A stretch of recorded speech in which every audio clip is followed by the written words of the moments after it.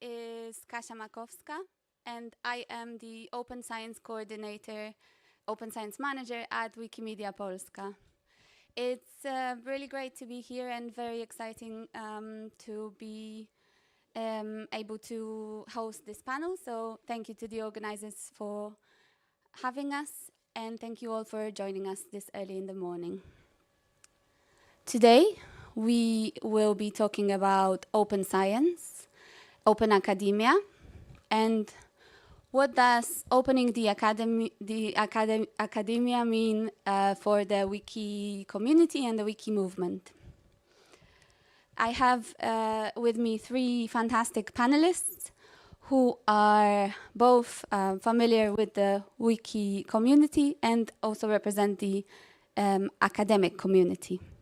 I will introduce them now. We have Dariusz Jemielniak, who is a professor of management at Kosminski University, faculty associate at the Berkman Klein Center for Internet and Society at Harvard University, and vice president of Polish Academy of Sciences. His interests revolve around social data science and collaborative society, open collaboration projects such as Wikipedia, strategy of knowledge-intensive organizations, and virtual communities.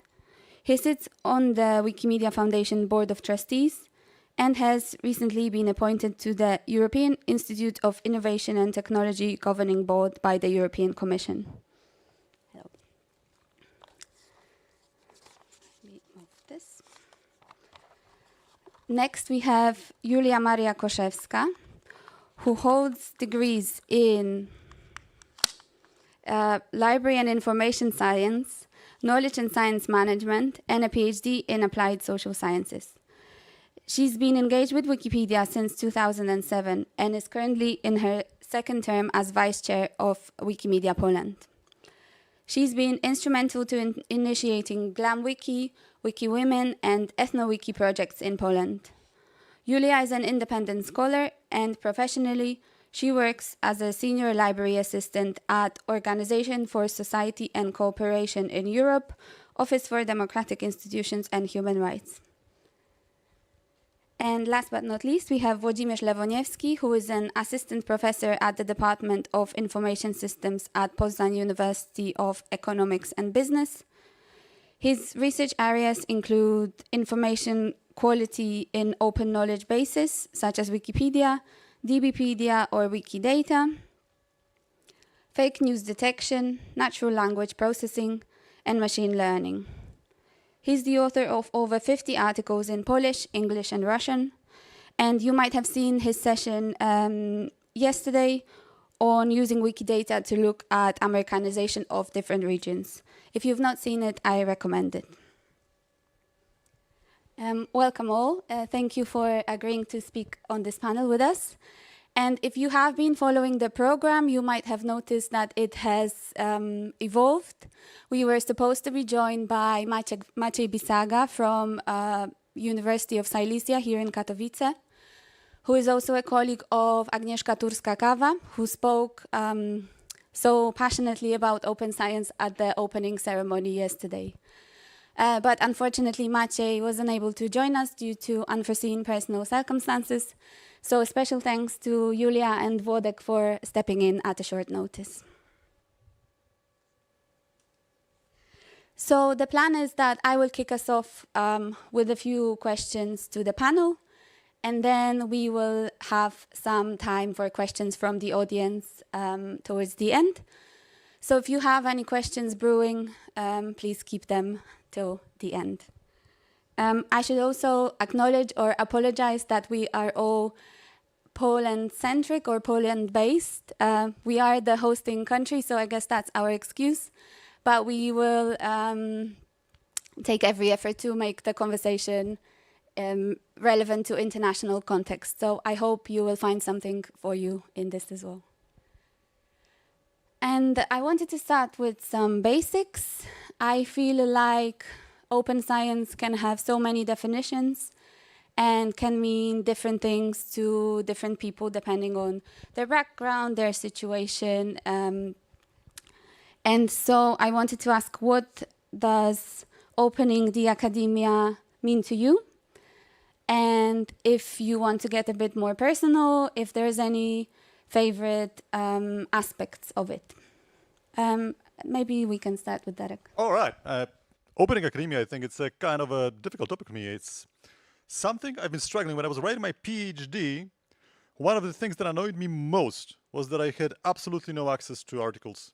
I know, I was in Poland, it was, you can see it was a while back, and we didn't have access to Western journals. If I wanted to read something, I'd either have to pay probably 5% of my monthly salary to get it, ask the author and wait, or look around the internet. And Sci-Hub was not as popular as it is now.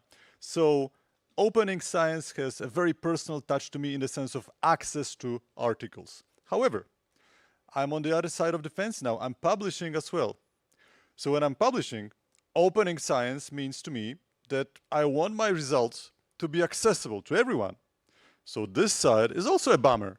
I have to pay like $3,000 for stuff I did on oftentimes on public money dime, and people do not really have access to it. So I have to, this open access it's a scheme. Generally, academic publishing is a huge scheme, be it open access, be it regular publishing. So this is one aspect. Another, opening data sets.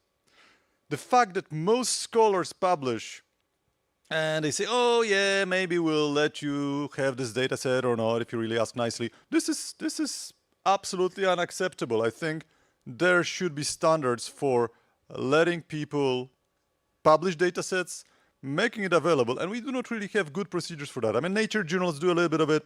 There are some data gathering initiatives like Dataverse at Harvard, but nevertheless, down to business, most publications that you will see will not really have a data set available by design. And even if it is available by goodwill from the authors, oftentimes it will be published somewhere, maybe on somebody's Google Drive with a bit.ly link. This is absolutely not sustainable. So these two aspects are very important, I think, when we think about opening science. But there's third one. And to me, opening science, opening academia also means being open to publishing negative results. This is super important. Why on earth? Somebody with a crazy mind agreed on this years ago that we should only publish stuff when we can show correlation, when we can show a result. This is insane, because in medicine especially, think about it. In medicine, you discover something, or you do research, you do not really discover something, but the academic community should know.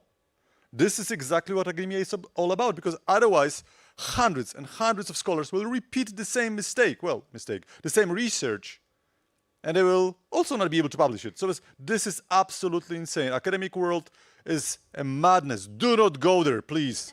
I'm lost, but maybe there's still some hope for you. Do not go there. These three aspects, I think, are crucial. Thank you very much. I think it resonates a lot. Julia? Thank you. For me, open academia is something that, if we look historically at the concept of the academia, that's how it was supposed to be in a way, but it wasn't. Academia was an elite concept, affordable for some from the specific groups, and then also with the filter of money affordable for those who could afford. But if we look at the academia now, openness is this kind of utopian goal that we're hopefully aiming for. But in our context of the Wikipedians, like one of the main concepts of Wikipedia to collect the entire human knowledge, that's another utopia. But we do believe in such things, and we definitely focus on achieving so with our free time and other resources. So I believe open academia is also something very close for Wikipedians and people contributing to other wiki sibling projects. But open academia, contrasting with the open science, would be for me this larger concept that will be about changing the approach, the paradigm, the institutional cultures, culture of institutions, entire concept approach, this openness that Derek was speaking about, that steers the further cooperation, but also makes us accountable, because if we publish, then someone else can do the check. And this is, again, something very familiar to all the Wikipedians, checking references, checking resources. We have dedicated campaigns just to do that. One lib, one ref, and others. So I think this is something that is very close to us. So I hope those that followed Derek's path and are here in the room are not the lost cause, but let's do something together. Thank you. Thanks, Julia. What about you, Wodek? Why I am lost here? I wanted to say something that say Darius, Julia. I can agree with that. Maybe to do not repeat all of these things, I can briefly say that open academia is, for my side, is strongly related to open data. And the more open data, I think, that the more quality will be, the research will be in bigger quality. And we as researchers can have bigger opportunities in our, we can say, new ideas and so on. Wikipedia is a good example about how the open knowledge can change the world. Recently, we see how such generative AI models such as ChatGPT and others are very useful for people. But if you look how they create such models, they try to use information with high quality. And Wikipedia is one of the standards of the quality in such models. Moreover, sometimes researchers, when they check the quality or assess quality in the whole internet, they try to compare content on those pages to content on Wikipedia. So it shows that Wikipedia still have a lot of potential. So to sum up, open academia, for me, it's something that strongly related to open data. It's some kind of trend, and I think that it is very important to open more data to society, and society can evolve much more faster. Thank you. Thank you. I think these all resonate with me and probably with the audience. I imagine we don't have to convince anyone in this room that these ideas are worth pursuing. But I feel like the reality is a bit more mundane. We are all based at institutions that have policies and processes, or we have day-to-day practices where there's not enough time or resources. If we want open data, who's going to pay for the servers and so on? So, and I know at least Polish people, we love to complain. So the next question is, what do you think are the biggest blockers or the biggest inhibitors that are stopping us from achieving the ideas that you have outlined so far? And this time I'm going to start with you, Wodek. Thank you very much. But I have limited time. So the main problem, I think, is our human limitations of time. Each of us has only 24 hours per day, and we cannot use all of those time to do something. So when you working on academia, you have some responsibilities. So you must have you have some tasks that you must solve, and we are accounted for our work, didactic work. In my case, it's didactics and publications. So students assessed us if we provide lessons good, if our presentation are good, and so on. And those presentations are published internally in university. It's not open access. It's also interesting topic why we cannot share with these materials, but it's related to competitive advantage of maybe universities and other reasons. But we're assessed, so we need to spend our time to create good materials for university, for students. Next, publications. Of course, I want to publish, as Dariusz mentioned, in open access strategy or model, because my research will be more visible. And I think each researcher interested in more visibility of the research. But in Poland, but I think in each country there are some standards, and not all publications are valuable for university. And we need to find balance between number of points that we can receive for the publication and model in which this publication is published. So what I want to say that if I want to publish in journal which have a lot of points, no, in our academic points, I need to pay a lot to have this publication in open access model. So it's a big barrier. Sometimes I go to initiatives that didn't have a point. For example, Wikimania, it's a conference, it's a big conference, but it's formally for Polish Ministry of Science. It's not a scientific conference. Maybe it is, but it's not on the list. So I have, for me, okay, they will say, okay, fine that you go into such wonderful event, but where it's coming to evaluation of workers or researchers or employees, they count this point. So for me, it's some kind of hobby, and I need to find time for this hobby, to come here, to publish in places where model is very attractive, so open access and so on, but there is no points for that. So to sum up, big problem is regulations that don't, we can say, adapt to reality, to things that are needed for society. Thank you.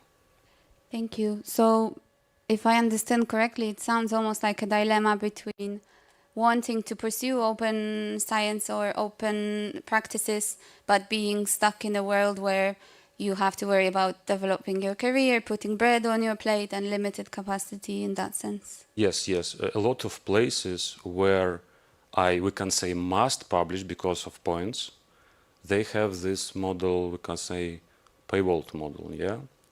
Of course, there is often possibility to open publications, but you need to pay. And as Dariusz mentioned before, the costs are, for in our case, it's big cost, $3,000, even $4,000 or euros. And we need to remember there are other countries, we can say maybe less developed, that for them, especially this cost is very big. Thank you. Who would like to go next? Do you have similar issues or other points of complaint? I could go next. I wanted to to share a bit from the perspective of being independent researcher with one of the main challenges, especially with my librarian background, is not having access to paid academic journals. That's all those based in the formal institutions have access, and this is one of the things that university libraries are famous for. And this is something that, for other purposes, Wikipedia library, the Wikipedia library, could come with assistance. And I have seen from my years of involvement in the Wikimedia movement that as something that I love the most is this interconnectivity between different projects, different concepts and approaches, and the synergy that comes out of it. I will share just one example that is from the Polish ground. We have, back in the past, we have started a cooperation, and while we're telling stories, please try to find hashtags for the wiki concepts that you know. We have started a cooperation first with the National Ethnographic Museum, and they wanted to do something together. We wanted this project to be, when we were planning the cooperation, they were very much interested in applying for the ministerial grants, so that will also contribute for them, for their portfolio in future. And we wanted the project to be sustainable, but also to be exchanged, that not only we come to the museum and say, hey, give us the digital version of your collection, but we wanted also to learn something from them, and we knew that we could and also contribute with our knowledge and experience. So in a nutshell, the project that we came up with was an ethnographic field trip, you could say. That first the volunteers from wiki projects were invited to the museum for a tour, but also to learn about ethnographic concepts, ethnographic terminology, and also how to do the field studies. We teach them how to edit Wikipedia and the concepts of the free licenses, commons, etc. We photographed a little bit of the collection on that occasion, but the participants of the project were not only the academic or scientific research employees of the museum, but also students of the ethnography. And that was part of the idea to make it sustainable, that these are those who will be in the future researchers themselves.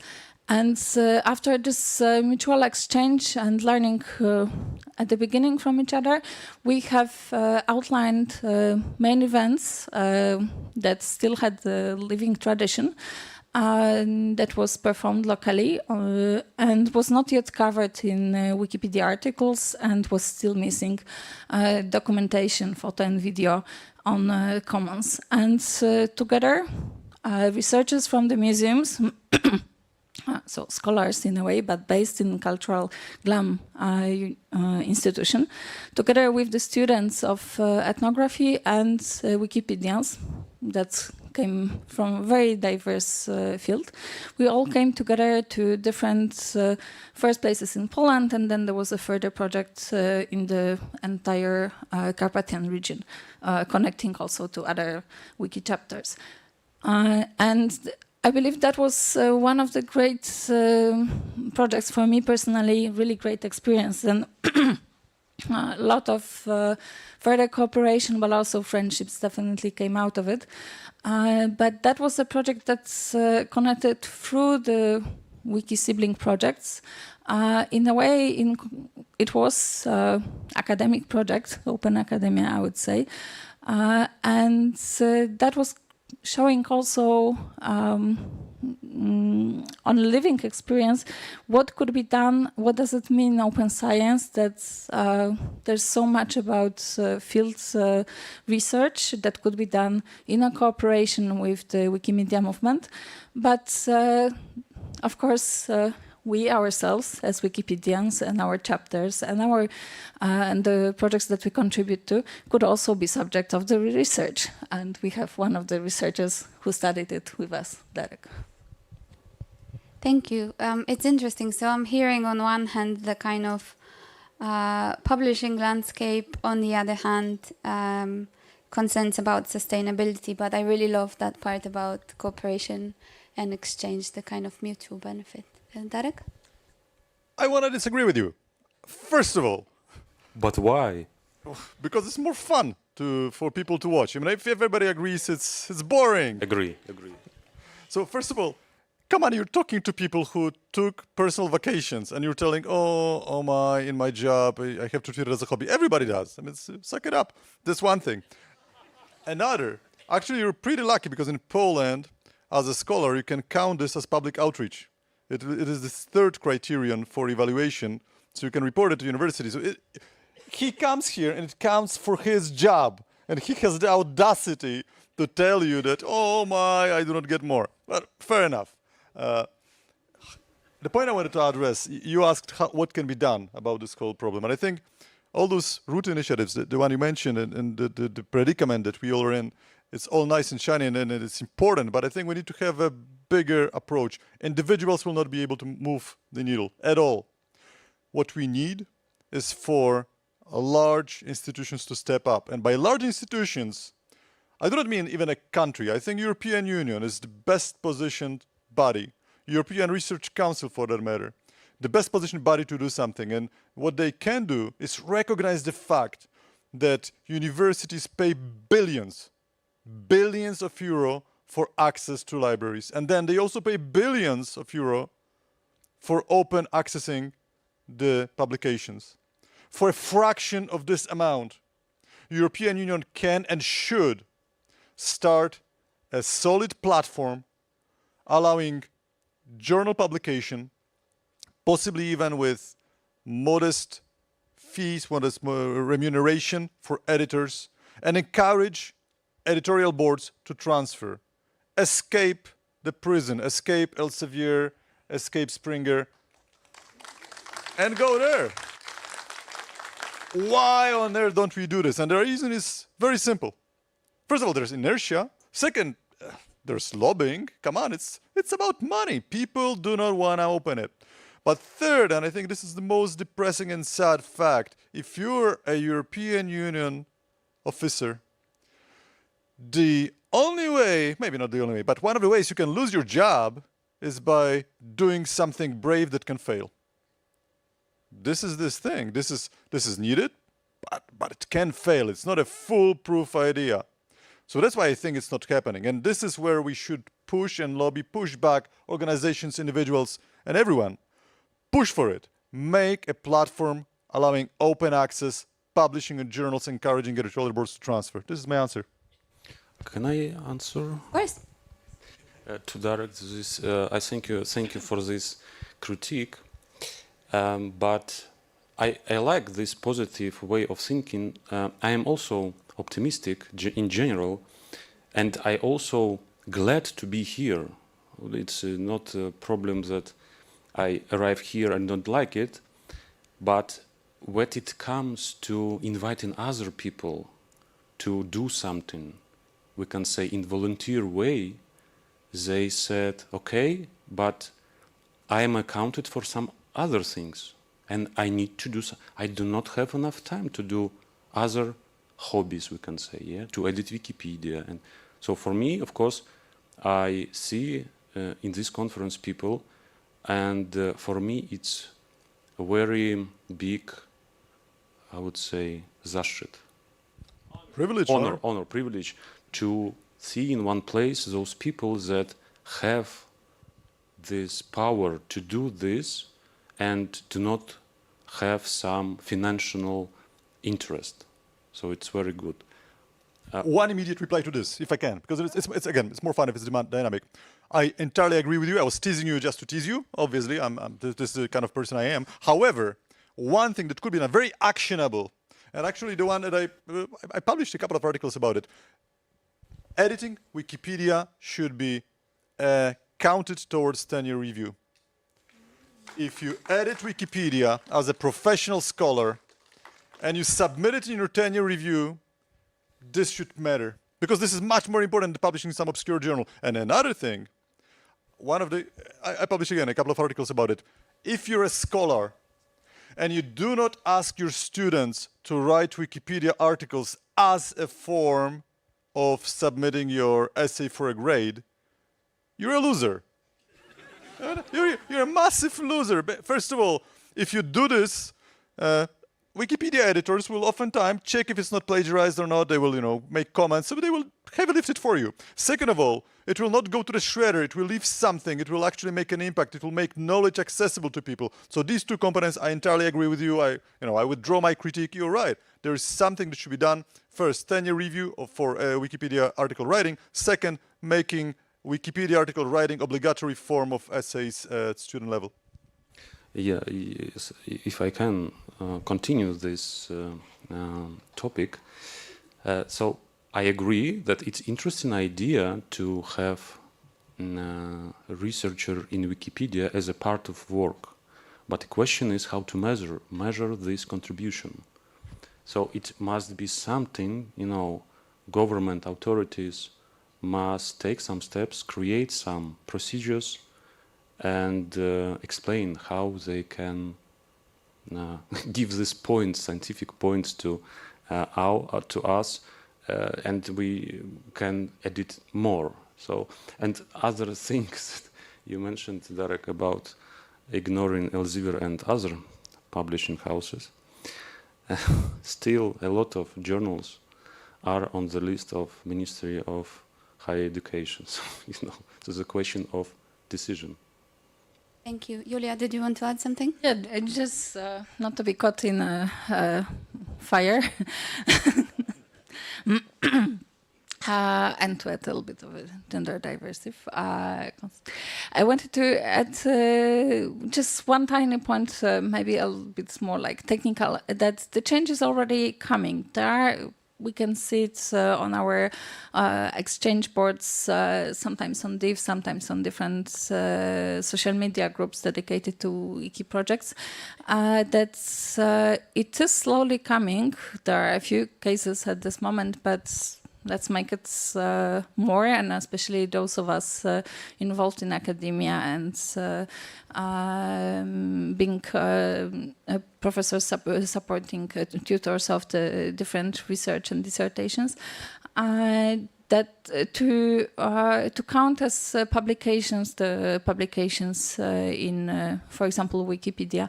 We can also see the part of this change that more and more users do not use the regular or maybe old school nicknames as their usernames, but the username would be composed of their real name and surname. This is one of the aspects that people are looking for recognition, maybe publicity in a way, but this could be one of the aspects of reaching towards further recognition of the contribution to the Wikipedia, for example, in the academic context. And just to add one more also technical detail is those of you who tried to apply submit your concepts for publication to this big paid academic journals, you might have seen that some of them are looking for more and more outreach. And in the form to submit, you would see questions like, for example, is the publication is the manuscript that you're submitting supposed to be a manual in a class? So that means that they would have at least a given number of already pre-subscribed clients for this publication, but also they ask you, for example, for your social media handles. Why not ask for Wikipedia usernames? That would show the credibility of the authors, recognition in the community, but community being the global community of basically everyone. And this is also a concept about the evaluation. We in Wikipedia, we have post-publication peer review. So to say, why not opening this to the academic publications per se? And as Tarek mentioned at the beginning, this is something that even if the publication would be really failed research, that's important to receive feedback, I believe, and to receive this peer review in this concept. Really interesting, thank you. So you have wonderfully anticipated my next question, and I'm gonna just think we should speak a bit more about this, and then I'll open up for questions after this, so we can have about 15 minutes for questions. If you have some, you want to get ready. So I completely agree that the publishing system we are, as researchers, we are smart people, and yet we pay to publish, we pay to read it, we review it for free, we edit it for funny money. This is completely bizarre. But I want to challenge you slightly, Derek. I've heard you recently say in a conversation in your podcast that you think that research outreach and science communication is non-existent in Poland, or it's not being rewarded, which I think, well, my question is where... What is enough? The basic was enough. It's not rewarded enough. Fair. But my question was going to be where in this fairly complex landscape of open data, outreach, open access, where do Wikipedia and the sibling projects, where do they come into it? And of course, it's a bit of a leading question because we would want to look at solutions, but I appreciate the answer is probably a lot more nuanced. For example, when we talk about researchers editing Wikipedia, what about the self-promotion rules? What about the fact that students are new editors and challenging for them to step in and write articles for the get-go? Tell me more. First of all, I think the rules of self-promotion are not specific to academia. People are vain in any discipline. And it's only natural that we need to have some guidelines. However, on some Wikipedias, as you're perfectly aware, the rules say that arguments should fall or stay on their own. It's English Wikipedia is very strict. You cannot write about yourself. But on some other Wikipedias, as long as you add it in a neutral language, it's fine. I do not have an easy answer to this. I would strongly encourage everyone to perhaps not write the first article they ever write about themselves. Just a thought. But I don't think it should be a hard and fast rule, because essentially it's the outcome that matters. So most likely you will not be able to write the best article about yourself because you will not be good at writing articles. Right? This is the thing. However, if you add, you're a seasoned editor and you add something that's particularly relevant to the topic, there's no other source, I don't really have a big problem with you adding stuff that you co-authored or authored, because you're basically adding to the body of knowledge. Regarding the training students, I think it's, of course, it's a very difficult thing to start editing because, we are horrible to newcomers. I mean, we just bash them and we tell them, oh, it's all wrong, come back later. Of course, students will be discouraged like everybody else, not just students who is a newcomer to Wikipedia. However, I think as a teacher, as a professor, you already have an advantage. You have them in your class. So you can give some guidelines, you can tell them how it should work. Piotr, who is in the class in this auditorium, does it, has been doing it for years. And many of us in academia have been doing this for years. So it is possible. There's also WikiEd Foundation, which has a more structured program, mainly targeting American universities because I think it's a little pricey. But nevertheless, there are protocols and ways to do this. So an excuse that we will not do it because maybe it's too difficult, maybe people will be discouraged, I don't think it's enough. I think we should be trying. And if from a class of 30 people, just one keeps editing, it's already a huge success. And from those 30, if 5 articles remain, it's 0 versus 5, so it's already a gain. Thank you. What do you think, Julia Wodek? I can maybe follow to this topic on self-promotion. If, Darek, you not mind someone will add something and give a reference to his publication, it not mean that other administrator will not delete this. I personally, as an administrator, will not delete it. Yeah. Okay, but if it's relevant to the article. Yeah, but there is 1,000 administration. Absolutely, and this is how dispersed control works. If one administrator finds a problem with it, it'll be gone. But you can take it to another administrator. So it's this is how Wikipedia works, and it should, because unfortunately, there are way more people who think they are super important than people who are super important. So it's a fact of life. But it's motivation also. I don't think it should be motivation. I don't think we should motivate academics to, go to Wikipedia because you can self-promote yourself there. I don't think it's a good motivation. If you're an editor, if you're trying to add to the body of knowledge, and by the way, it happens that you add your own article in a process, I don't have a big problem with it. If you just go there to add yourself, maybe not. Interesting. What do you think, Julia? I would add just one more thing, because I really believe in how Wikipedia, our ideas, our concepts are interconnected with academia, how it's, and also the other way. I think that Wikipedia is also Wikipedia in the university level classroom is also a great tool to learn how, for the existing at the moment peer-reviewed journals, the review goes.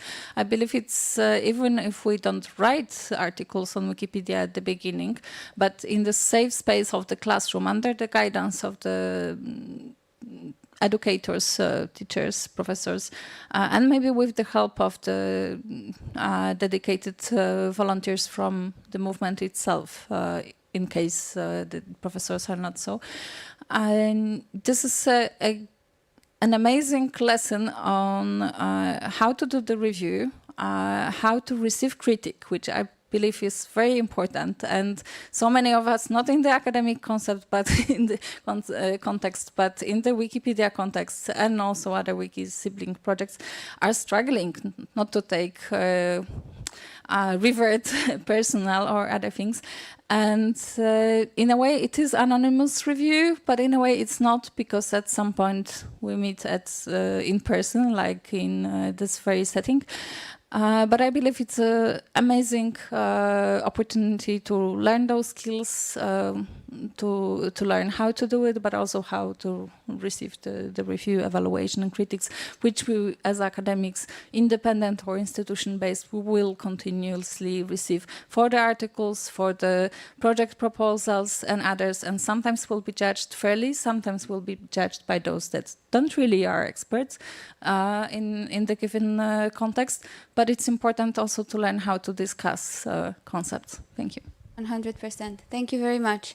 Okay, I think we are ready to open the floor for questions from the audience. I don't know if we have any roving mics. Let's give up one. I can run with mine. Sure. Yeah, should be okay. Or, Hannah, do you want to come a bit closer?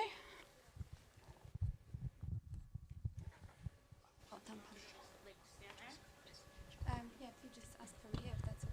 Yeah, something you said earlier kind of stood out to me, because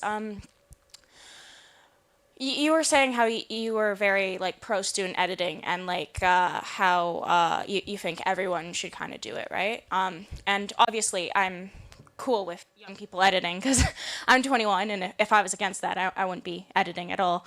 But I think maybe there's more factors to consider than just like seeing, you know, like if some articles stay, because like from the newcomer's perspective, you don't want to be setting people up to fail.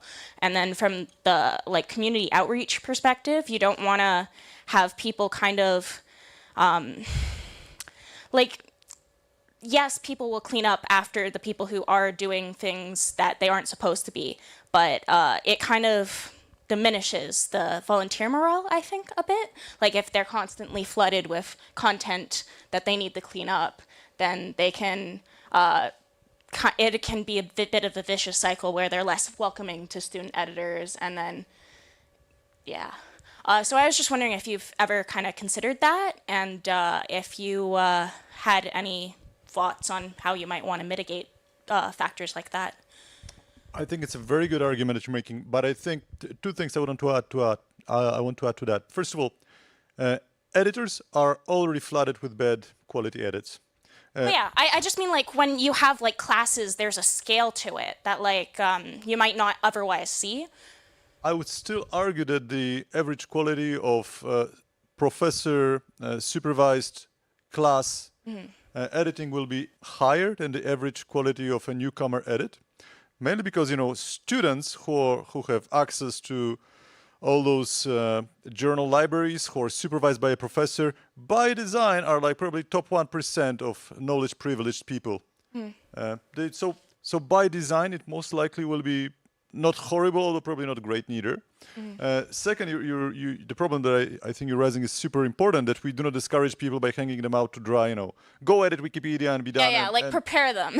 Because like, of course. Yeah. And I think you're very right. I think one of the things that we need to show is, first of all, let people know what the rules are, maybe let them familiarize with the format. But isn't it true of academic writing in general? You do not ask people to start writing to academic journals. You don't have to be perfect, obviously. I just, from like the admit standpoint and from someone who's talked to a bunch of community members who've kind of been a bit iffy about certain aspects of student editing, I just thought it was an important point to raise. I think it's a perfect point, and we need to be aware of it. Yeah. All right. Thank you so much. Yeah, of course. Just a couple of things. As an academic, when you're publishing, you want to add something to Wikipedia. If it gets removed, honestly, if you're an academic and you come up against me as an editor to remove something, I'm just a knuckle-dragging truck driver. If you can't make an argument for your research to be included in an article because it's notable, then perhaps the issue isn't the admin that's removing it, and the other question is very early on you mentioned publishing where you got a negative outcome, it didn't work. Doesn't that also open you to the risk of AI and the faux news community using that negative research to further their own ends? Is that something that concerns you? Ultimately, I think the academic community should know that somebody did research and nothing came out of it. I'm not saying that it should be published in top journals, but I think there should be a path for letting the academic community know. That's the only thing I'm saying. I would maybe just add in this context that is there really something as negative research? I think that's like in Wikipedia concept, all the discussions lead to something. The more constructive there are, the more constructive criticism we receive, further we go. And I believe that this is also I failed in the research, but that could contribute to someone going further, or even myself, and receiving evaluation, the review could also help me grow. Thank you. Wojtek, do you have anything to add? Or we can take the next question. I agree with my colleagues. So. Thank you. Any more? Yeah. Hi there, I'm Sarah Thomas from Wikimedia UK. You talked variously about the difficulties of the challenges around academics engaging with Wikipedia around self-promotion, and of large groups of students or small groups of students engaging, is also what Hannah was saying. I wondered if any of you have worked with a Wikimedian in residence at an academic institution, and if you hadn't, would you consider doing it? I haven't, I would. I also would. Okay, so it's dependent, as I said before, it's dependent on regulations, on, we can say, some kind of motivation, yeah? So I can do something as a hobby, as a volunteer, but there is some prioritized tasks, we can say, yeah? I also don't have such experience, but in a broader concept of Wikimedia Polska, we're strongly considering it, if not planning. Please follow Kasia, contact Kasia for further details, and follow our websites and social media accounts for the updates, because I believe it is to come.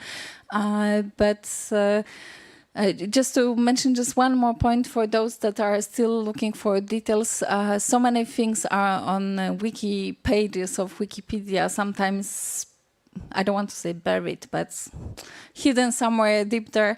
And I just noted, preparing for this meeting, just a few pages that are not Wikipedia articles, but are in the wiki of Wikipedia. Just a few of the titles. Wikipedia editing for research scholars and academics. Academic use And academic studies about Wiki, this is part of the civility essays, relationships with academic editors. They're all concepts also that you can find general for the inspiration. And this is Wiki, so please contribute with your ideas to steer forward the progress. Thank you. Lovely, thank you very much. Any more questions? Oh, there. Thank you so much for the opportunity and very interesting presentation. As someone who is positioned between academia but also teaching and training and Wikimedia for 7 years, just an idea about the problems with assignments for students, no matter high school or university students, and the tension with many of the experienced editors. It is that probably the first assignment to have for students is to learn them to read Wikipedia, not to write Wikipedia. Probably it's a local problem we have, but we also have problem with citation and the concept of citation. And this is not only about students, it's unfortunately about academia too. So this is another way of involving students in a meaningful way in Wikipedia, being critical, understanding how sources, what are reliable sources. I know this is the basics, but this is important as well. And something that struck me is this idea that administrators are the people with the role who are averting problematic contributions. It is not this way, or probably it's not in all language versions. So these are my comments. Thank you so much. Good comments. Nice. Firstly, we need to, learn how to read. Next, we can write. It's yes. First alphabet, yes. Next words, next reading, and we can do writing. And Wikipedia, yes. Full agreement. Thank you.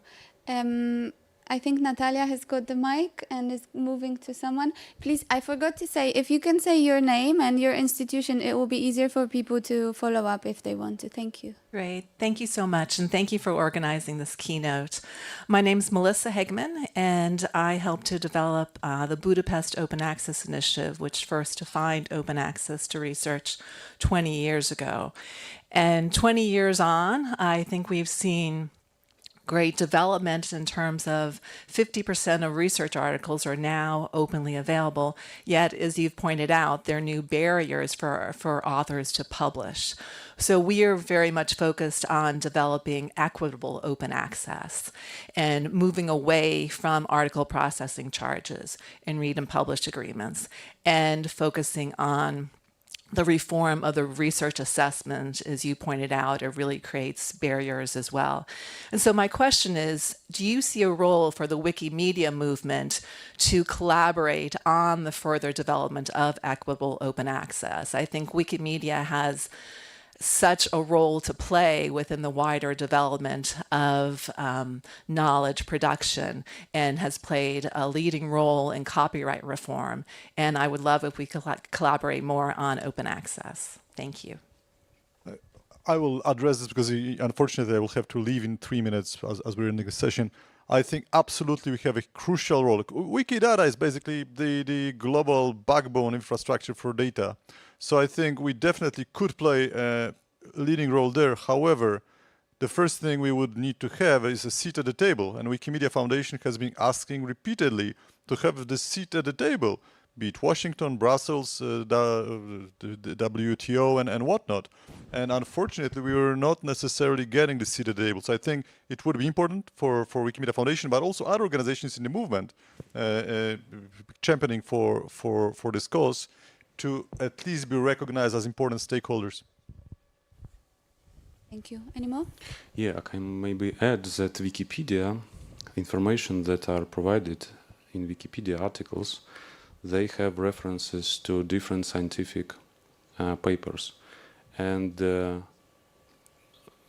recently, this language models that was created based on Wikipedia and other high-quality sources, they for them it's better to have also availability of those sources. So I think that knowledge that are disseminated by Wikipedia also can move this problem of open access, so publisher will more motivate to will be more motivated to open these sources, which also presented in Wikipedia. So I think Wikipedia is a good example that knowledge can be used to produce some good tools as GenAI. So also articles which are used as sources can be also used to develop more better algorithms or language models. Thank you. We have 1 minute left when I know Darek has to leave, but maybe we have time for one final short question or two. Okay, I'm Ivo Kruusamägi from Estonia, and one of the things we really heavily focus there is education, especially in universities.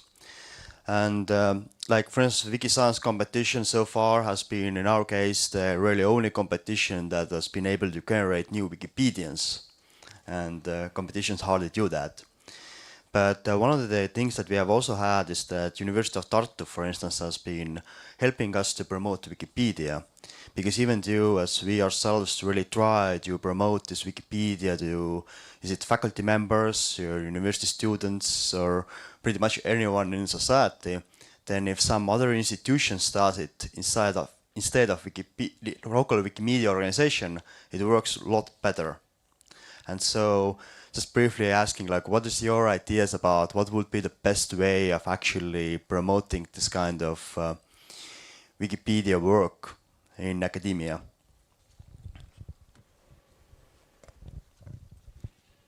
That's a big one to end on.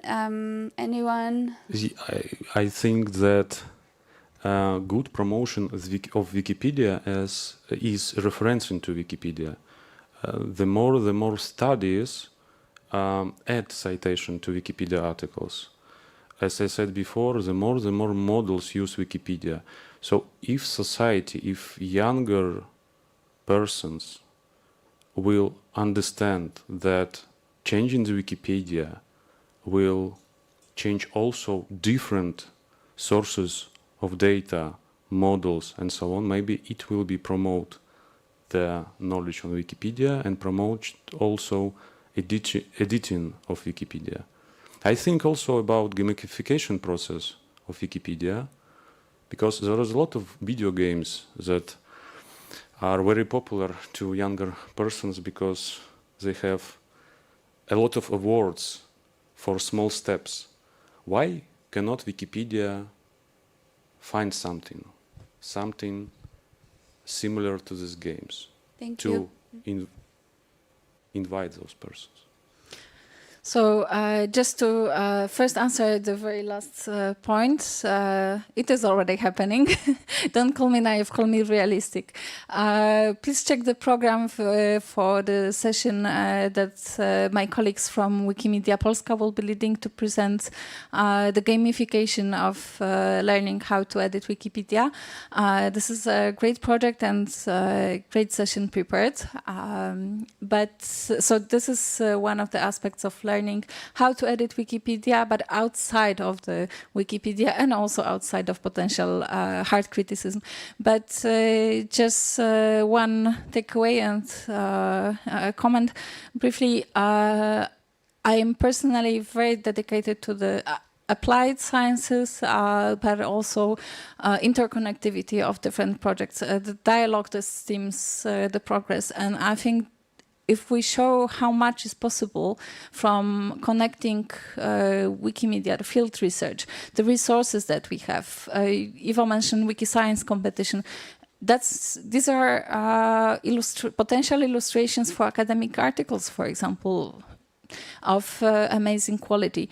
But there are also so many other resources and so many projects that we could do, so much that we could learn in a way from each other, but also so many Wikipedians and other contributors to sibling projects are academics, and also potential future editors are among academics and students. So there's great potential, and let's show the connectivity to people, and let's do things together. Thank you. Thank you so much, Julia and Wodek. I think this is a great note to end on. The time is escaping us. I'm really sorry if we didn't get to all the questions. I think we could be here for another half an hour or full hour, but it's nearly 10 o'clock.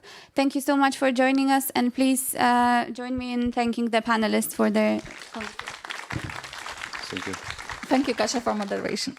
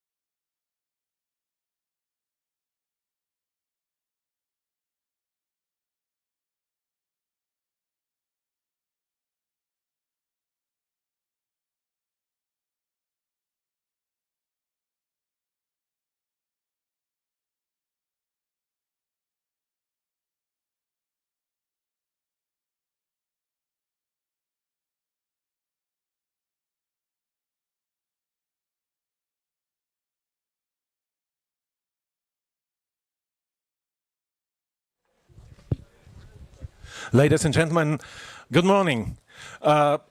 Thanks for staying. If you want to learn anything about the cuisine of the country which hosts you, it's a good opportunity now. We'll be talking about Polish cuisine. So, if you are interested, please give us a minute. We'll fix everything. And we'll try to give you an introductory course about Polish cuisine. My name is Łukasz Modelski.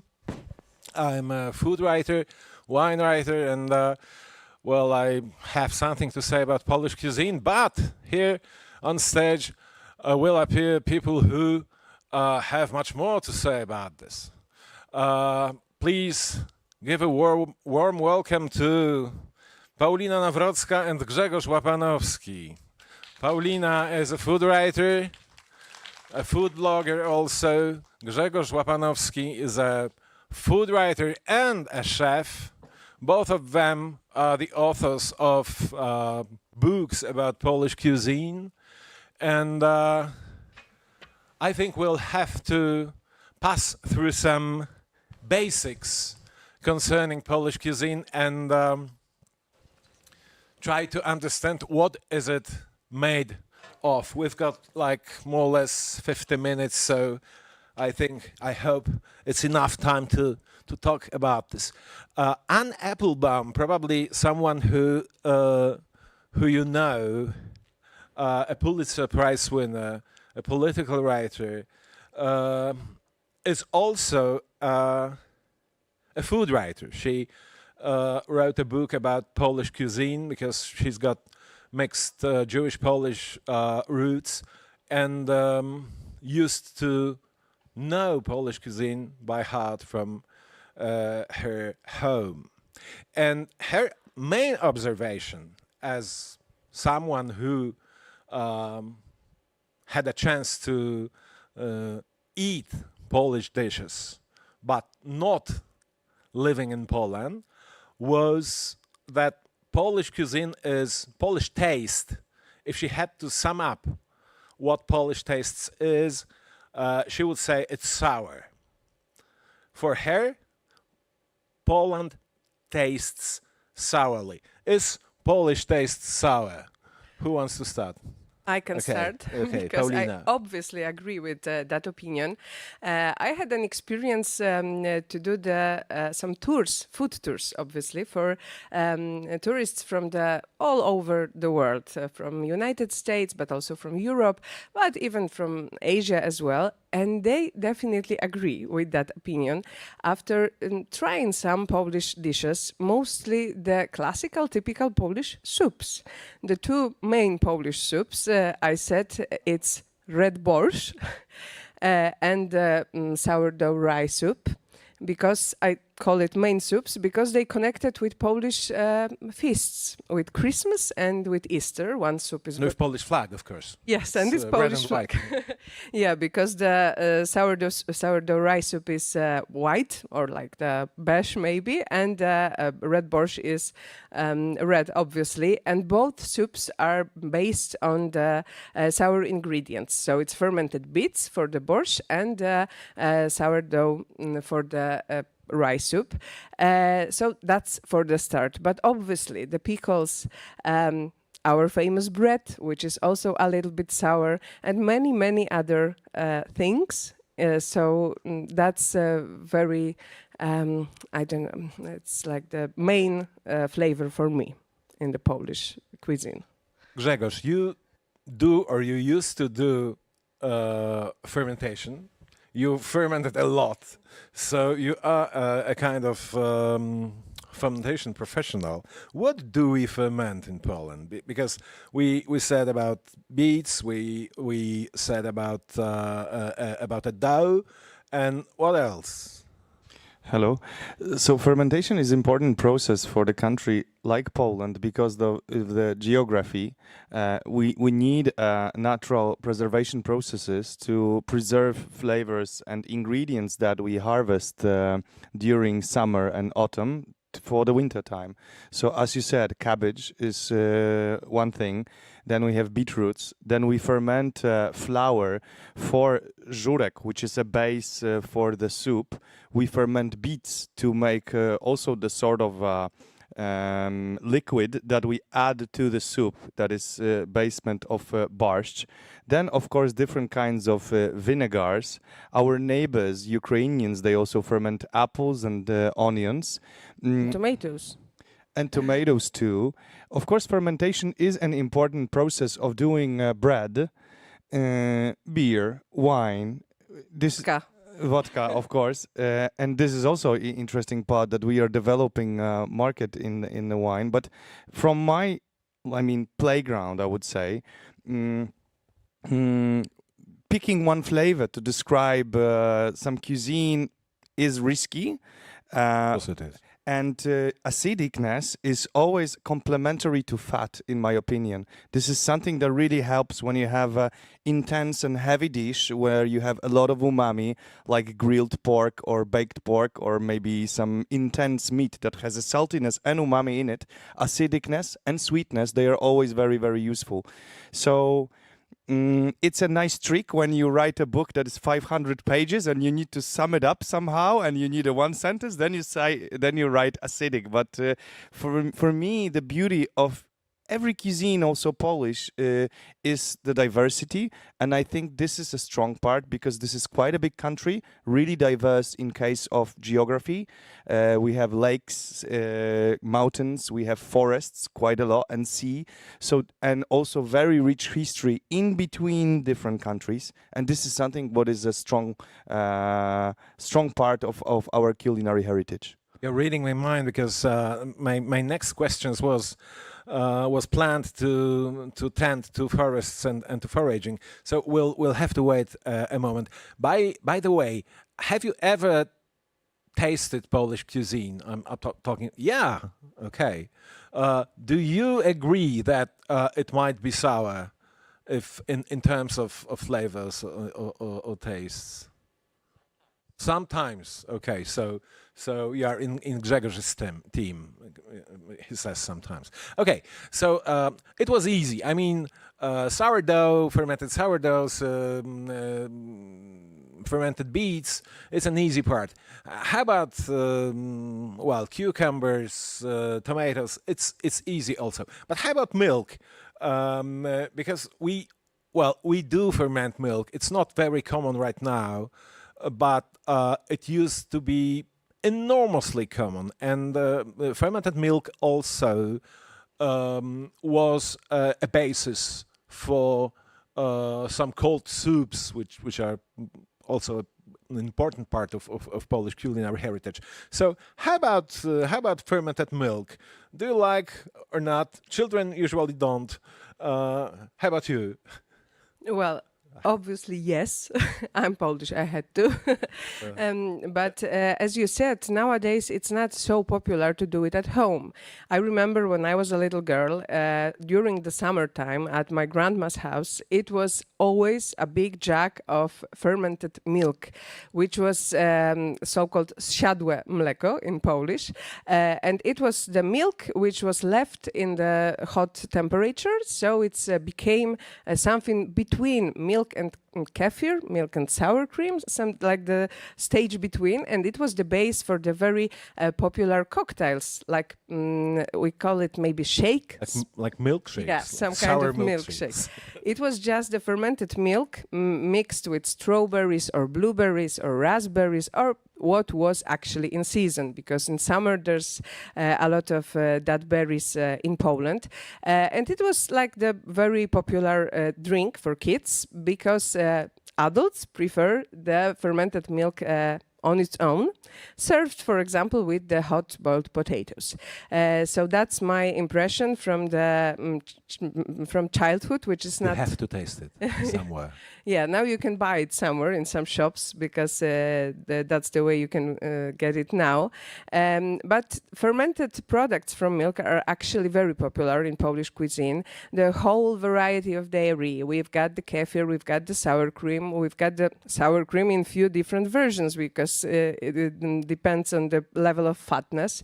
We also have a huge variety of yogurts. And it was also, as Grzegorz said before, the way to preserve the milk for a little bit longer when it was the hot time, for example. Listen, I do realize it might sound terrible, like sour milk or milk which is not longer fresh milk. It is something we tend to tend to skip, but it's an incredible thing. Usually during summer, if you have ever the opportunity to taste cold sour milk with baked potatoes, for example, or fried potatoes, please go for it, because I guess it's something which is tending to disappear in the world. So probably last opportunities. Okay, to sum up the fermentation part, what would you recommend if anybody wanted to taste Polish fermented goods, and it might be just like one dish? What would you choose? Grzegorz, the mic is yours. It's always difficult because my favorite answer is it depends. So for now, if you ask me about one thing, it's really high quality fermented cabbage or fermented cucumbers, but fermented cabbage, which is quite unique, and then soup made out of it. So what we do is we cook a very intense pork stock. Also, what we like is to use smoked pork bones, and then when you have really intense, full of umami pork stock, you put potatoes inside, and then you put the fermented cabbage, and this flavor is really intense, heavy, and deep, and it's really cool for winter time. And marjoram is also a combination that works well. And kminek, caraway, yeah. And it's a high mountains dish. So yeah, you can also put lamb in it. If it depends, what is the region you. This is also an important part, interesting part, that from one point Polish cuisine is diverse in the sense of regions, but at the same time, the last system, Soviet Union, actually influenced that there is quite a lot of things that are similar all over the country. So yeah, from one point it's really diverse cuisine, but from the other you also can find, like, for example, kotlet schabowy, which is a sort of like Wiener Schnitzel, all over the country, or żurek. Right, but the soup or the dish you are talking about is traditionally the Highlanders dish, I would say. It depends, because in Highlanders it's the kwaśnica, as it's in that version, as Grzegorz said, with the pork and with the lamb. But also different regions have different versions of the soup, which is based on sauerkraut, obviously. Right. But then, actually, to pick one dish for you that I would like you to try, maybe, if you did not. It was not this one. It is definitely żurek for me, because this is a kind of soup I think that is quite unique. Actually, some people say it has some connections with also a German culture, but this is what Polish cuisine is. It's a complexity of different influences. And this soup is made of fermented rye flour. And again, either it's vegetarian or even vegan sometimes, because it used to be a dish for the difficult times, for the times when there was no food. So the only thing the people had at home was, for example, some onion and some fermented rye flour, sort of like bouillon, and maybe a few spices. But I would say the king's version would be, again, an intense and full of umami stock made of pork and maybe a bit chicken, but mainly pork, sometimes also smoked pork. And then this is like salty and umami part, and then goes acidic part with, again, the deepness, which is the żurek, the fermented rye flour, and some spices too. Paulina, your recommendation? I agree with żurek, which is one of my absolutely favorite Polish soups. Oh, I do. even ate it last night in the train in Fars coming here. But żurek is also served sometimes with egg, sometimes with kiełbasa, which is also a very popular adding to that. But thinking of fermented products, I will also answer it depends. It mainly depends on the season, because, for example, now we've got August, so it's the high moment for the Polish cucumbers, especially the less salted one, which are just quickly fermented. They're not pickles, because they are not with vinegar. They're just treated with salted water, with some garlic and with some herbs and some fresh dill, and it's left. If you left it for longer, you've got the kiszone ogórki, and if you left it just for a few days, you have the małosolne, which is like less salty, and it's really a delicacy. But I know that it's sometimes difficult, for example, for people from the south of Europe, for example, because they tell that it's actually spoiled, it's bad, it smells terrible. Well, yeah, we are really in high season for those not very deeply fermented cucumbers, and probably you can spot them in every Polish traditional cuisine restaurant. So you need to taste it, because it's a seasonal taste. It does not long for a whole year. So now it's a high season. And as for żurek, ZUREK, you can order it everywhere right now. Even in the summertime, even if it's a really good soup for a winter, but we eat it year long. And I need to add, we're in Katowice, in Silesian region, and it's the restaurant called Żurownia, which is actually specializing in many versions of żurek, the vegan, the regular one. So if you will have time, maybe. Yeah. So if you have an evening off or something, please go to Żurownia, because it's really something special. Well, you mentioned forests. The 2012, it must have been Cookit Row. I remember you were there. And that was pretty important venue, because René Redzepi of Copenhagen Noma, or Magnus Nilsson of Faviken, or Mauro Colagreco, or Iñaki Aispitarte, Daniel Patterson, the great chefs came here to the northeast Poland to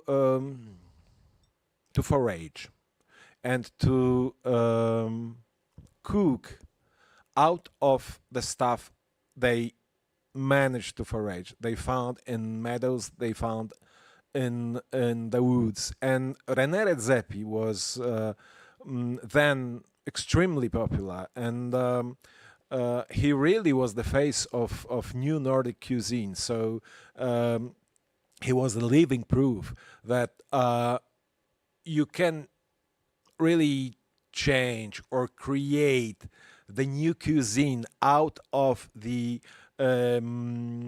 raw material you have in your country. And he was really astonished that we here conserved the tradition of foraging, that foraging is not only the chef's matter as it is in many other countries, that people do go to the forests and pick. What do we pick? What do we forage? Mostly mushrooms in the mushroom season, or fungi. And it's like you will drive through Poland now, like August, September, you will probably see some people standing in the just by the road and selling the mushrooms they just collect. It's still very popular as for some people as a way to just earn money, but it's also a hobby, which is very, very popular with like the older generation, but also the younger ones. People just go to the forest and collect mushrooms, very different ones. I've read once that the countries actually are mushroom friendly or mushroom phobic, and Poland is definitely the mushroom friendly country because we still collect a lot of from our forests, and we do a lot of stuff. We dry the mushrooms for the winter season, so the classic Christmas dishes like for the Christmas Eve are also based on the mushrooms we pick on summer. And it's still that many people just have the mushrooms because the grandma is collecting them or the parents, not buying them in the shops. And we have the huge variety of very, very good mushrooms. I don't even know the names, how to tell it in English, for starting from kurki, which is a young chanterelle, yes, from the yellow ones where actually are now in the forests, and then going for the other the different types. I remember lettuce also. Yes, I remember when I lived in Ireland for a while, and I was shocked that they've got many mushrooms in the forest and no one was actually collecting them. So that's very Polish thing. And during the autumn season in the restaurants, it's also now very popular to get very nice dishes from mushrooms. Yeah. Okay. As for dishes, we go to Grzegorz. Don't be afraid. Go forage for Polish fungi. It's not so easy to get poisoned. So please do not do it. So be brave. No. Okay, Grzegorz. So please do not do it. Don't listen to him. Find a person who is a good guide. And actually, it is something that you need to have some knowledge and some skills to pick the mushroom right way. And some of them, they can actually kill us. So it's really worth to have slowly, slowly but surely. So of course, I remember this also from my childhood. And this is actually an important part of Polish culture, the picking mushroom thing. I think they are important also because they have a lot of umami, which is again important in the season, in the winter season, but also it is important for the vegetarian and vegan dishes. And why these are important? These are important because an important part of each and every culture is being poor, or the moments when there is not enough food, when there is a shortage and when there is a hunger. But as always, there is a need of fun and flavor and, being happy eating food. So we have an onion that if we will caramelize it, it will bring us this fun part. We have a potato that also has a umami and also this creamy consistency, but we also have mushrooms that are deep in flavor. And what we do with them, we dry them often, which means we actually intensify again the umami flavor and a lot of aromatics. But we can freeze them. This is not the best technique, but it works. We marinate them using vinegar. Mm-hmm. So this is again nice technique. We used them to do the sauces, different kind of. We combine them with meat, fish, and veggies. Sour cream also. And we also do the soups because it's an important part, and different sort of goulashes. So actually, whatever you want, we use mushroom in many different ways. Okay, so fungi again. Yes. Back to the previous topic, we also ferment mushrooms. So it's famous for rydze, which is for the Lesser Poland region. It's very it's real delicacy. It's a delicacy. Yeah, it's like fermented mushroom, very specific flavor. I think something really unique in the scale of the world.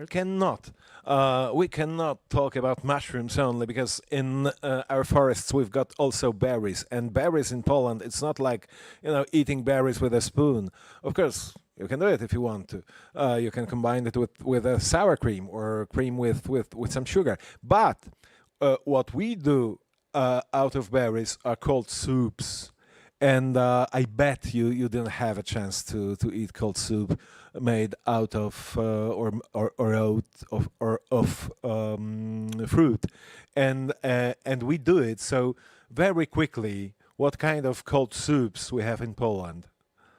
Let's start with You need to start with jagodzianki, actually. Okay. If you are Yes, talking because about we're- berries, there is a new culture yeah, in that's Poland, true. Okay. total madness. This is a berry bun that is actually made of the dough a bit similar to brioche, you may say. It's actually just classically it was the cake, the dough, which was similar to the bread dough. Actually, it's nowadays we do it like a brioche style with a lot of butter and so on. Historically, blueberries buns were really simply dough, just stuffed with the blueberries found in the forest. we are in high season for Kruszonka at the them. top. What is kruszonka? Shortbread? No.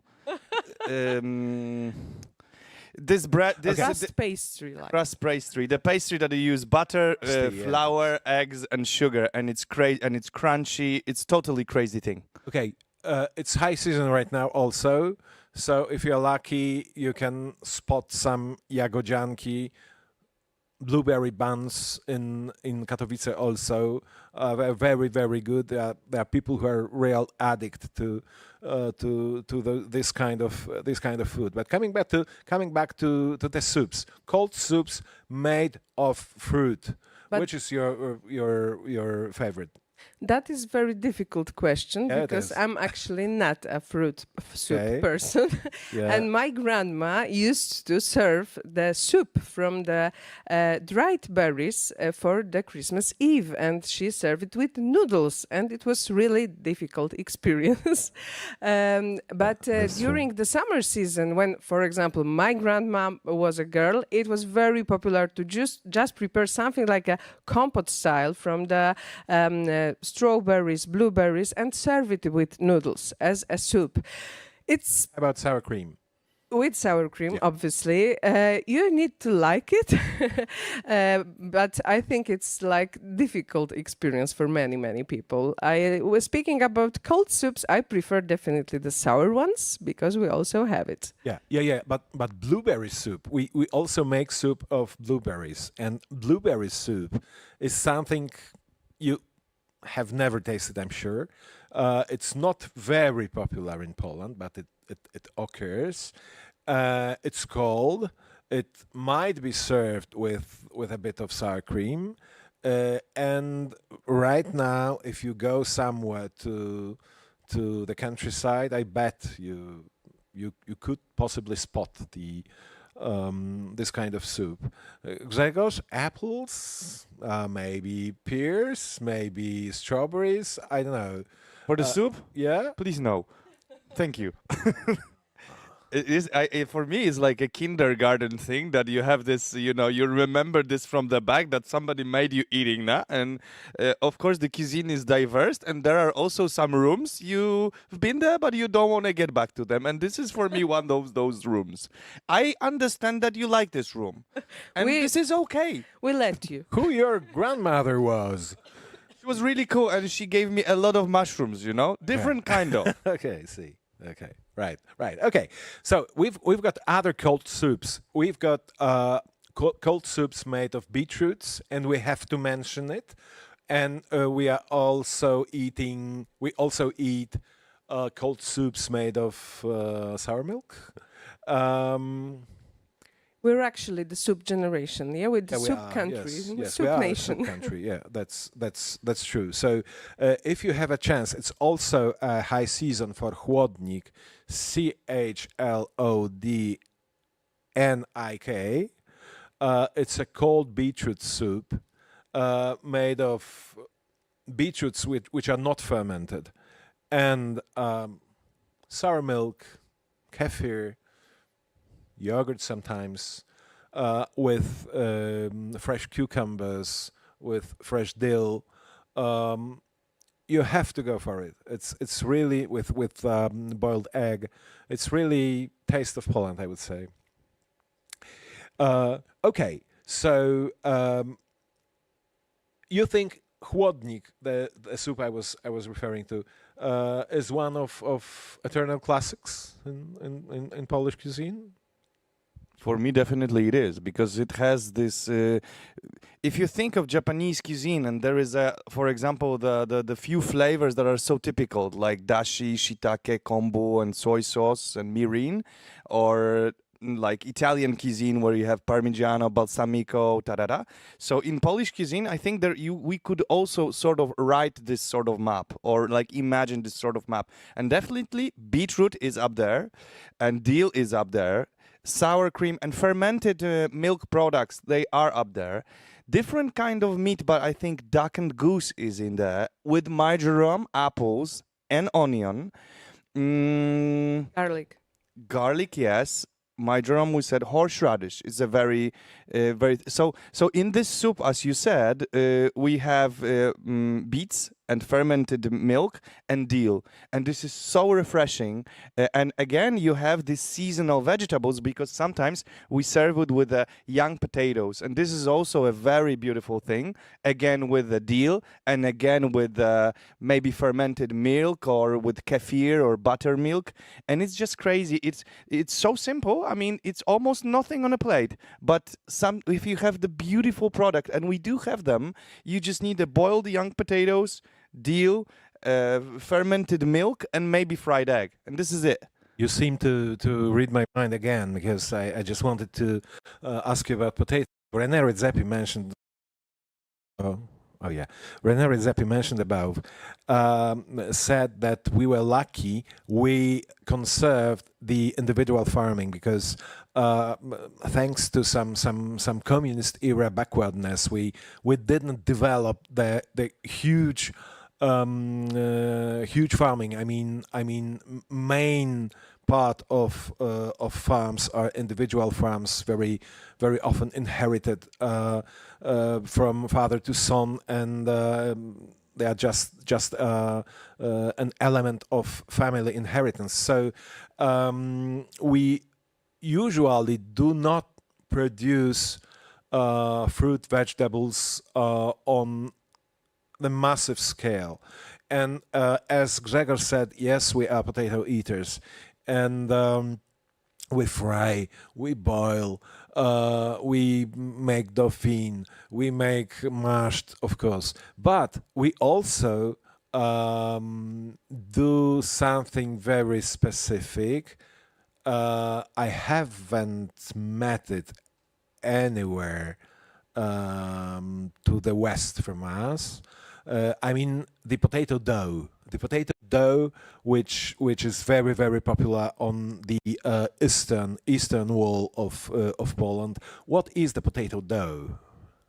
Maybe I will answer, because I was just visit the Mazurian region, so that's obviously where the babka ziemniaczana, because that's in Poland. It's very popular. It's looks like cake in the form, but it's made from potatoes with some onion, with some garlic sometimes, and it's flavored a little bit with meat historically by the lard, or just some bacon pieces simply.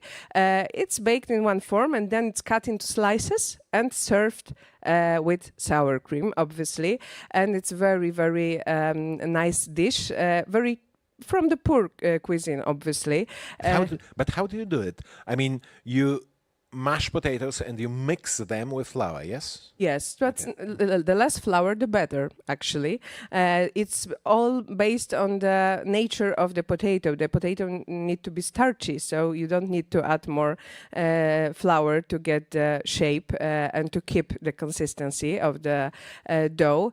And it's one of the many potato dishes served in the southeastern Poland from that region, because because it's I think the very they've got the whole diversion of the many dumplings and kluski, which is my favorite thing made from potatoes, and you can mix the cooked potatoes with the raw potatoes. You can just put it into half and half, or to get more of the fresh ones with the cooked ones, and you get totally different structures, totally different versions of dishes, and it's like the whole variety. That's actually my thing, because I wrote a book about Polish dumplings, and I got about 140 specific kluski. So it's like the Polish dumpling, something between the noodle and the pierogi. You probably know pierogi because that's the most famous Polish dish. It's mostly based on potatoes mixed with different things, sometimes with meat when it was, sometimes only with onion, sometimes it's a side dish for the meat, for the like the whole meal, and sometimes it's like the Italian gnocchi, just a dish on its own. Really, it's absolutely fantastic variety of the Polish potato dishes. We have to say goodbye to potatoes, because we need to move to probably one of the most important vegetables in Poland. I mean, cabbage. I disagree. I think potatoes are. Of course, yeah. Of course, potato is important, but cabbage can be made in various ways, of course, but I would like to skip all the possibilities of preparing cabbage and to concentrate on the national dish, which is bigos. And Grzegorz, the microphone is yours. What is it? So maybe this is not my favorite dish again. Okay. But bigos is a sort of, you may say, a goulash that is we used to use either, again, it's like with this potato dough. You can use more sweet cabbage, you can use more fermented cabbage. But the one that I know from home is actually a mixture of fermented cabbage and sweet cabbage. 1-to-1. And excuse me? 1-to-1, half by half. 1-to-1, yeah. And it's cooked for a really long time with different sort of meats. Sometimes it's also game added, sometimes a part of smoked meat. What is interesting, there is also a addition of mushrooms that give a umami, and plums that give a sweetness, and wine that gives a acidicness. And so, again, this long process of cooking, low and slow, we could name it. Sometimes we do this one day, then we leave it in a cool place and cook it once again next day, and cook it once again next day, and once again. And people used to say the longer you cook it, the better it is. It's not my opinion, but this is what people sometimes say. That's true. You can freeze it also. This helps maybe. But this is actually the dish that is intense in flavor and really rich in aromas, because again, you have a lot of them. You have acidicness and fermentation from fermented cabbage. You have umami from meat and mushrooms, and sweetness from plums, and acidicness from wine, and also some spices that build the aroma. So it's very interesting dish. And again, you have a bread to it, or either potatoes, and it works really well. Different kind of meats, of course. It's definitely national Polish dish, mentioned even in Pantadeusz, which is our epic poem from the 19th century. But as I said, we have about 40 million of Polish people, so probably we had about 10 million recipes for bigos, because in every Polish home, the way of preparing it, it's a little bit different, because it's also varies in the time of history, what was actually available. Historically, the recipes from the 18th century for bigos almost without sauerkraut. It was just meat with some mushrooms, and the cabbage was added later, and the amount of cabbage was actually increasing when the people were becoming poorer. So it's like now. Well, to add to this, that's what Grzegorz said, that the longer you cook it, the better it is. It's pretty like. Well, in old French restaurants, there was always a huge pot of bouillon, of broth, standing in the middle, and it never stopped cooking. So it was filled every day with some new stuff to cook it eternally. And eternal cooking is something which really concerns Bigos, because you can cook it for 2 weeks or 3 weeks. You can add ingredients you can eat, and you can add new ones. So that's really something which is typical for our carnival and winter. But you said about plums, which give some sweetness to this sour taste of cabbage, and probably an Applebaum mentioned in the beginning said that it's a typical Polish thing to mix meats, or to mix something which is salty or sour with some sweetness, with some fruit. Any other examples? When you have a pleasure, you want more pleasure. So when you have a grilled meat or baked meat, it can be goose. That works really beautiful with the pears, with apples, with the plums, and it's the same with the duck. For me, this combination is totally beautiful. We have a dish, because we didn't say too much about meat, but goose is very goose. Dobrze mówię, gęś? Goose, yes. Goose is very classic Polish thing. What we used to do, a sort of, maybe similar to Parma ham. We take a goose breast. We put together 2 goose breasts. We age them and smoke them, and later on we cut them in slices, sort of like carpaccio, which is delicious in flavor, because one of the ingredients that is important in the kitchen is time. Sometimes you don't need too much ingredients, you need a high quality meat and salt and time, and this builds the flavor, like in hams, for example. So if you have those slices of goose and you put the berries on top, or strawberries, and then add maybe a touch of pepper, that gives also so this is the combination that I truly love. Well, you said it was typical Polish. I would say it might be Polish Jewish. It looks like a Jewish cuisine very much, I would say. I would say Poland is a combination and a sort of a fusion. If you put us on map, you have so ex-Soviet Union, like Ukraine, Belarus, and Russia, of course. At the south, you have influence from Italy, from Turkey. From the west side, where I'm from, there are influence from Germany and France quite a lot, because French culture had a huge influence on our culture. Also, the influences from north. So.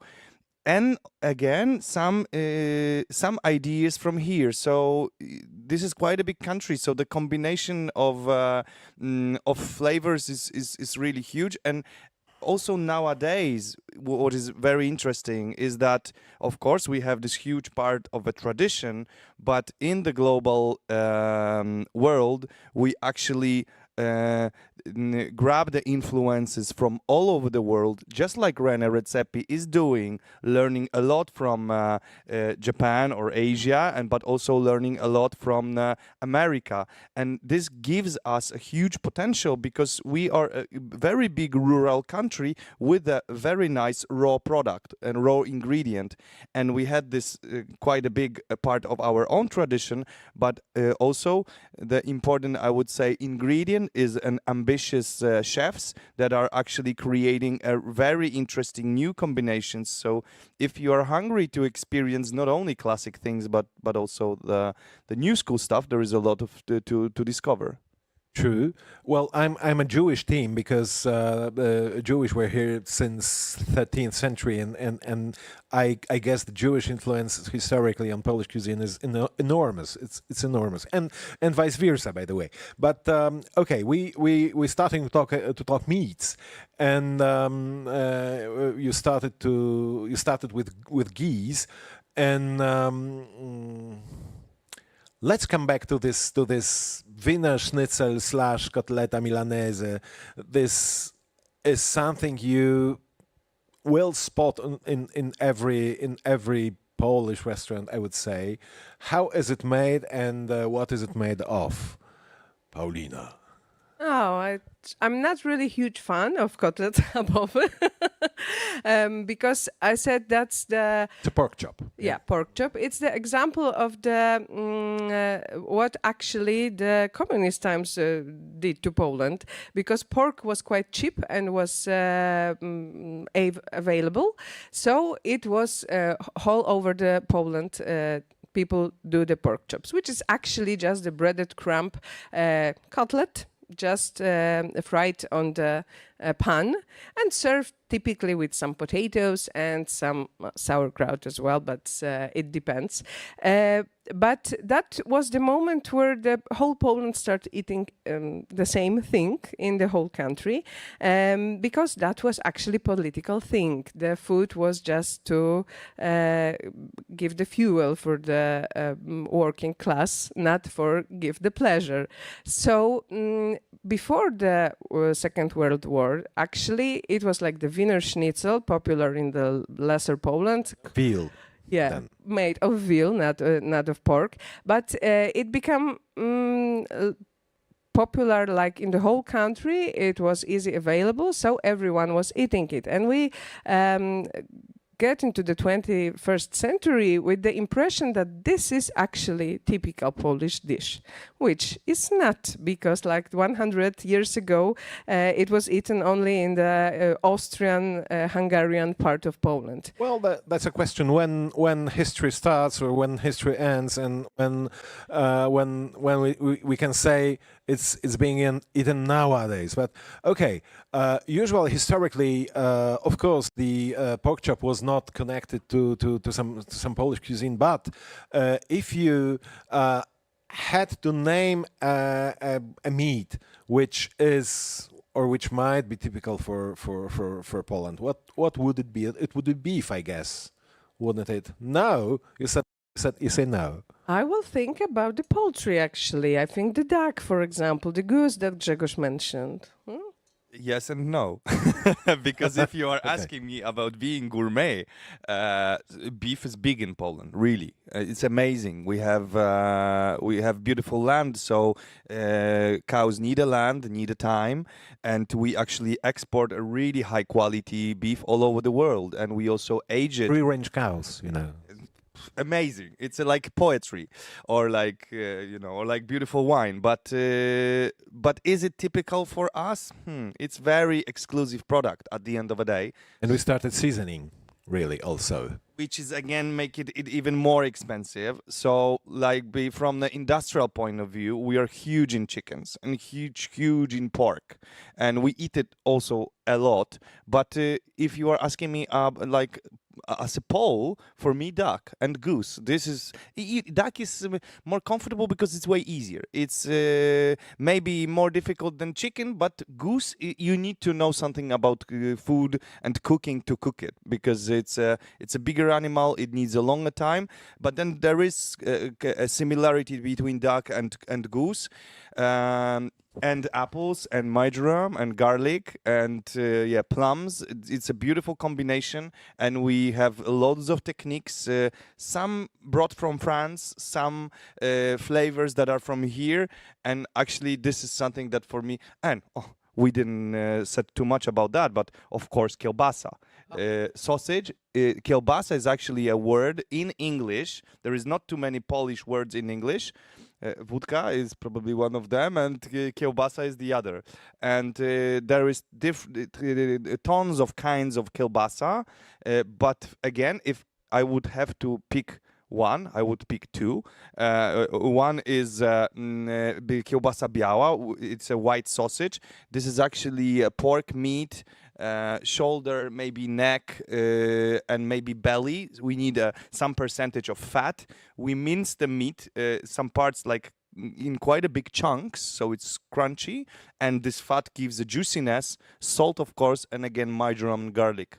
and it's crazy. We just poach it, we lightly cook it, so it's still very, very juicy, and serve it with horseradish and maybe mustard. Crazy. And then during the Easter is typical for żurek, as you serve the żurek with white sausage. It's funny because this kiełbasa in Poland, it's not like the one type, as you said. It's like cheese more, not cheddar. Like we've got about 500 or 1,000 types of kiełbasa in Poland. So the smoked one, preferably, is very, very good because also, according to the sour, I think the smoked flavor is another very, very specific in Poland. That's even, like we didn't say, that's the its popularity of the vegan cuisine for the last years in Poland, and it's becoming more and more popular. And one of the very popular vegan products in Poland is actually smoked tofu, which is not really known in other European countries. You can buy there the natural tofu or the tofu with some seasoning, but not the smoked one, which is in Poland you can buy in almost every discount shop.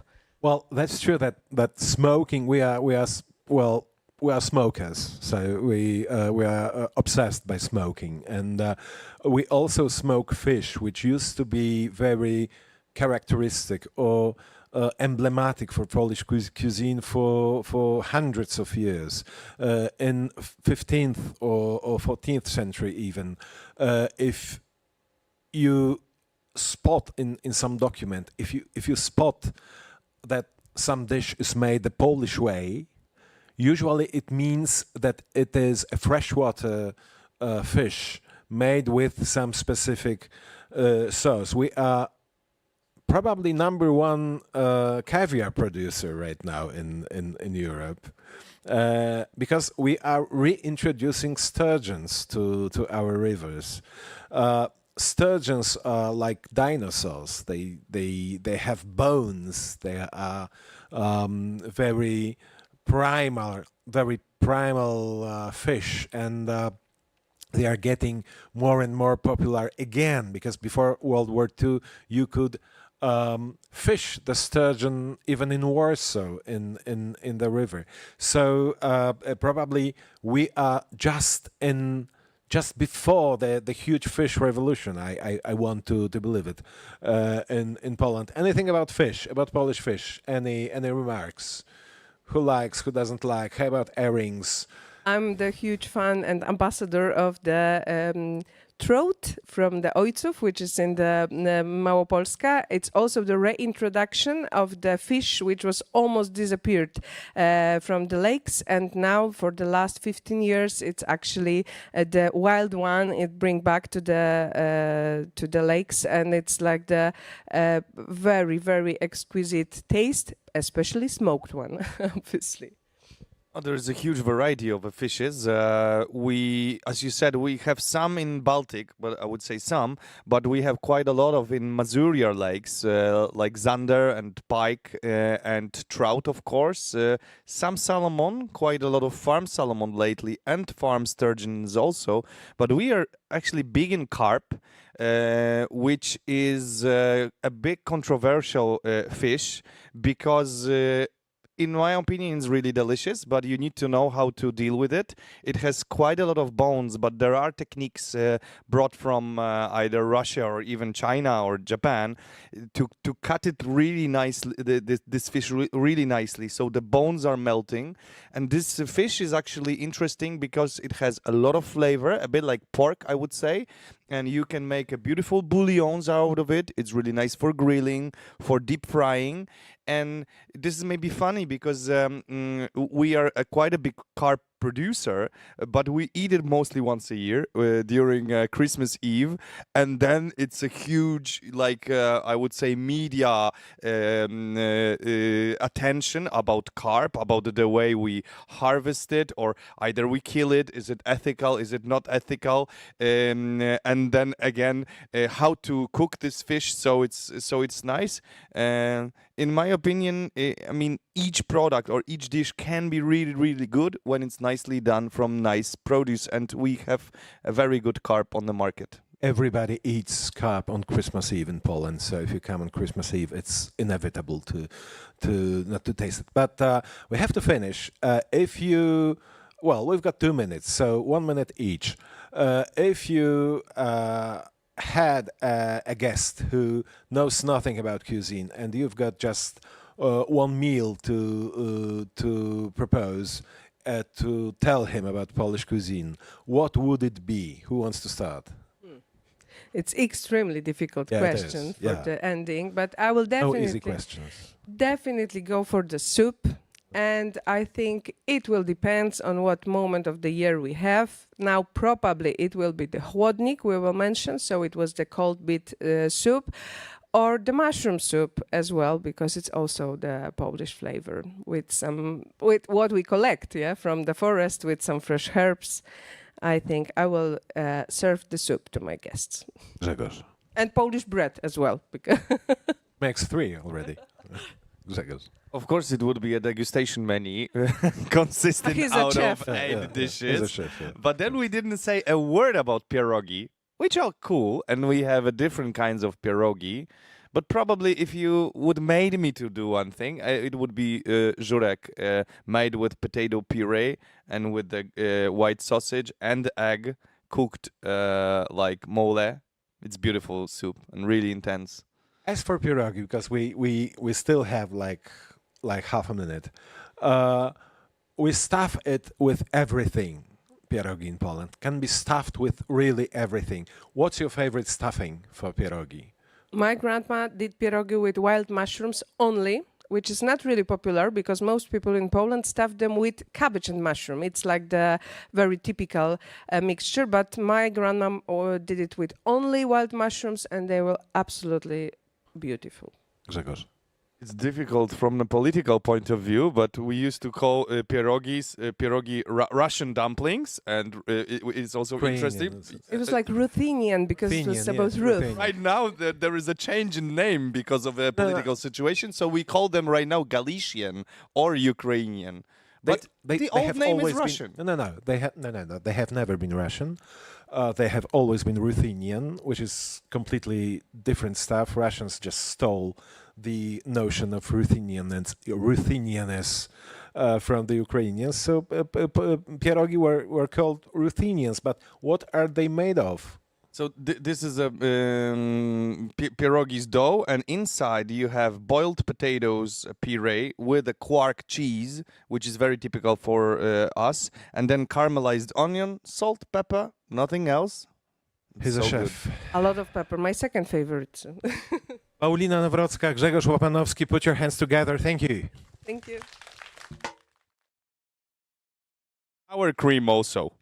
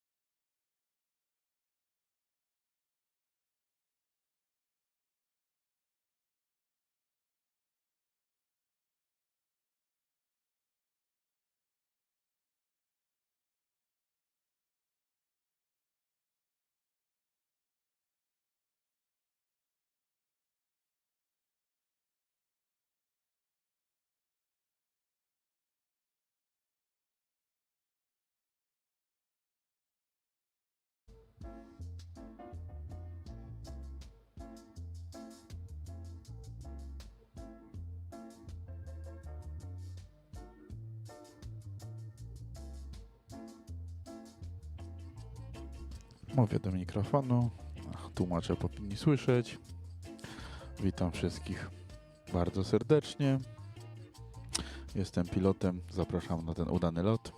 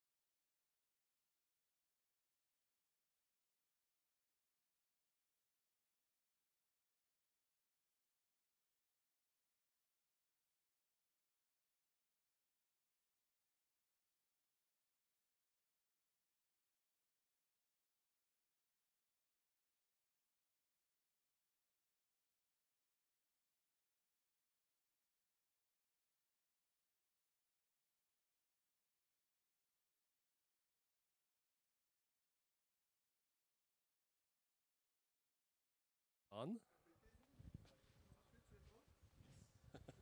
Woohoo. Oh, it works. Hello, everyone.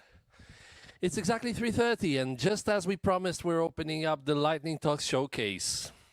My name is Wojciech. I'm the main program responsible for the whole Wikimania, and I'm glad to welcome you, as many of you as I can see in the audience, to the showcase. A little word of explanation. We decided to go on a showcase for two reasons. We didn't want to put a lot of small things into the program, like raisins into a cake. We wanted all the raisins to be tasty and waiting. And we think that a showcase really has a very good energy, really has a good energy flow, and has a very nice tempo. I would like to hand it over to the person responsible for the part of the Wikimania, which is Lightning Talk Showcase, Sherry. Hello, everybody. Thank you so much, Wojciech. Give him a round of applause. He's helping to make this thing happen.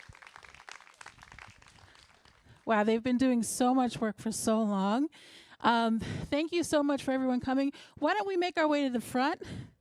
Let's keep coming down. As many as you can over here. It's very supportive of the speakers and helps to, get everything in the right mood, the right space.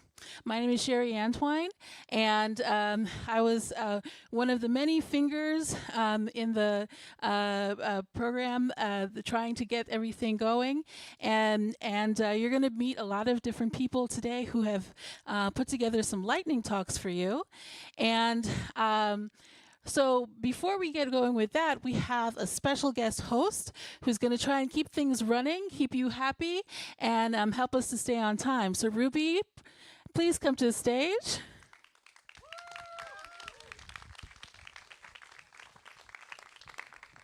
Thank you, Ruby.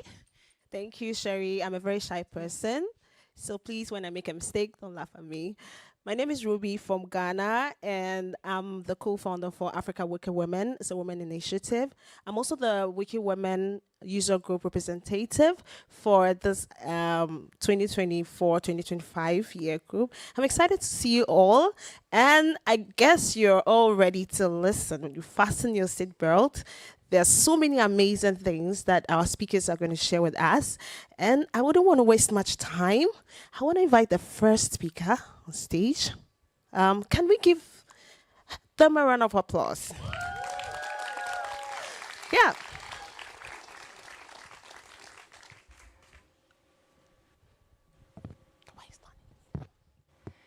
So, hello everybody.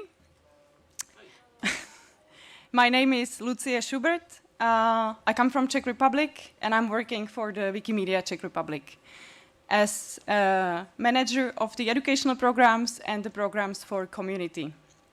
And it is my great pleasure to share with you this moment today, because this year we are celebrating the 10 years of running the Senior Editors Program. And I would like to invite you to celebrate with us for the few minutes. So, the Seniors Rights Wikipedia. For the past 10 years, we have been developing and polishing and nurturing this program. And I have been part of it the exact half, the last 5 years. And it has been a ride, and so I invite you to ride with me. So, it was all born with the idea of Professor Jan Sokol in 2013. And he himself was a very active editor. He edited about 5,000 articles in the Czech Wikipedia. He as well was running for a candidacy for the president of the country. And he has been well recognized in the community for his contribution. And he always kept on saying, it's really a pity that so many old people who has this extensive knowledge are not contributing more to teaching the new generations and sharing what they have learned already. So what we have done is we work with and trained about 700 seniors up to date. We implemented the training courses we run into about 20 towns, and we also run them online to make the threshold lower for those who have some mobility issues, for example, or for those who are living in the areas we are not able to cover with the physical courses. We are not alone in that, because in order to run these courses, we cooperate with a multiple number of libraries through the country. as well with some organizations who are working with elderly people. And I would not be able to run this without my colleagues, but with the great support of the community of the Wikimedians who became trainers and who are actually running all these courses. Through the time, we developed a methodology and a learning system where you start with the basic course, but then you actually have a chance to continue further. And we as well try to pass the knowledge and share what we have developed and learned through the time. We've been particularly sharing with countries such as Israel, Serbia, some of our colleagues in the African countries, and anybody else who approached us and asked how we are doing the thing. So, a little break. The first person I would like to introduce you is František Šťastný, who is one of the senior editors. He had a wonderful TED Talk in 2017 where he explained why he is editing, and you can actually find that on the TED website and listen to it. Few numbers. We run about 14 courses per year, 10 online evening wiki schools, 1 per each month, which is like the extension, so we keep those who want to joining us on regular base. On top of that, they can join the local alumni clubs, wiki clubs, alumni club, and some site visits and other meetings we organize together. And we have an annual senior Wikitown, which is a weekend where we meet together, and for the whole weekend we are editing about one particular town. And just some basic numbers. 2023, our participants in the courses edited about 1,600 articles. They uploaded about 1,300 items to Commons, and they are a great addition to our yearly metrics, to be honest. So, a few more examples. This is Anai. She was a participant once, but now she's running her own courses. And also she developed a Commons course.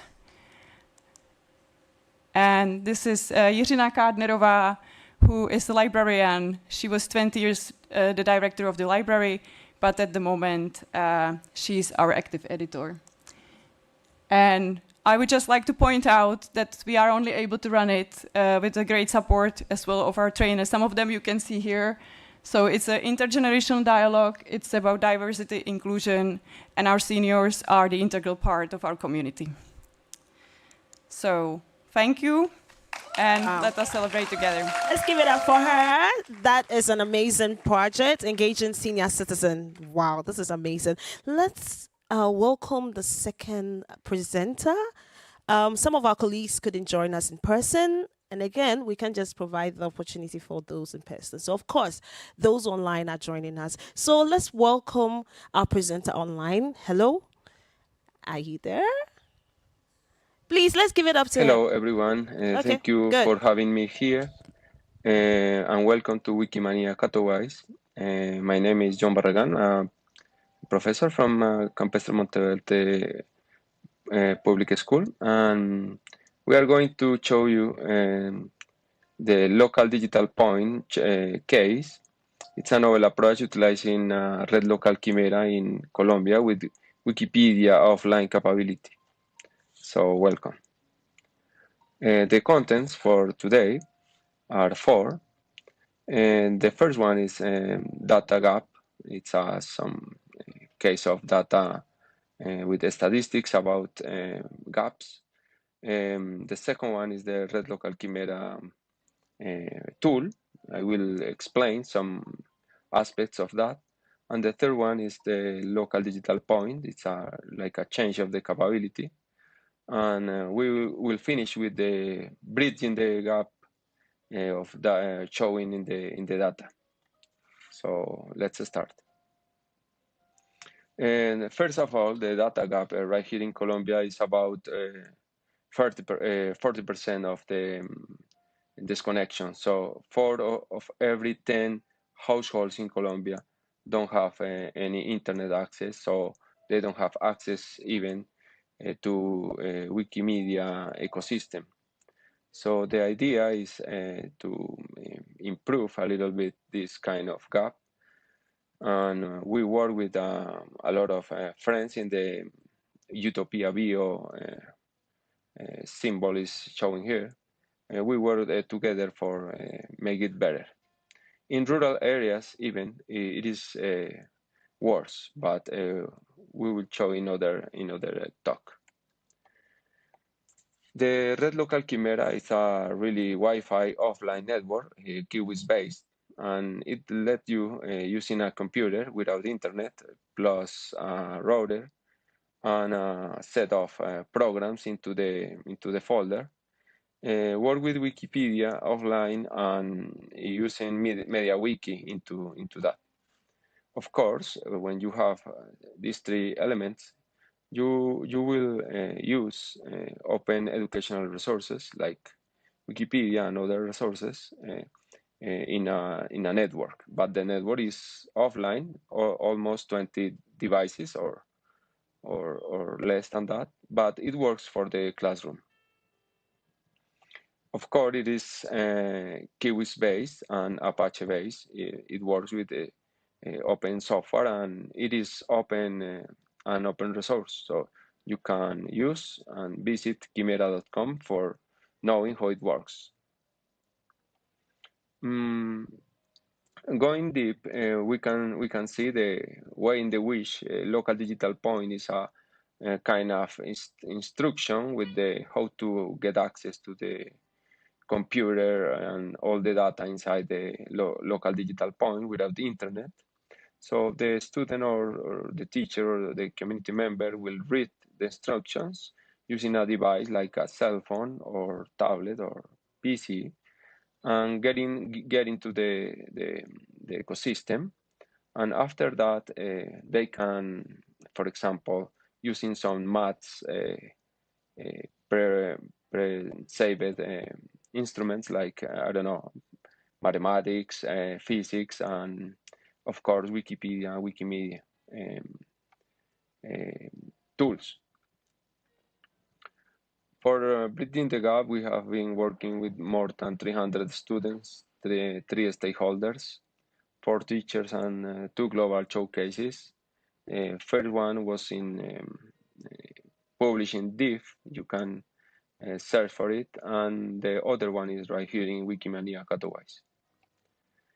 It is all for today. Please keep in touch. Please going into the Wikimedia Colombia community, the Red Humana Chimera, the Network Human Chimera, for sharing some ideas. Thank you very much, and thank you Wikimedia Colombia team and Wikimania Katowice team for letting us be here. Bye. Thank you so much, John, for the amazing work you're doing with offline. Africa, we have similar issues, so we're looking forward to doing more offline work. Let's welcome our next presenter. Please give him a round of applause. Hello, everyone. I'm Wenren Bill Lin, and today I'm going to talk about the integrating intercultural insight and educational dynamics, my journey as a wiki contributor and teaching assistant. And first of all, I want to talk about I'm from Taiwan. Yeah, Taiwan is a small country in the Asia. And about me, I grew up in a multicultural environment, so I do speak a lot of plenty of languages, and this has given me the appreciation for the cultures and languages, and also it has fostering my passion for the cross-cultural communication. Also, it has made me become a Wikipedian now. And here's the education program in Taiwan. It's named Wikipedia, the NTUSCAFL Wikipedia Education Program. And this program is a co-module courses between Wikimedia Taiwan and the Department of Applied Foreign Language from National Taiwan University of Science and Technology. And this course is started from the fall 2022. And the primary goal of this course is to enhance the ESL and EFL learners' media and information skills. And through workshops and the editathons with the international editors, we hope to transform our students from a passive information consumers to become an active contributor and even become an editors. And as for me, I began as a student participant. So my works about the Wikipedia is about Yuma Taru, who is indigenous people in Taiwan. And this program has differently because this is quite different to the traditional English reading and writing courses because we have to adhere to the 5 pillars of Wikipedia principles. And also we have to understand that even when our article is published, it will become a part of Wikipedia community. And the article will be enhanced by other editors as well. And also, I was serving as a teaching assistant in this program. So it allows me to observe the interaction and collaboration patterns among students. And I have noticed that students in digital eras, they would prefer using online communication even when they are in the classroom, they are face-to-face, but they will still prefer using online communication to communicate to each other. However, this kind of sheet communication did not affect the quality of their final project. So there's a shift, evolution of modern communication patterns in this education program.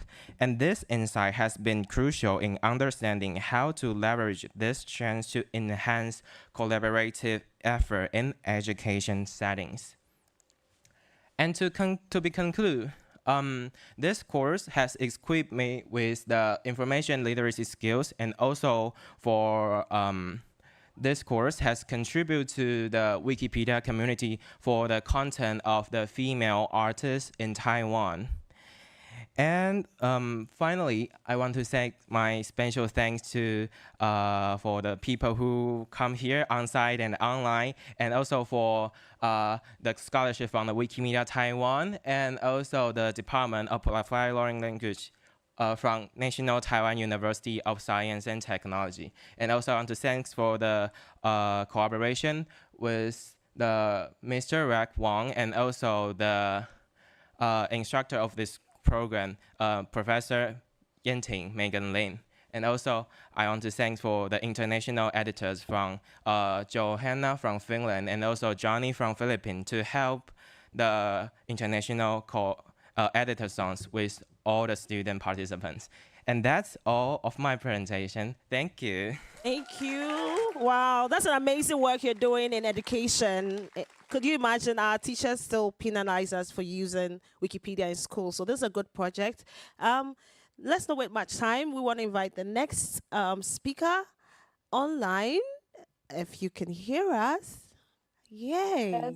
Good. Get it. Hey. Hello, everyone. My name is Rocío Aravena. I have been part of the Wikimedia movement, first as education manager of Wikimedia Chile, and currently as part of the Let's Connect team. But today I will present the lightning talk, EduWiki Theory of Change, Advancing Collaboration in the Wikimedia and Education Movement. Next, please. I don't know how many people in this room have heard about the theory of change before. Anyways, TOC is commonly used in organizational fields as a method that describes how a set of interventions leads to a specific goals. So, for instance, institutions, organizations, or even companies may design a theory of change to plan improvements or to develop new programs. Next, please. Now, what does the TOC mean in the Wikimedia and education movement? During 2023 and 2024, the WikiEdu user group drove the design of a TOC to guide the development of a next generation organizational model in line with the Wikimedia movement strategy. In fact, the purpose was to address the challenges that is facing the EduWiki community by replacing the current WikiEdu user group with an educational hub. Next, please. But first of all, why a TOC for the EduWiki movement? So besides the big contribution of the EduWiki user group over these years, different types of challenges has been identified by the community members. The main issues refer to management and partnerships, coordination among all the different programs, and support. But due to its volunteer-based structure, these needs can hardly be addressed by the EduWiki user group. Next, please.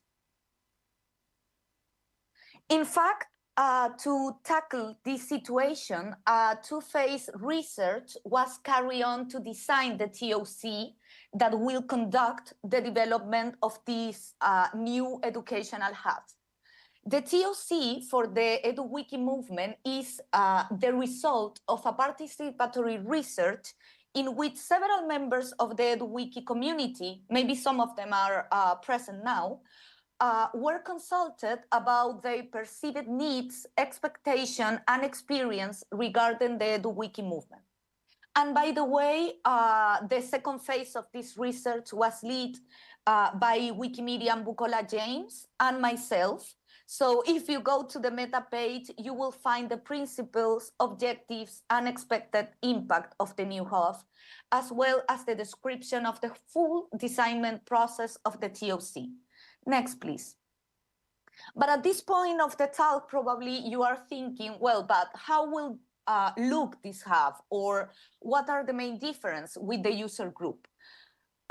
Today, I just want to highlight four main aspects, four main differences. One is the future existence of a contracted staff. Two is the creation of a centralized open educational resources repository. Three is the promotion of partnerships that can guarantee financial support for the different educational programs. And five, the development of a global network promoting research for better educational practice. Next, please. So this is not a finished process. In fact, to move forward in developing the TOC, it is key to continue disseminating this project and above all, to continue counting on the feedback and participation of the entire Wikimedia community. Therefore, I briefly encourage you to go to the meta page to find the full report of the TOC for the Wiki education movement. And next slide, please. Thank you very much for your attention. And please, if you want to get in contact with me to know a little bit more about this project, just send me an email. Thank you so much. Thank you so much for the wonderful work you're doing in education. I remember I went to speak at a university and one lecturer told me, whoa, Wikipedia, this is the first time I'm seeing Wikipedia in person. I was really amazed. Please, let's welcome the second speaker on board. Please give him some encouragement. Wow. Hi, I'm Ranjit Siji. I'm the admin in Malayalam Wikipedia. I'm the technical contributor to the project called School Wiki. School Wiki is a school wiki created using MediaWiki and maintained by the Kite. Kite is the Kerala Infrastructure and Technology for Education. It's a special purpose company under the Department of Education in Kerala, and it owns schoolwiki.in. There are 15,000 schools in Kerala. SchoolWiki has more than 170,000 articles and 2.5 million edits. The project was started in 2010. Yeah, this is the home page. You can see this is the translated version of our homepage, the website completely in Malayalam. So SchoolWiki contains the information about schools and the activities happening in the schools every year. And it is completely edited by teachers and students in Kerala. So it's like capturing academic, cultural, and digital activities which are happening in Kerala. Yeah, this is the page of a school. It looks like a Wikipedia article, info box on the right side and the information in the left side. Yeah, it describes about the school. The top tabs, you can see the activities which are happening in the school. Okay, we are also including a map using the cartographer extension. Yeah, so every school has a unique code. So we linked that code in SchoolWiki, and we linked that code into Wikidata using the property called P7065. That's Kerala State School Code. So it both way linked. So we capture the activities in school like magazines, dance, drawing, youth festival, all the kind of stuffs. Also creative works like poems, stories, drawings, etc. These are some pictures. These are some pictures and behind the scenes. These are the more behind the scenes works. Also, we are capturing Kerala School Kalotsam. That's a state art and cultural competition by the government of Kerala. 12,000 students are participating in the state level. All schools are parts of this thing. So we are documenting the art part every year. We will scan all these things and upload everything into SchoolWiki. Yeah, this is the School Kalotsam page. These are some of the works we captured recently.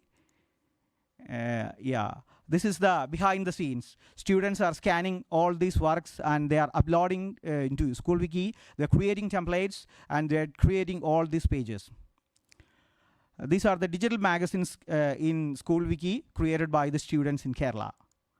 Yeah, SchoolWiki is the largest repository of schools in Kerala, created and edited by students. I think we are the first people who taught the wiki text in our curriculum. Yeah, now Visual Editor is changing that thing. That's it. I am staying around.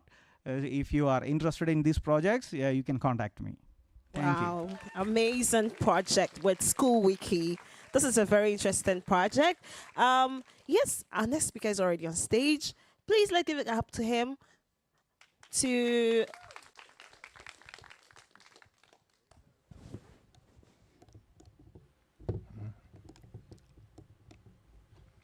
Hello world, my name is Rudolf from Germany. I'm editing since 13 years and I have written about 1,650 articles on Poland. Topic of today is fake and hate in articles concerning Poland. The Second World War is never ending in Wikipedia. For example, West and East Prussia. Worst of all, the Wikimap linked to Wikipedia is revanchist. It's created by users of OpenStreetMap. Do you know Polish names like Resche, like Prömsel, Salzberg? And the related Polish names are not listed on this map. Resche, Rzeszów, is a non-official place name out of the Middle Age. It has been never used by Austrians in Galicia. There are a lot of fake names in OpenStreetMap created by source fiction, taking a Polish source and faking fictive German names out of it. And Germanized names created in Krakow in 1940 or later are pushed inside this map. We had been hardly fighting to keep this stuff out of the written Wikipedia. But the map with these names is linked by a single button. We tried to discuss the problem on several admin conferences of our administrators. We tried to find solutions. the impact is spread all over the world, over the World Wide Web. For example, it's used in Bing, in German, on German websites and so on. We have discussed the problem with the German Wikimedia chapter in Berlin. It has not been very helpful. We have sent a takedown notice to the foundation in San Francisco. But here on this conference, we have just found several solutions to push these names out of OpenStreetMap. What we need in the futures, we need to have edits for peace. And my lecture is dedicated to 3 persons living in this beautiful city of Gdansk. Thank you. Dziękuję bardzo.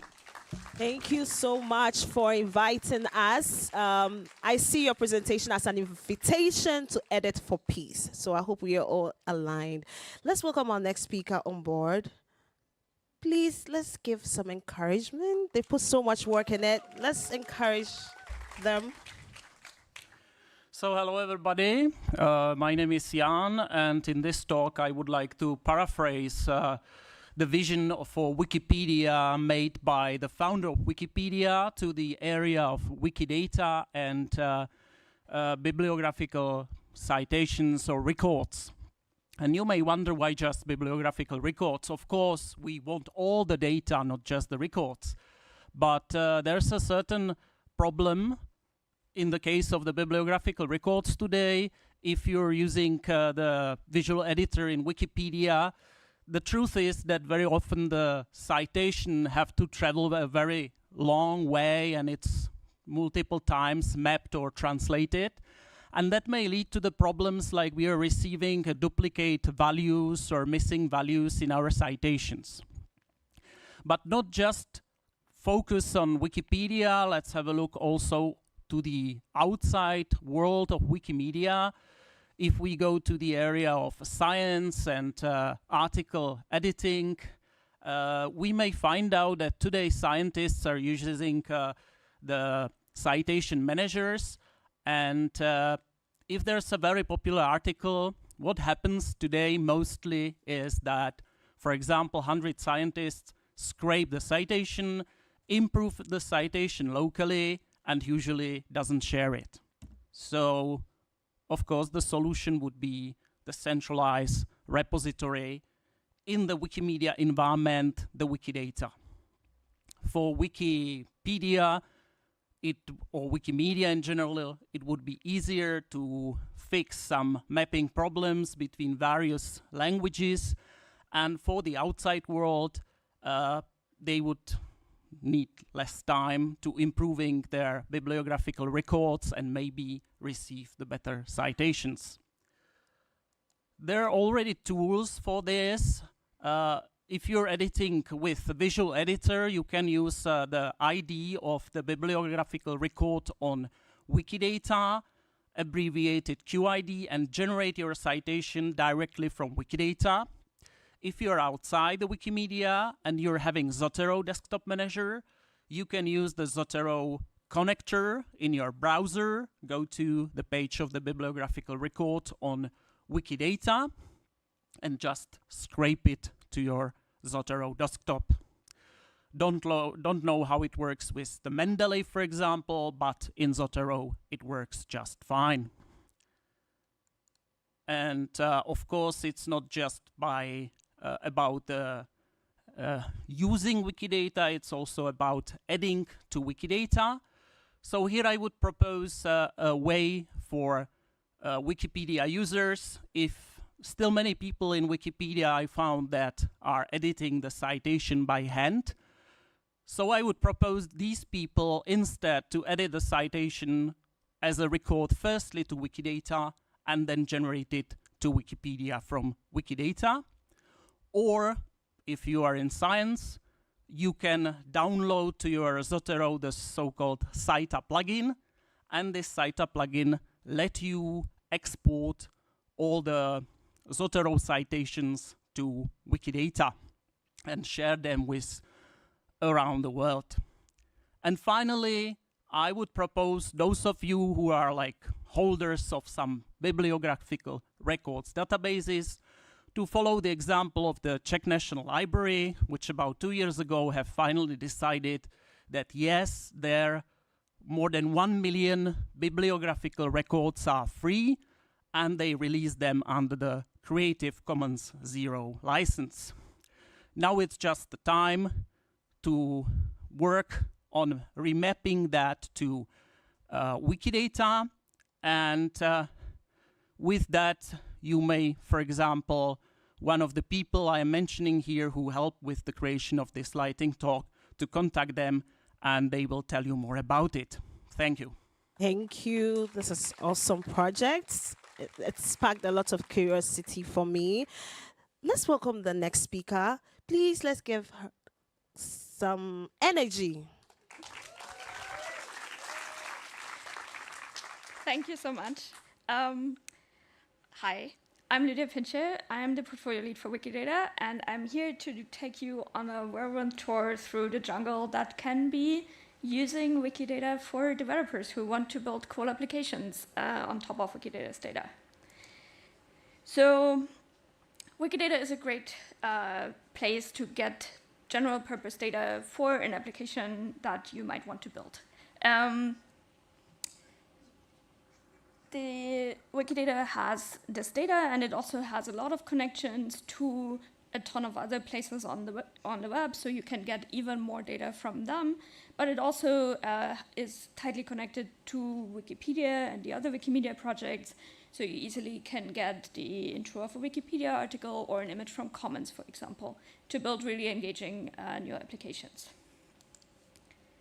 Now, to give you some inspiration, if you're a developer, here are some cool things people did with Wikidata. Of course, this is a very small sample, but you can get an idea. So the first one here with the hearts at the top is Wikitrivia. It's an educational history game.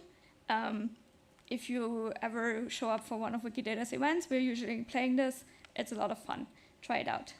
The middle one is KDE Itinerary. It's a digital travel companion, very helpful for trips to Wikimania, for example.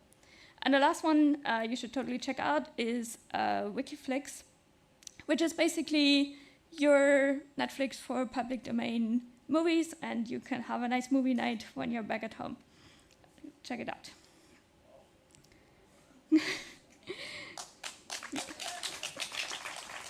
So those are just some of the things that people are already doing. If you're now thinking, oh, I can do this too, there are a few things you need to know to get to the data in Wikidata. And the first question that is really important that you need to ask yourself is, what kind of data do you actually need access to? Do you need data from a single item, so for example, about a city or one movie and so on? Or do you need connections in the graph? Do you need to understand how different concepts are connected to each other and query on that? Or do you need all of the data in Wikidata? Or do you look at changes, for example, like edits that people make to Wikidata? And depending on the answer to those questions, you want different ways of accessing the data in Wikidata. So if you want data from an individual entity, there is the linked data interface, which is read-only. There's the MediaWiki Action API, which lets you edit and read the data. So if you're building editing tools, this is great. Or even better, we have a brand new Wikibase REST API that makes it even easier to get to that data and also edit Wikidata. Now, if you want the connections in the graph, then you need to look at the Wikidata query service and write some Sparkle queries. Alternatively, you can also look at some of the other Sparkle endpoints that people keep setting up for Wikidata. For example, Clever has one that you can try. And then, if you need all the data, you want dumps. They are available in different formats depending on what you want, RDF, JSON, and more. If you want the changes, you want the recent changes streams. Now, all of this is a lot and little detail, so we have a very shiny new developer portal for Wikidata, which you can go to find all of this information and much, much more that you need to build cool applications on top of Wikidata. You can find it at Wikidata for developers, and it has all the information you need. We just published it earlier this week, so this is brand new. You hear it first here. And if you have any questions, I'm happy to answer any of them for you. Reach out to me or have a look at the new developer portal. Thank you so much. Thank you so much. This Wikimania is indeed a collaboration of the open, because I just feel like collaborating with all the presenters. Let me not take so much time. Let's welcome our next speaker. Please, let's give some energy. Let there be some energy in the house. Are we sleeping already? Good afternoon. My name is Sarah. And if you are sitting comfortably, then I will begin. Once upon a time, because all good stories start with once upon a time, a Wikimedian in Scotland ventured out into the wilds of Wikidata in search of datasets with which to play and from which to learn. And she had questions, because not all knowledge fits into the boxes that we provide, and not everything is suitable for an open license. Data is never neutral. As a writer immersed in folklore, and as a Wikimedian with an interest in intangible cultural heritage, she grew curious about how she could ever capture the flame of a dragon or the scream of a banshee. How could the mythological be made data? But as a student of folklore, she knew that things always came in threes, and perhaps therefore there could be a touch of magic within the mundane when it came to Wikidata triples. So, once upon an open refine, she waved her magic wand, and with a burst of sparkle appeared nearly 3,500 instances or subclasses of mythological creature. One of the first things she saw was a Colchian dragon, the mighty serpent which guarded the Golden Fleece. There was the dragon of Mordeford from England, about which Wikidata seemed to know nothing apart from the mere fact of its existence. Indeed, there did seem to be an awful lot of dragons. But there, front and centre, old friends from Scotland. The Loch Ness Monster and the Bethia, a dragon or serpent, a creature of the water. Now sitting under a tree, eating an egg sandwich, was a behemoth, and in the corner, sharpening his scythe, was the Grim Reaper, preparing perhaps to cut down those figures whose stories are no longer told. But amongst those creatures, these friends and foes, and those without a name in her own language, stood a few who looked confused to have been pulled there to this gathering. One fictional vampire, wondering what he was doing out of the shadows. There were also several My Little Ponies and badly drawn creatures who looked far too young and too scared to be out in the woods at this time of night. Realizing her mistake, she waved her wand again, and this time, once the sparkle had settled, returned a group of just 871. "My friends," she said, "I have but one request. Come with me over yonder hill to the great castle of Open Refine, there to stay with me and play a while and tell me of yourselves." They murmured in assent and climbed the hill, reconciled to spending some time amongst the columns of the castle. Once inside, she determined that the facets of the crowd included 14 cryptids, 9 deities, 4 demons, and 1 mythological or legendary monkey.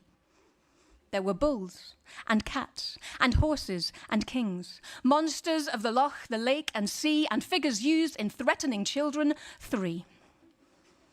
Beyond this, though, only a fraction could tell her where they came from. Only 4 knew how old they were, and only 119 knew what they looked like. Most declined to look in the mirror, fearing it to be enchanted. The Easter Bunny twitched her nose and smiled, ducking to avoid an arrow from Cupid, who was flitting from windowsill to windowsill, making Roman mischief. "You're asking the wrong questions," the Easter Bunny laughed, "or else you're just not looking in the right place. Some of these rooms do not fit us. Some of them were not designed for us, and some can never be. but we appreciate your interest. The Wikimedian tipped her head and said, I just want to tell your stories. The Easter Bunny laughed again and shook her head. Our stories change with every telling. We are remade with every set of eyes upon us, every voice that speaks of us, and every era in which we are spoken of. And a warning. Be mindful of whose stories you choose to tell, for not all of them belong to you. The creatures departed. The Wikimedian did not know if she had learned very much, but she did have a lot to think about. Amazing.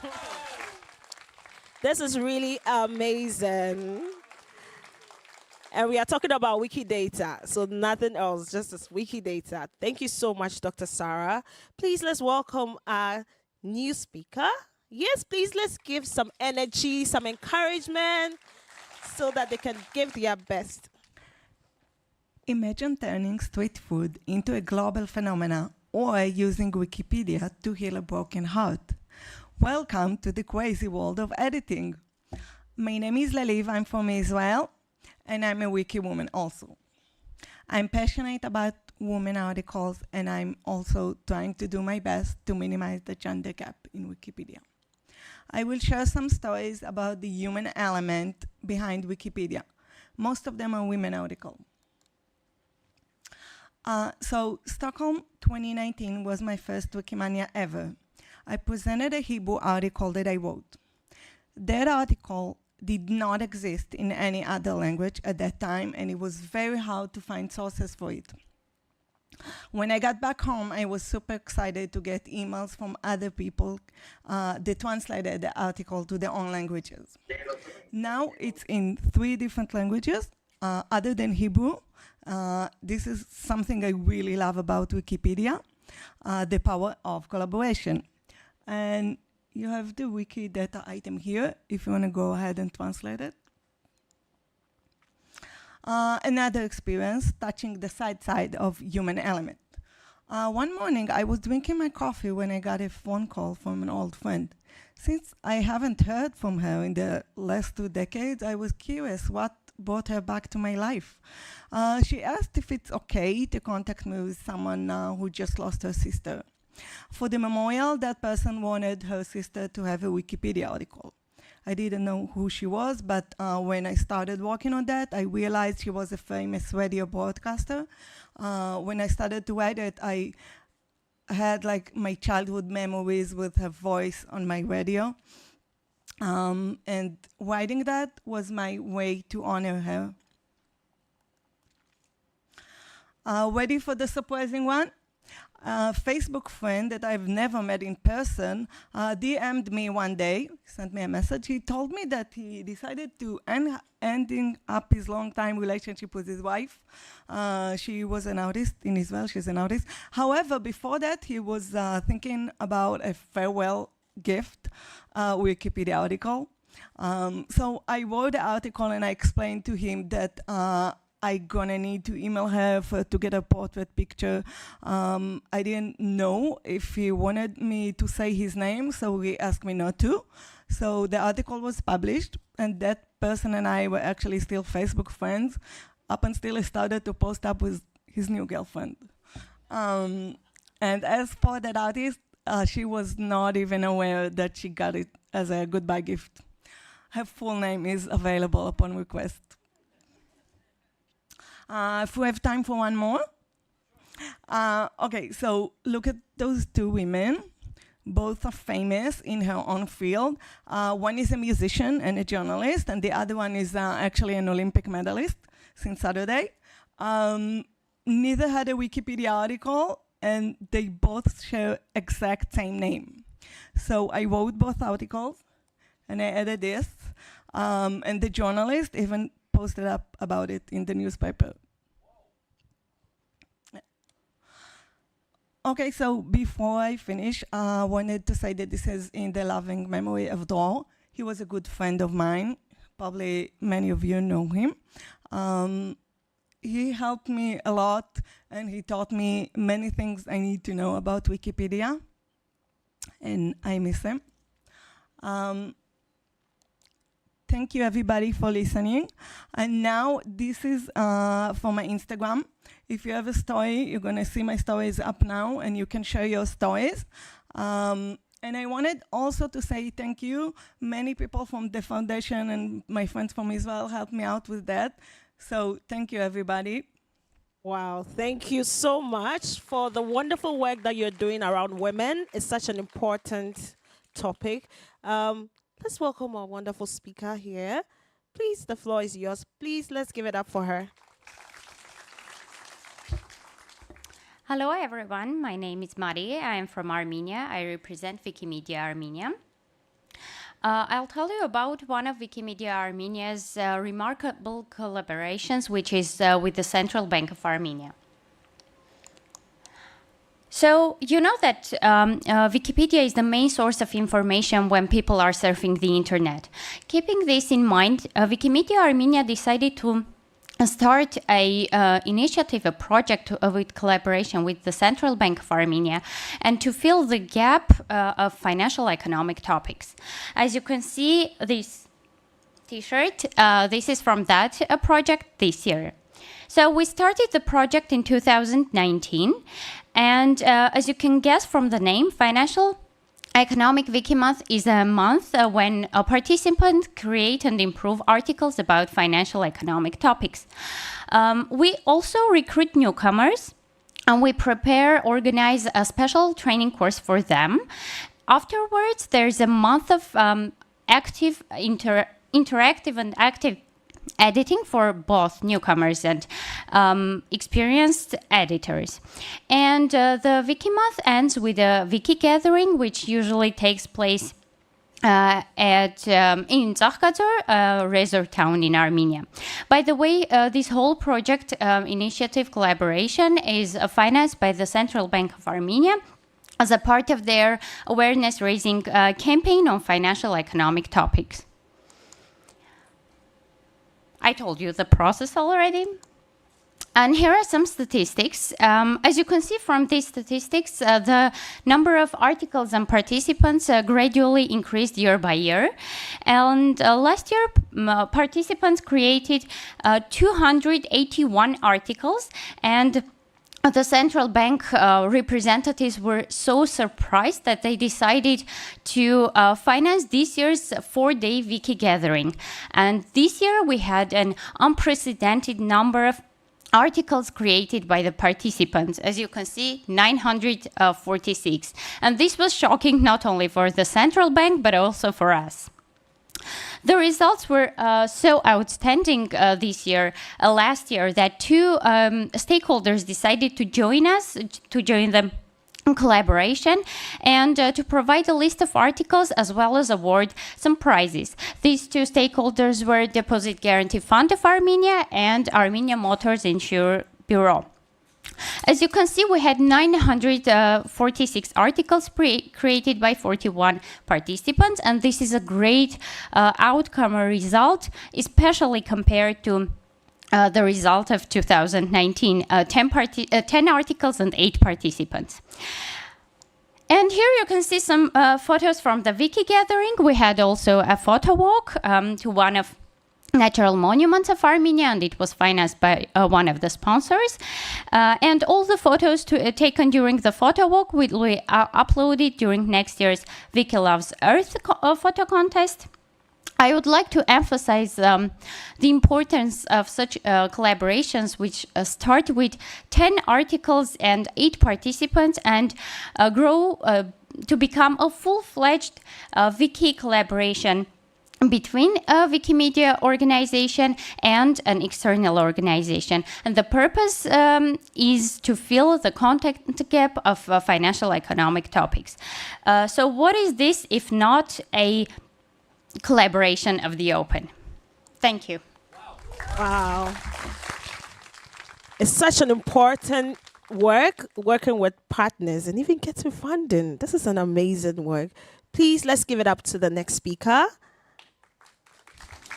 Hello, everyone, and thank you for coming. So I'm coming here to representing Wiki Vitorazel X user group, and I come to talk about our Curadorias Convidadas program, guest curatorships. It's a program that created in 2020 to fill knowledge gaps for equity. And I'm Anna. I'm co-founder of the group and also now co-coordinator. I'm a landscape architect and I also project manager, and I'm part of the movement since 2019. And with me in the audience is also Flavia Doria. She's also co-coordinator with me of the group. She's there. And she's a Brazilian. She's also, besides coordinating Wikiditoria, she's also regional ambassador for art and feminism, and she's a part of the movement since 2020. So our group, started in 2019. We are a feminist user group, and we promote knowledge equity. We fighting wiki gaps, and our values and principles, we have anti-colonial, anti-racist, anti-ableism, and LGBT plus anti-discrimination values and principles. And since 2023, we are funded by the Wikimedia Foundation through the General Support Fund, which has been of huge support for us. But despite being, committed to all these values and principles, in 2020, we realized 1 year after the group was founded, we still realized that we had some challenges to ensure representativity in our group. And that was visible through not only the content we were producing, but also the contributors that were members of the group and that participated in our events. And that's when we decided to invite people from underrepresented communities to help us curate our editing events. This not only allows us to reach this knowledge, but also to mobilize the communities they are already engaged with.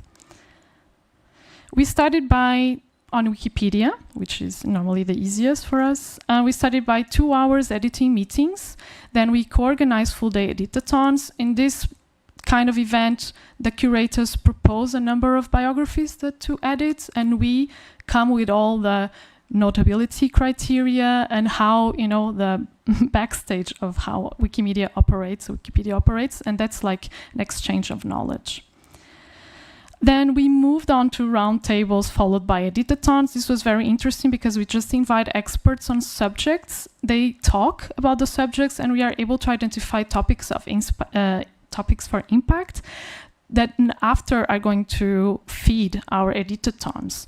This, for instance, in the image, there's an example of online editathon we did when we invited people with disabilities, and they were talking about the status of the activism for their rights in Portugal.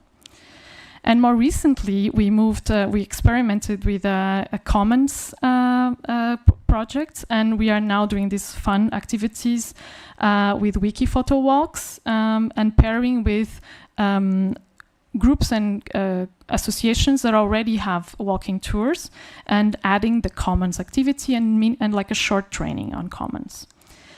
This program allows us to shift the imbalances of power by creating truly horizontal partnerships, fostering these curators as autonomous contributors and multipliers of our work. For instance, Vanessa here in the picture, she's a journalist, Portuguese journalist. She has a media platform for Black communities that speak Portuguese all over the world, and she has collaborating with us for 3 years now, bringing in more representation in the movement, reaching out to underrepresented knowledge holders, assessing specialized knowledge and reducing blind spots. For instance, this is a wiki tour we did with a feminist collective of Brazilian migrant women in Porto. And why you should also, here I have some numbers, and why you should also do this.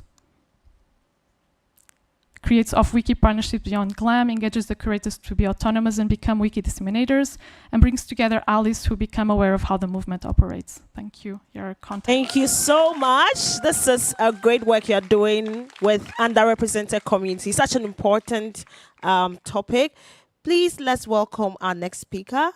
The floor is yours.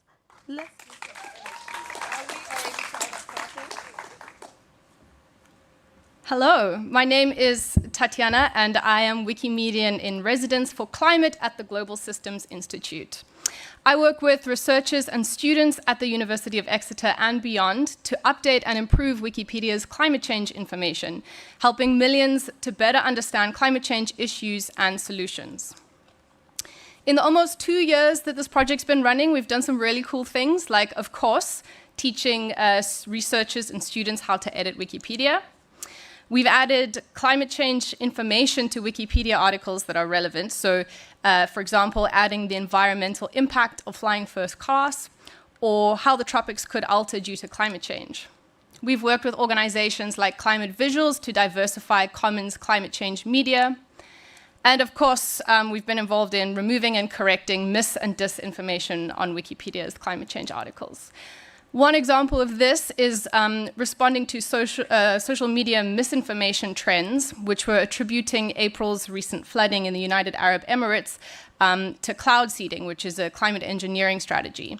And in fact, the scientific consensus was that actually climate change and poor drainage infrastructure was more to blame. By correcting this on Wikipedia, in this article in particular, 190,000 people who viewed that article in April could read what the actual scientific consensus was. Again, that climate change was more likely to blame for this unusual intensity of storm. But of course, it hasn't always been a simple process. Much of the potential of this residency is the opportunity to work with experts and mobilize their knowledge, getting them to help me review content on Wikipedia and improve it. However, academics are really, really short on time, and they're also not meaningfully rewarded within the academic system for their contributions to Wikipedia. So some of the things that I've explored to try and get around this is firstly myth busting. So I did have to spend a significant amount of time talking to researchers, providing seminars about the value of Wikipedia in disseminating research, and also dispelling some of their misunderstandings around how Wikipedia editing actually works. Then I've worked with different academic tiers, so PhD students, postdocs, also hopefully senior researchers. All of these people are different. They're at different points of their career and warrant different approaches when trying to get them to participate in Wikipedia. Most importantly, trying to figure out how to lower the barrier of entry for each of these groups is really important, especially the most senior academics. And this did entail me trying to figure out different ways to pull them in. So a lot of researchers don't really have the time to invest in learning how to edit Wikipedia. So if you want to get them to review content, there's other ways of doing that. I found that working with them to get notes through Google Docs and also like just scheduling meetings in their calendar was really useful. Then I could take those learnings onto Wikipedia, disclosing the collaboration. This is another approach that I've just launched. I'm really excited about it. It's the 100 Days, 100 Edits campaign. So it's got a very reduced ask of researchers. They can propose just one change to Wikipedia's climate change information that they want to see, which I can then carry through onto Wikipedia, again, disclosing the collaboration. It's time-bound, so it's running just the 100 days before the next COP. Which I think is a format that gets better publicity. It's a lot more shareable, especially because I have tried to implement this baton-style pass thing, where participants can nominate their colleagues to participate. So if you know any climate change researchers or professionals that would be interested in participating, please do send this campaign on to them. There's lots more to say about working with researchers and editing Wikipedia's climate change content, so please do reach out to me to discuss these things further. Thank you for your time. Thank you so much. 100 days to COP. Wow, such an innovation. Our next presenter is a pre-recorded session, so please just relax, just like you're in a movie, show, and just watch. Enjoy. G'day from the University of Sydney, Australia. I'm Toby, known around here as 99 of 9. Today I'm demonstrating my Chrome browser extension called Entity Explosion. I've been editing across various projects since 2004. I like to think of the wiki community like a choral community. We're best when we're working together and relying on one another's work. Today's aim is to get you all to install and benefit from Entity Explosion so that you can navigate the web using Wikidata. What does it do? While reading a website, it lets you discover links and information about the same topic on other sites with a single click. Roughly 90% of properties in Wikidata are identifiers. They do very little inside the database, but their value is to connect to external sites and connect them to one another. In this way, we're the backbone, the central hub of the internet, and EE is the way to navigate this. So let's start with a page you might be visiting about the platypus. While you're browsing around, the EE icon will light up red. This means it's likely the URL can be matched with an item in Wikidata. When you click it, it sends the URL to the WDQS to find out whether there's a Wikidata item with this exact value. If so, it returns a stack of information about the platypus. Let's try another example. Here's the Spotify page for an Australian musician, Jimmy Barnes, and the icon has lit up again. This time I've set my browser language as Swedish, so notice that the interface and all the information has been translated. And although there's no Swedish Wikipedia article yet, we get lots of information in Swedish, and the link names are often translated as well. It works on people, places, organizations and organisms. There's no limits on what it describes, so EE also has potential to work on whatever you're interested in. Here are some specific sites you might use. For example, you might want to find out who someone prominent on Twitter really is. For my last couple of minutes, I'm going to do a speed run navigating the web. I thought I'd start at the Wikipedia page for Katowice, and since I'm a chemist, try to get to something chemistry related. Ready, set, go. Okay, so here we are on Katowice, and let's go for something chemistry related. There's lots of information about this lovely city. Let's see, we could go to the OpenStreetMap or anything interesting there, but I'm going to choose the iNaturalist Place ID to see what your biology looks like. Here's some nice biota. I don't know the field flare, so I'm going to go see what that's about. Here's the taxon page, field flare. Interesting, lots of pretty observations. I know that GBIF has good taxonomy usually, so I'll go there and see what we can find about this. It was published in 1758 by Linnaeus, actually, right. So there's the original publication. I could click through to that and find out, read the publication, see it on BHL. Great organisation, see something about that. But actually what I'm going to do is I'm going to go right into Carl himself, Carl Linnaeus, and see what we know about him. So here you go, Carl Linnaeus, described by plenty of sources, lots of students. Let's have a look down here. And I'm interested in whether he collected, here we go, Bionomia ID means he collected with people. And so let's see what his network looks like. Not many people declared with him, but here's a name that I'm really interested in, Olaf Celsius. So that's triggering me a bit, suggesting some chemistry. So I'm going to go into Celsius and see who he is. He's a real polymath. He was a theologian and university teacher, as well as being a collector. So let's find out more about him. And in particular, I want his surname, I think, because this Celsius is really interesting. So I'm going to go to his Wikitree person ID, his family tree. Look, we've got something interesting here. He's the brother of Nils Celsius, who is the father of Andreas Celsius, who I understand was the inventor of the Celsius temperature scale. So ding, ding, ding, we made it through our speed run and used Entity Explosion to navigate the web. Thank you. Wow. If you haven't yet heard of what the Wiki rabbit hole is, you've just had a feel of it. Please, let's welcome our next speaker. Let's give some energy. Hi, my name is Kimmo Virtanen and I'm from Finland, and we have been in Wikimedia Finland and Finnish Wikipedia and Ajapike been uploading the photos to the Wikimedia Compost about 5 years ago, and at that process we have needed to check if the photo exists already in the Commons to prevent the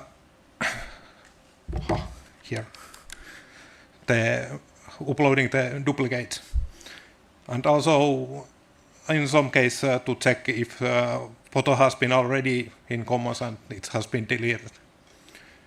So, and another thing what duplicate detection can be done is that we are just matching images with the image repository images. Like a museum has some image and we can check if there is already image in the commons and what is the file name, and in some cases we are updating the metadata such as author information and location information where photo has been taken and dates and such that. And we are also uploading the better version of the photos. So that is the practical use case we are using. And how we are checking if there is photo in the Wikimedia Commons, we have been indexing all 100 million photos with the perceptual hashes. Perceptual hashes are just hashes which describes the photo based on how they look. And almost all Commons JPEG and TIFF files are indexed. And basic method for hashing is to scale the photo to 82 by 8 pixels, convert it to a black and white, and use the 64 pixel image as a binary number, and compare the numbers in binary, that if bits differs, then code bits. If 0 bits differs, it's the same image. If some bits differ, it's probably compression difference or scaling difference. So, and our hashing has been done in Wikimedia Foundation Labs virtual server because it is the only place where we can download the Wikimedia Commons image fast enough. And we are using 2 different 64-bit hashes to make it a little bit more robust. And because it's a 64-bit hash, it can be stored in traditional databases such as MariaDB. So, and what we have been done, there is a reverse image search service in ToolForge where you can put URL and click at if image is already in Commons and it returns the images. It has also API. And similar, but in Wikimedia Commons user script, which just lists the photos at the right side of the image there. And now we are currently trying to get up the SparkWall interface for the data, so that there is a nice interface for querying the data. So, and maybe the biggest thing is that what is easy method for the users to get the data. It is kind of the current focus on the work. And if somebody is interested about to use the data or hear more, then please tell. Yeah. Thank you. Woo.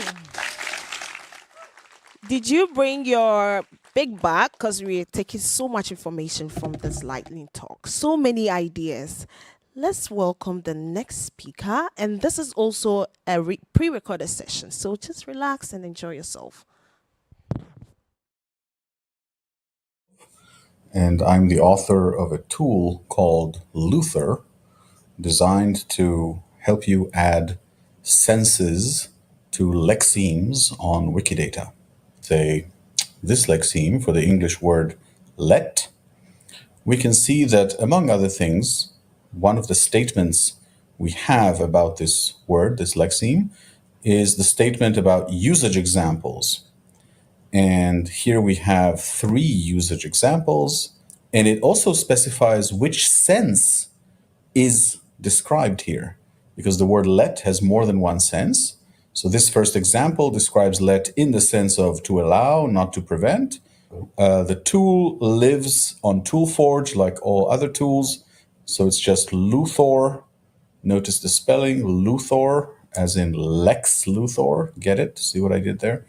Lexemes, yes. Luthor.toolforge.org, which takes you to this screen. You can change the interface language. So we log in because the tool is making edits on your behalf. So we have to log in order to allow it to make edits on your behalf.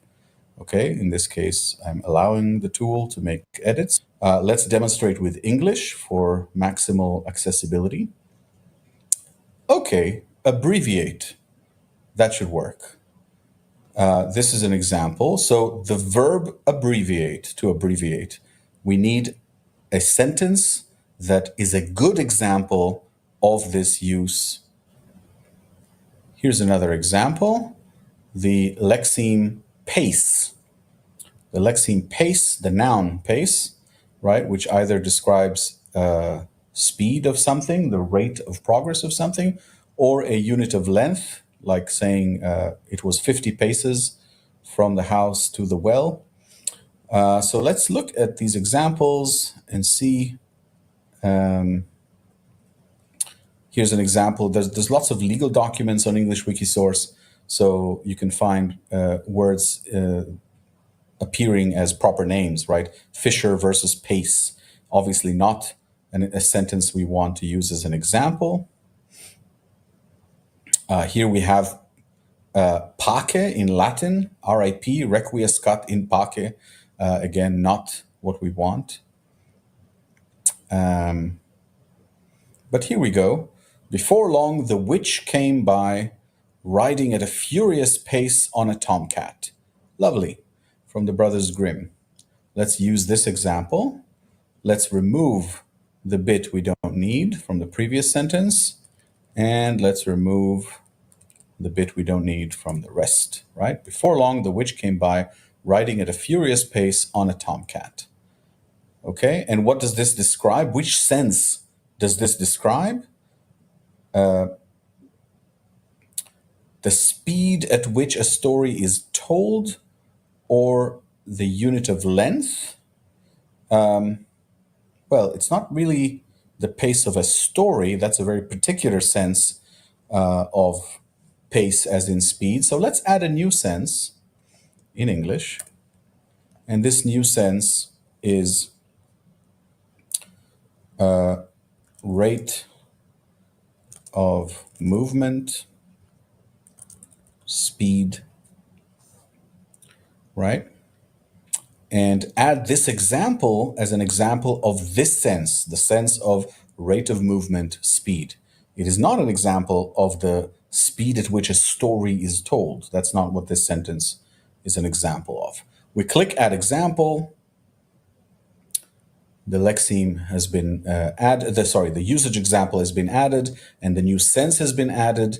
And we can look at this lexeme now and see that there is indeed a usage example with our new sense, rate of movement, speed. You can see that our new sense has been added here as sense number 3, right? We still need different examples of a use of pace as a unit of length, right? Let me know how you like it, and if you start using it in your language, I would love to hear from you. And I would also encourage you to share it with your community. Thank you. Thank you. Wow, this is my first time hearing this tool, Luther. And everyone loves a tool that will do edits for us. Please let's welcome our next speaker. Hello. So let's talk about the NumWiki and is all like the impacts to the collective knowledge. Next. Okay. So what's the NumWiki? NumWiki is the Korean-based WikiWiki website owned by the private company. So according to English Wikipedia, the material found on this is written in the personal or subjective style, and also having a Lex guidelines than Wikipedia, which means they can able to add like the criticize and reference the sources and bias informations and the personal ideas or even simple things. So this is how the NumWiki looks like. They saying like it is important that it is not proven or that there could be the biased information. And also you see the advertisement. I forced to shut it off once, but. So here's the key difference. Wikimedia wikis are using by the clearly open knowledge movement. So compared to that, NumWiki's license is CC by NC SA 2.0, which means it is not open knowledge and not able to using in the non-commercial non-commercial. So, and also their Wikimedia wikis have strict copyright and fair use policy, and has a citation needed and the neutral point of view is strictly enforcing.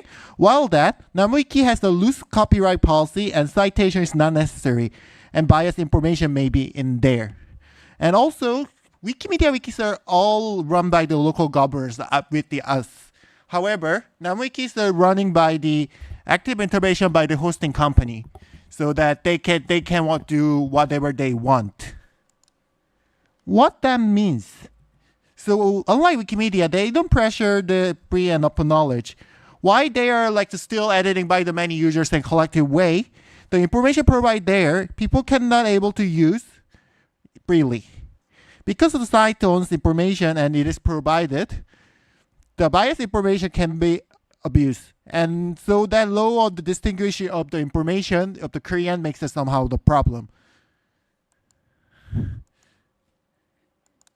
So I want to give some thinking point. Why Koreans are attracted to NumWiki? Because there's less strength, regulations, and knowledge entry barriers compared to the Wikipedia, such as neutral point of view or citation requirements. And there are lots of information that are able to add NumWiki as well, such as Game Boss Monsters of League of Legends, or the records, simple records, or simple tips, or the game reviews, which is not allowed to adding in the Wikipedia because they're all obviously violated by policies of each local wikis.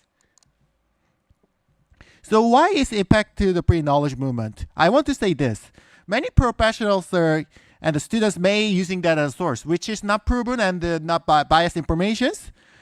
And it is not cited properly, so that it may, if that kind of thing is in the academic paper, it may be having a problems with the violation of the copyright policies.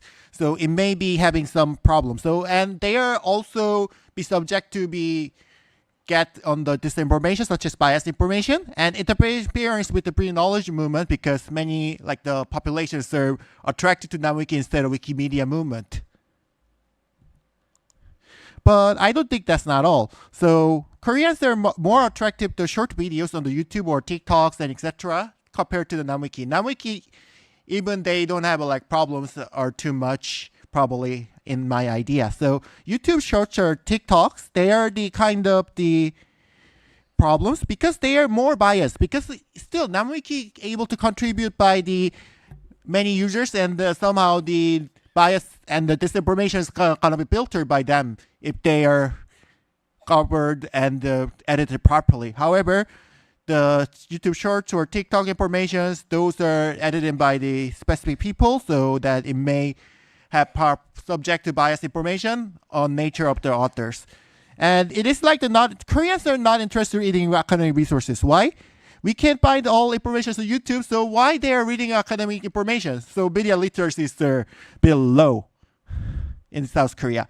All right, so we are all done the presentations. I know I'm the last session of the lightning talk. Thank you for coming, and let's finish this up.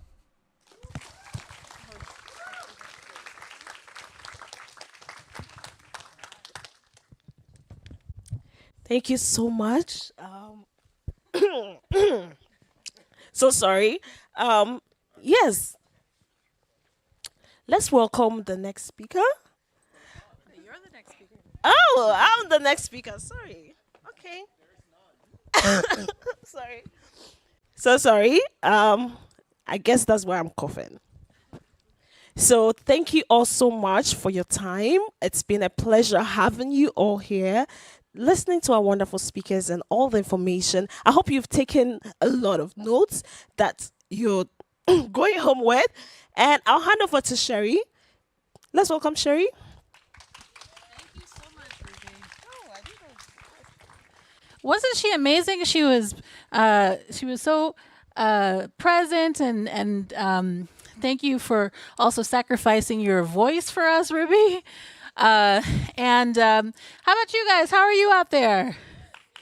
We got through it, and we got through it together and with a little tiny bit of time to spare. So because of that, I'm just going to say a quick, everybody who was here to speak, please come up to the stage. Let's give them a round of applause. And I also want to give a big, huge thank you to two crucial people without whom today just would not have happened, especially the way that it did. And that is Elena and Rachid, who are both with the foundation. They put in a lot of hours to make what you got to see today. So thank you so very much. Elena and Rachid, if you could stand up so we can see your face. Thank you so much. And if everyone could please come up to the stage.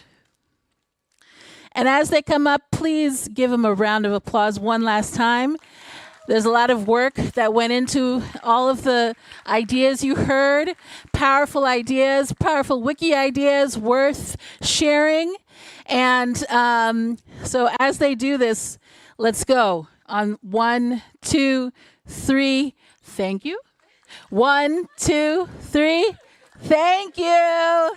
Woo! Good job, guys. You are amazing. Amazing, amazing. Come on, Ruby. Come on, Elena. Come on, Rachid. Come on up, come on up, come on up. And we have just enough time to take a picture and then scoot out of here.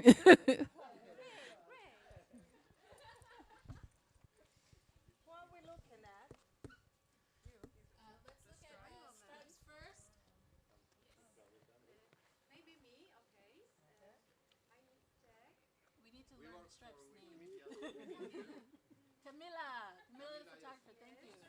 Closer? Closer. You want us to sit? I could sit. I never get to be in the front.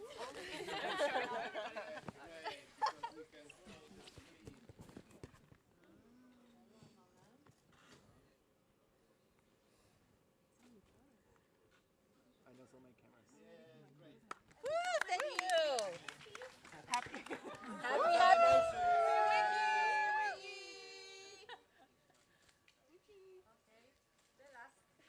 Thank you, guys. Thank you, Camilla. All right. Okay, we gotta hurry because we have to get out. I got a lot of you, but let me just get one more.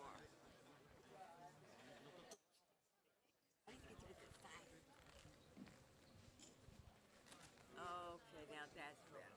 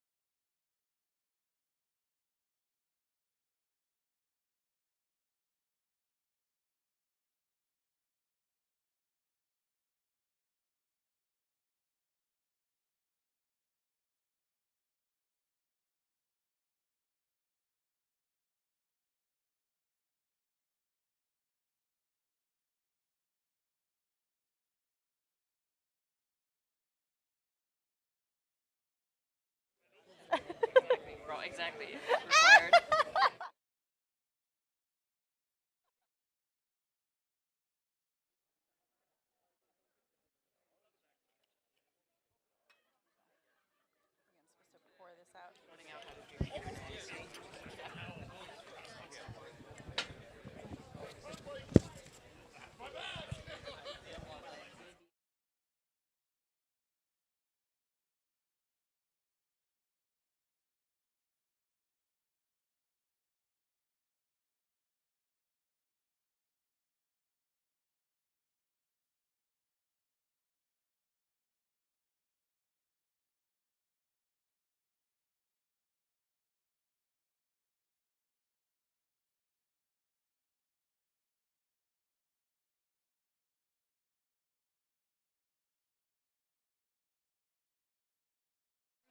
Yeah. Okay,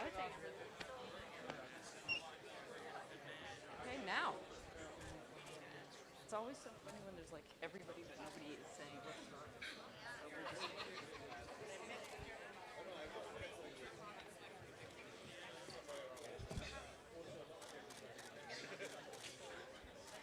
not. Okay, good afternoon. Thank you. Good afternoon. I appreciate the response. It is the end of a I hope exciting and maybe for some of you long day. So thank you for coming and spending the next hour with us. There will be no fireside in this heat, but we will have a chat. I'm Mariana Iskander. I'm the CEO of the Wikimedia Foundation. I'm joined on stage by my colleagues Lisa Gruelle and Selena Deckelman. I wanted to just briefly introduce some of the foundation leadership that are here, just in case questions come up if they're specific, and it's easier to follow up with individuals that you know who they are. So Jaime will stand up, our Chief Financial Officer. Courtney, Courtney and her leg is waving her broken leg at you. And Anusha, who runs communications at the foundation. And thank you. So our goal for the session is to try to keep the conversation brief so that we can use most of the time for Q&A on any topic that you wish. I hope that you believe me that there are plenty of opportunities to engage with any of us if we don't have time in this session for your questions. We're all here all day tomorrow, Saturday, and so there's plenty of time if for any reason we have topics that feel unresolved or questions that we may not have time for in the session. I wanted to use the time in chatting with Lisa and Selena maybe a little bit differently. They both are leaders with a lot of experience engaging with stakeholders, both in our movement, but also with partners and in the world, and to really have an opportunity to hear how they are seeing some of the challenges that as a movement we have to really think hard about over the next few years. And then, as I said, we'll open it up from there. Great. So Lisa, let's start with you. Not everybody knows, but you live in the Bay Area, and what that means is that as part of your work, you engage with some of the large tech companies, Google being one that we rely on quite a lot in terms of certainly search traffic to the Wikipedia site. And I know that over the years, you've had an opportunity to watch how some of the changes that some of these technology companies are making have an impact on us. And I just wondered what you've been observing lately. Is there anything that's worrying you? Is there anything that we haven't been talking about as a movement? I guess besides getting hit by a self-driving car, is that?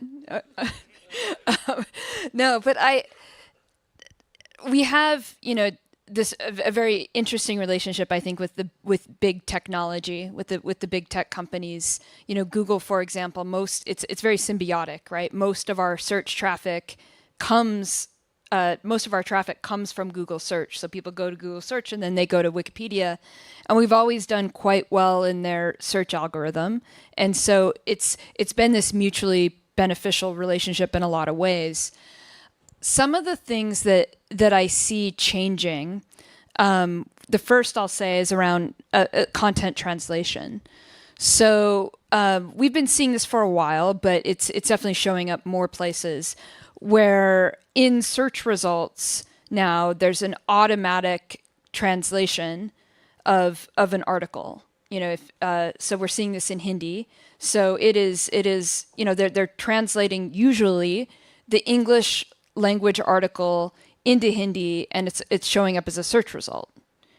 And sometimes it's showing up as a search result. The auto translation is showing up as a search result ahead of you know, an article that's been written on the same topic by the community in Hindi Wikipedia. So it's, you know, it's one of those. It's a double. You know, there's two sides to this coin. In a lot of instances, when you talk to people who are seeing this, they're like, well, this just gives us a whole lot more content, right? This is good. This is great.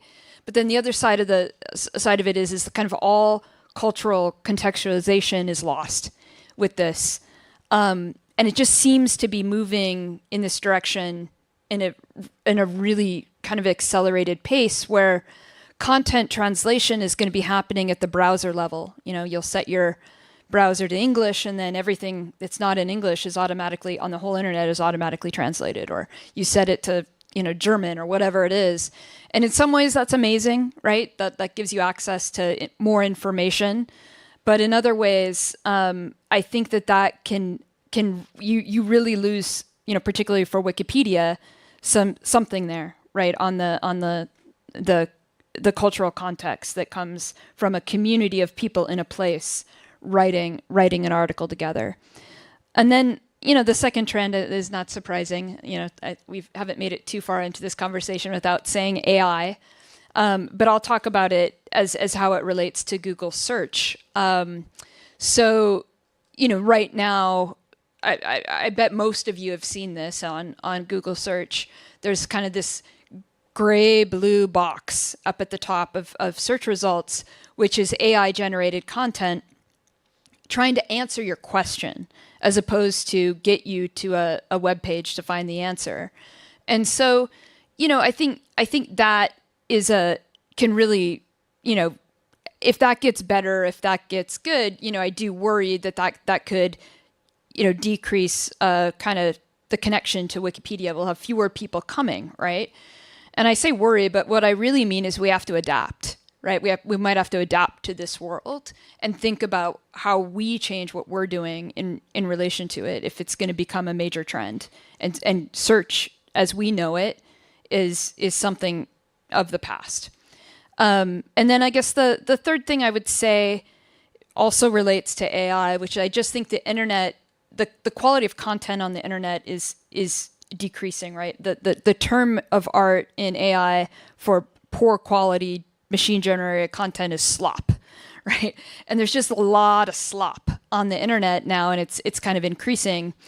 And how publishers are reacting to this, because, you know, large ChatGPT and other large language models are just taking all the content of the internet and putting it in this compost pile and delivering information, right? They're kind of cutting off the oxygen from some of these other content creators like publishers. So they're reacting to this as kind of the business model for them changes by creating walled gardens, by a lot more paywalls. And so, you know, I think that the other trend for us to think about is that there's just going to be a lot less free content, free high quality content on the internet, a lot more slop. And we're going to be in this place in the middle where we're trying to provide high quality content for free without a walled garden. And I think that's going to be a fairly unique position to be in.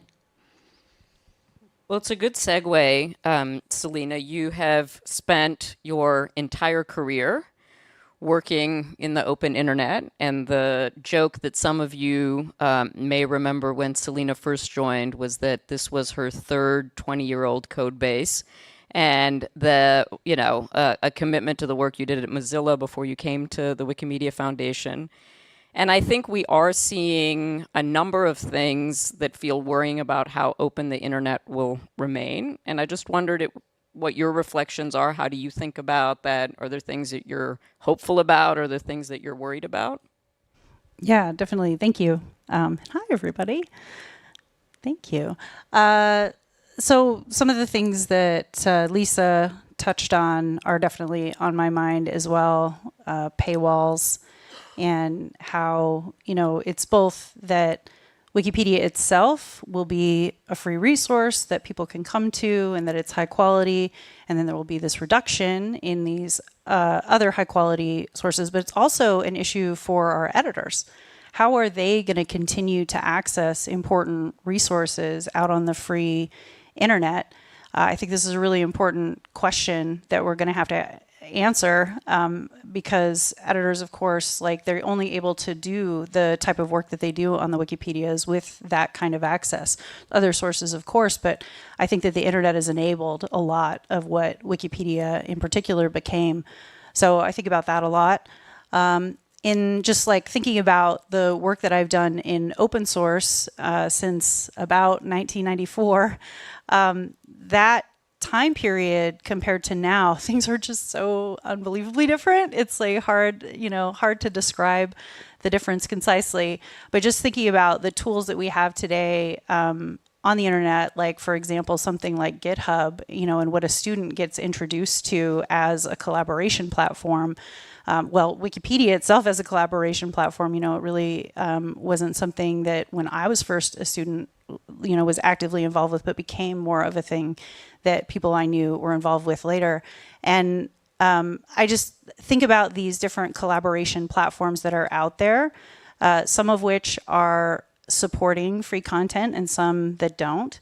And that fragmenting of attention, you think about video platforms like TikTok and things that people spend a lot of their free time on now that just didn't exist, 30 years ago. So I think we face a number of challenges because we want to help people make the most amazing, useful use of their free time, and creating a place where they can come and do that. That's a wonderful thing that we give to the world, but now we are competing for their attention in a lot of other places where their contributions aren't, necessarily, furthering our goals, right? So figuring out ways of attracting people to our platforms, I think that's an important thing for the product and tech organization in particular to be thinking about. How are we creating engagement? How are we connecting people to one another when they want to be connected? And helping them find really incredibly productive uses of their time. And then just thinking about the things that make me hopeful. I think there's a huge opportunity in the fact that we've created this incredibly reliable, trustworthy resource for the world. And in the future, I think that only becomes more valuable. And with that, I think we have an obligation to the world to keep working on it, to keep making it better, to close knowledge gaps, to support the editors that have put in so much time to it. But that's the thing that I think is promising and an opportunity for us all, that it's only going to become more valuable in an internet that's flooded with slop. One of the other areas that we have spent a lot of time thinking about as it relates to trends in the world and important stakeholders that certainly the three of us have to spend time both engaging with and learning from is the financial sustainability of our movement. And I think certainly in my experience, there are very few organizations that have seen the rate of growth that the Wikimedia movement has seen in the time that we have been around. Lisa, you spend a lot of time thinking about financial sustainability, many different revenue sources, the challenges of that, talking to and hearing from donors who in some cases are donors or proxies for our readers, for the public, people who maybe are not in the day-to-day of our movement. And it would just be useful to learn what you're hearing and what are the things that are on their minds. Again, things that as we have conversations here at Wikimania might just give us more information from these other stakeholders. Yeah, absolutely. So I would say almost every, we do these fundraising dinners all over the place and have conversations with people. And we always hear this gratitude, right? This deep gratitude for high quality information that they can trust, and they really want to see it continue. And in an age of AI where they are trusting information less and less, that isn't verifiable, that you don't know where it came from, they really appreciate and believe that Wikipedia needs to thrive and live forever. And they are concerned, right? Any one of them that kind of comes from a business background, when they look at that, they say, you're going to get intermediated, right? It's going to be really tough for you to create this connection with your readers in this new world. And, we're worried. And how can we help, right? And luckily, I think we've set up enough kind of systems that are different from banner fundraising, that if traffic declines and people are reading the content in other form factors, that we're going to be okay, right? We set up the endowment, which is now the largest funder of the Wikimedia Foundation. We've set up Enterprise, right, which is a business model that for this new world, right, for people that are reusing our content. And then, I would just say that the value of it is really known and recognized. One of the signs of that, which I just think is a really deep testament to people's belief in it is over 3,000 people now have told us that they're leaving a gift to Wikipedia, to the Wikimedia Foundation, or to the Wikimedia Endowment specifically, in their will when they pass away. So that they want it to be part of their legacy of what they support with their life's work, right? With the resources they've collected out throughout their life. They want that to go on in the endowment so that the projects can continue to thrive. And I think that's just a really strong testament and beautiful belief in the work of the community and the work of the foundation to bring Wikipedia to the world. Last night at the opening ceremony, for those of you who were there, there was a reflection on how much the conversation was around our editors with extended rights, new communities joining the Wikimedia movement. And those of you who have been following the annual plan of the foundation know that we really have been centering our work on product and technology. I see a lot of our team members here, so thank you guys for coming. And trying to think about how we are in a dialogue around what's needed, what can be solved quickly, what issues are more difficult that need more engagement and more conversation. And so I thought, Selena, it would be useful to hear more from you about that as a goal, and then maybe not quite Steve Jobs-like, but a little demo that Selena's going to do for us on a recent piece of software that has been released that looks pretty cool. Yeah, thank you. So the aim of a lot of the work that we're doing right now is to think about the mission, which is to disseminate knowledge worldwide and in perpetuity. And in thinking about what that means for the work of the product and tech department, but also really the whole foundation, we started talking about it as making all of our work multi-generational. And that has really been a useful framing because it makes us think about the ways in which we're passing knowledge on, which, it's all part of the work that we do every day, of course, but much more specifically about the work of creating each article, the work of maintaining each piece of software. And so that has helped us focus in on a few key areas. Like one of the things that we accomplished this year was increasing the number of developers to the core Wikimedia code base by 25%. And that is just such a vital part of this is the infrastructure that underlies everything that we do software-wise, right? So making sure that that is healthy and strong and sustainable is part of our core. Another goal that we had this year was to make sure that we improved workflows for editors with extended rights. And we were able to do that for about 7 distinct areas, which, going through, I won't go through each one right now, but it started with work on the new Pages Patrol. It included work on other patroller workflows, focusing in on mobile experiences, which can be a little bit tricky because it's complex, but we're really trying to find ways of reaching both existing editors who have been asking for things like this for a long time, but also new folks that we can bring in by offering them like a little bit better experience.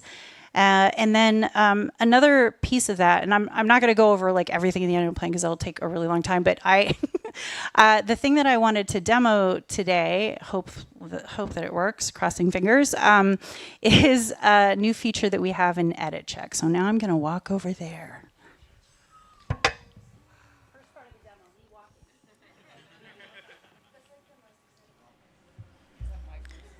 Yes, I think they turned it on. Hello, I'm right here. One moment. I gotta like pull up this thing. Okay, so for those of you that don't know what Edit Check is, what it offers is actionable feedback about Wikipedia policies that are relevant to the changes that someone's making, like right in that moment.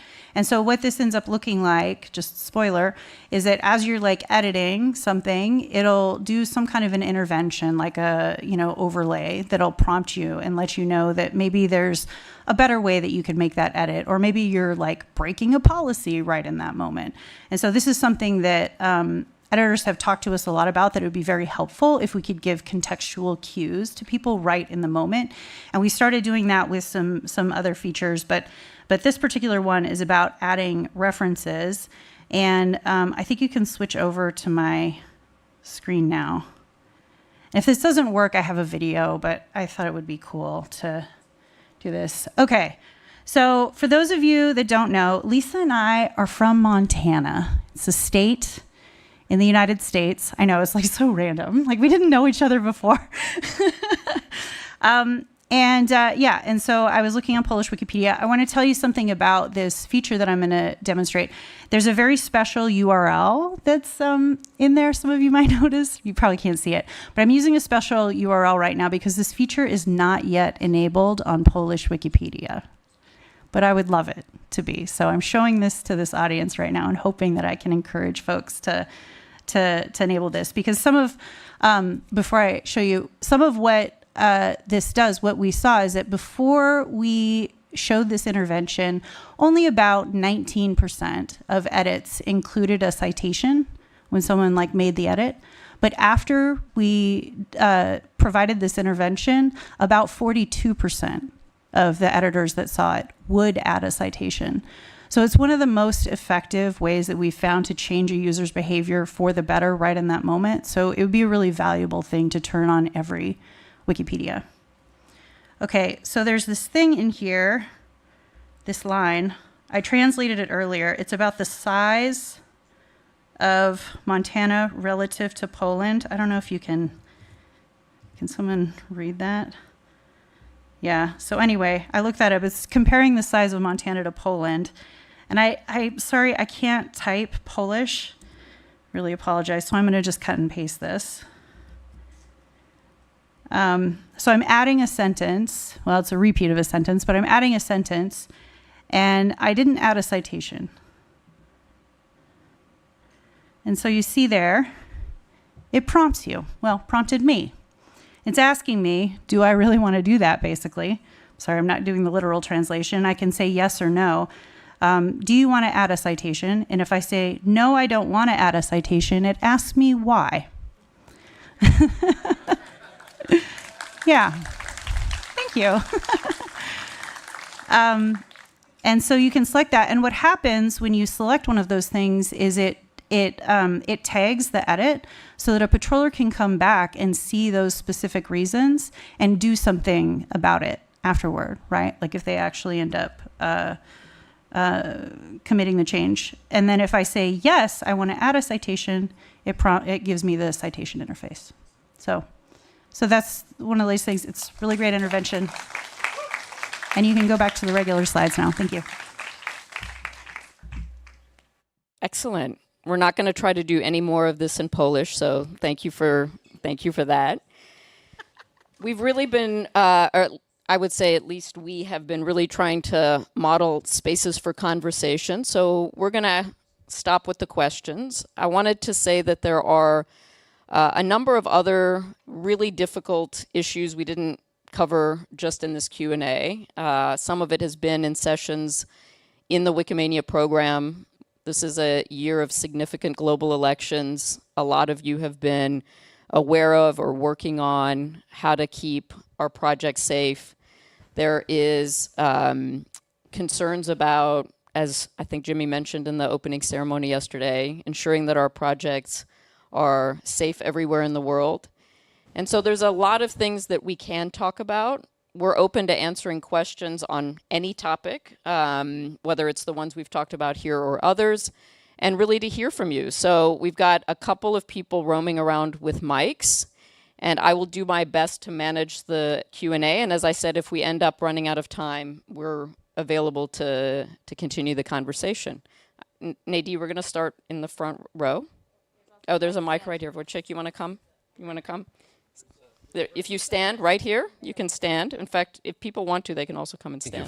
Forgive me my bad sight. Do you mind introducing yourself? My name is Wojciech. I am the program lead for this year's conference and an 18-year-long contributor to mostly Polish projects. Thank you. When you started mentioning content translations and the visibility of content across different languages, translated by machines, for example, on Google, a couple of things, couple of streams were brought together in my head. You mentioned that sometimes content can differ across languages due to cultural differences, but in this year's Wikimania and in other conferences, there are also submissions related to mischievous editing, malicious editing, at times of war, at times of political crisis, at times of military crisis, at times of authoritarian governments. And this is what's also reflected in the Foundation's plan, right? Talking about good quality regardless of the situation. So is there a way, does the Foundation see a way in which these automatically translated content can be brought together from one language to another to produce the best possible and bias-free content regardless of the language? And I'm not only saying factual content, like the fact that Katowice has about 280,000 inhabitants, but really deep and rich contextualized content. Yeah, I can take a stab at it. There are a few different ideas and things that we're actively implementing, like pursuing that dream. I think it's a really difficult dream, you know, like the Babel fish in your ear, right? Is like the going to Douglas Adams. But it's a real challenge getting that interconnectedness, because language is, you know, we don't have a universal translator. So abstract Wikipedia is one of the ways in which we're thinking about, like, how could this be possible?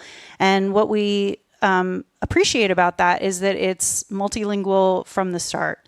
You know, the entire project is based on the idea that we're going to create ways of transforming languages, these wiki functions, transforming language into and translating into multiple different languages from the start. But I think what is a challenge, and, you know, I think an unanswered question that we all need help with, that project needs help with, that the whole world needs help with, is how to pursue that kind of dream in the face of generative AI systems that are just outputting tons and tons of text. And I think it's definitely like a problem that might end up being a yes and, like maybe you have a system like Abstract Wikipedia connected to a non-hallucinating, you know, or, you know, much more factual AI supported system. So that's like a possibility, bringing the two together. And that's a very old idea, you know, having a knowledge graph attached to a generative AI type system is something that's been around for a long time, but it just wasn't an idea that could be pursued as actively as it could be now, right? The funding is there to try. So I think that's sort of where I think we're at right now. We're in this like exploratory phase.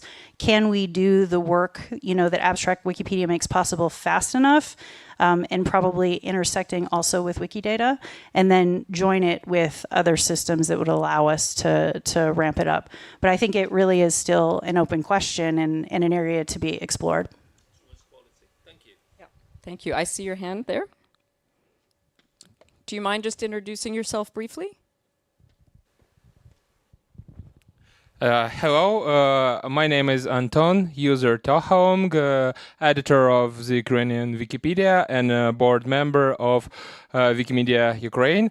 So you were talking about collaborating with Google, contacting people from Google, and I want to file a complaint on Google to you. That is, we have a trouble that Ukrainian Wikipedia is discriminated by Google, because when you search for something, it first gives a link to Russian Wikipedia, then the second link to English Wikipedia, and only third is a link to Ukrainian Wikipedia. And it happens even if the search query was in Ukrainian language, if your browser is set to Ukrainian language and your operating system is also set to Ukrainian language, and we don't know why this happens and how to combat this and how to remedy this situation. So please comment on this. Yeah, I'll comment on it. I mean, send me some screenshots. I'll talk to them about it. I mean, actually, that doesn't sound like a result from what I know of Google that they would want. Particularly, I mean, that to me sounds like a bug in their system that they would want to know about. And I don't think we have anybody here from Google. We've had folks from Google at previous Wikimanias. I'd just connect you right here and there. But yeah, I'll give you my contact info, and that is something I think they'd want to know, for sure.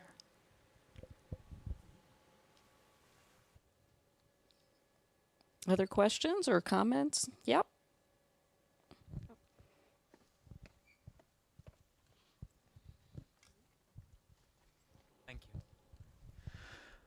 Hi, folks. First of all, thank you so much for a great panel so far. My name is Federico Andrade. I am with a separate organization called Wikitongues. And my question is with regards to channel platform, right? I think for as long as I've known Wikimedia, it's an important fact or a statistic, the volume of traffic that you guys have. And as we're moving into these new models with AI generating, content, people are even bypassing Google to go straight into ChatGPT to get their answers. How do you guys see the risk of channel deterioration, I guess, right? People no longer opening websites to access information. Is that something that fundamentally challenges the model, even at like a fundraising level? General thoughts. Thank you. Okay, that's a very big question. I'm not sure that all of us will have the precise answer before. I think Lisa and Selena should both comment on this. But I think that's an example of exactly the very complex questions we have to face into. The answer is yes. These are trends that are impacting how we have historically raised money from search traffic coming to the website. And as we look into the future and anticipate there may be less of that, what are the implications of that? I think what I really appreciated about the question asked earlier is how to not be afraid of other things in the world and find ways we might be able to connect and at least experiment with what might be possible. There has been a phrase that we've been trying to think about at the foundation about how our product and our revenue are like dance partners is maybe a way to think about it. And so as Lisa mentioned earlier, really trying to think about how Wikimedia Enterprise, which was many years in the creation and in community conversations, helps us think about the reuse of our content by others. And I think I just want to say these are very big difficult questions. And so what you'll hear today is some of our thinking about it, but these are the things that we all are going to have to grapple with quite intently over the years to come. Yeah, and I'll just add, that it's not a crisis at the moment, right? It's a crisis on the horizon. So we watch very carefully readership and traffic and all of that. And, we haven't seen a decline that we can, point to as ChatGPT just released a new model and we saw a 5% drop in traffic or anything like that. So, nothing's on fire. But I think there's some signs out there that there's some adaptation and some new thinking that needs to be done just in how we're reaching particularly younger generations. So our readership among young people is not what it used to be and is certainly not what it is amongst older populations. And so, when it comes to technology, what the kids do now is what the adults do later, right? Maybe it's because those kids become adults, but it's also because, they're first adopters and more so than older generations. And so, I think we need to pay really close attention to what the teenagers and the 20-somethings are doing, because that is a sign of what's to come. And I think we are seeing that they are getting their information in other ways, and that is some adapting that we need to do. Yeah. Yeah, I'll just add briefly that in support of the dance partner model, we're investing in APIs for our systems, and that work benefits both the dance partner part of this, but also our entire ecosystem, because it's not just the data APIs that need work. There's APIs that are fundamental to MediaWiki itself that need support and work. And then that makes this whole system that we're operating smoother, more efficient, more performant, ideally, in the end. So for me, like how I think about this is like we need to prepare our systems to respond to whatever, threats, opportunities that are out there. And one of those things is just improving our basic technical readiness. And that's the kinds of things that you'll see the platform teams investing in right now. So let's make those APIs robust. Let's improve them. Let's talk to other organizations that want to use our platforms. And let's just continue that dialogue. And then hopefully we'll be prepared to react. Other questions or comments even? Oh, yes. My name is Jenny, and I work on 2 projects, one WikiCred on credibility and one on Wiki Portraits, taking professional quality portraits at events. So my question has to do with technical grants. I know in the last maybe year or so, those have been permanently put on hold, and as part of a strategic plan, it also announced that the foundation's rethinking sort of the model, whether or not it should be working more with contractors or basically having fewer feral projects kind of roaming out there. And I'm just wondering if you guys can go into some of the thinking behind that and what, if anything, might be on the horizon in terms of funding for community developed tools.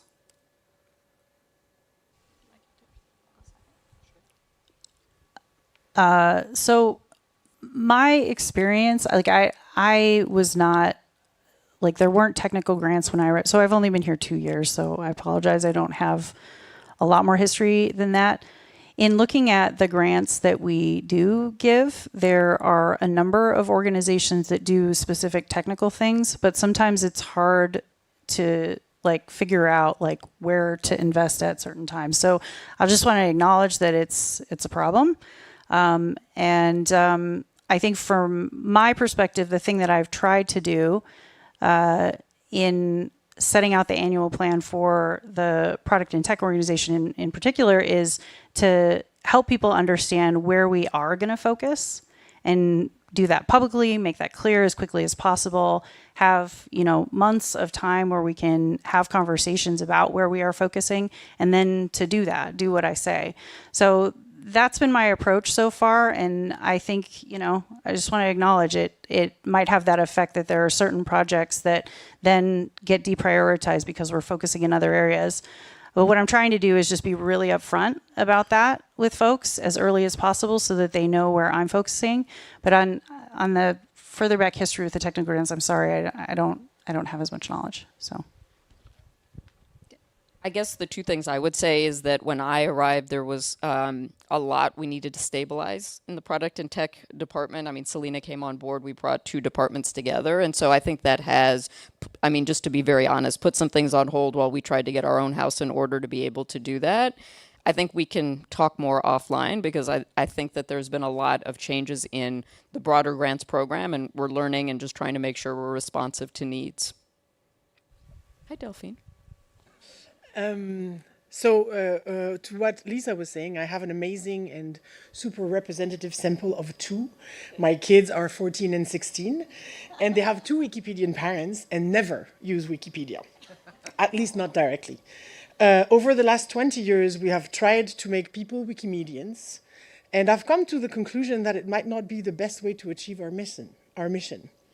My question is, what do you think about the idea of changing the direction of collaboration with the communities from pull, please come to us, become us, to what I would call push? We have this amazing tool that helps you bring the knowledge that is important and that you are to you and that you're interested in to more people. I don't think my kids are using Wikipedia directly anytime soon. Yeah, I mean, I have kids of similar age. I've got a almost 16-year-old boy and a 19-year-old girl. And, you know, I think one of the things about this generation is, you know, they get a lot of information, a lot of news from YouTube influencers, right? Which sounds kind of flaky, right? Like, because who are these people on the internet, right? That's the older generation reaction to that. But I think if you think about it, like, they want to know the person that's giving them the information, and they want to trust that person, and they want to be able to hold that person accountable, which is a little bit different than our model, right? Which is like, it's, you know, kind of this anonymous community, right? Who adhere to these values. And one, I think we need to really, I mean, I obviously know, Delphine, that you would have taught these values to your kids of how Wikipedia works, right? Of verifiability and citing a source and all of that. Like, that I think helps increase our credibility with this generation. But they do like to look in the eyes of the person who's giving them the information. And that is something that's different. I mean, our future audiences team is doing some work on that. I don't know if you want to talk a little bit about kind of the experiments we've done with YouTube influencers, but it's you know, I think there's going to them, I think is an important part for sure. Yeah, I can talk just a little bit about some of the ideas that we have there. What we've noticed when and actually Mariana Pinchuk is here, and she's going to be talking about the future audiences. So I think tomorrow on the schedule. Hopefully I got that right. But she's around too, and you can just she'd love to talk about the research we've done here. There's some funny stuff. You know, you look at TikTok, you look at YouTube, there's lots of things that people are doing that are very encyclopedic. They look like, you know, Wikimedians in terms of going, you know, and for example, enumerating the history and encyclopedic details about every county in the great state of California. You know, like that. These are the types of things that people are doing online. And some of it is, you know, for a profit reason. Some of it's just because it's fun. And wouldn't it be great if we could find ways of connecting? A lot of times they are actually using Wikipedia content. They're just taking the articles, illustrating them, you know, adding a little bit of commentary, but they really actually appreciate Wikipedia for what it is. But we don't really have this way of connecting back and forth or having some sort of give and take, you know, at this point. And so we, you know, have thought about ways of doing that, just having badges and things like that on the videos. Other things that we're trying are things that allow people to have ideas and then try to contribute through, say, for example, a browser extension. Again, that's a really tough thing, you know, because getting a person to install a browser extension is a challenge too. But right now what we're trying to do is just find some of those entry points where we can generate the interest. And then if we find one of these where a lot of people are interested in it and they start to consistently use it, then what we'll try to do is create a product around it. But right now we're kind of in that, okay, what are the ways that we can become more interconnected? What are the opportunities there? And yeah, I think there's just a lot of territory to explore. But what excites me the most about it is there's definitely a ton of people that believe the same things that we believe about sharing, that want to present information to other people the same way that we have been doing for more than 20 years. And I think that's like the opportunity that we're just chasing right now. Probably have time for about one more question, all the way in the back.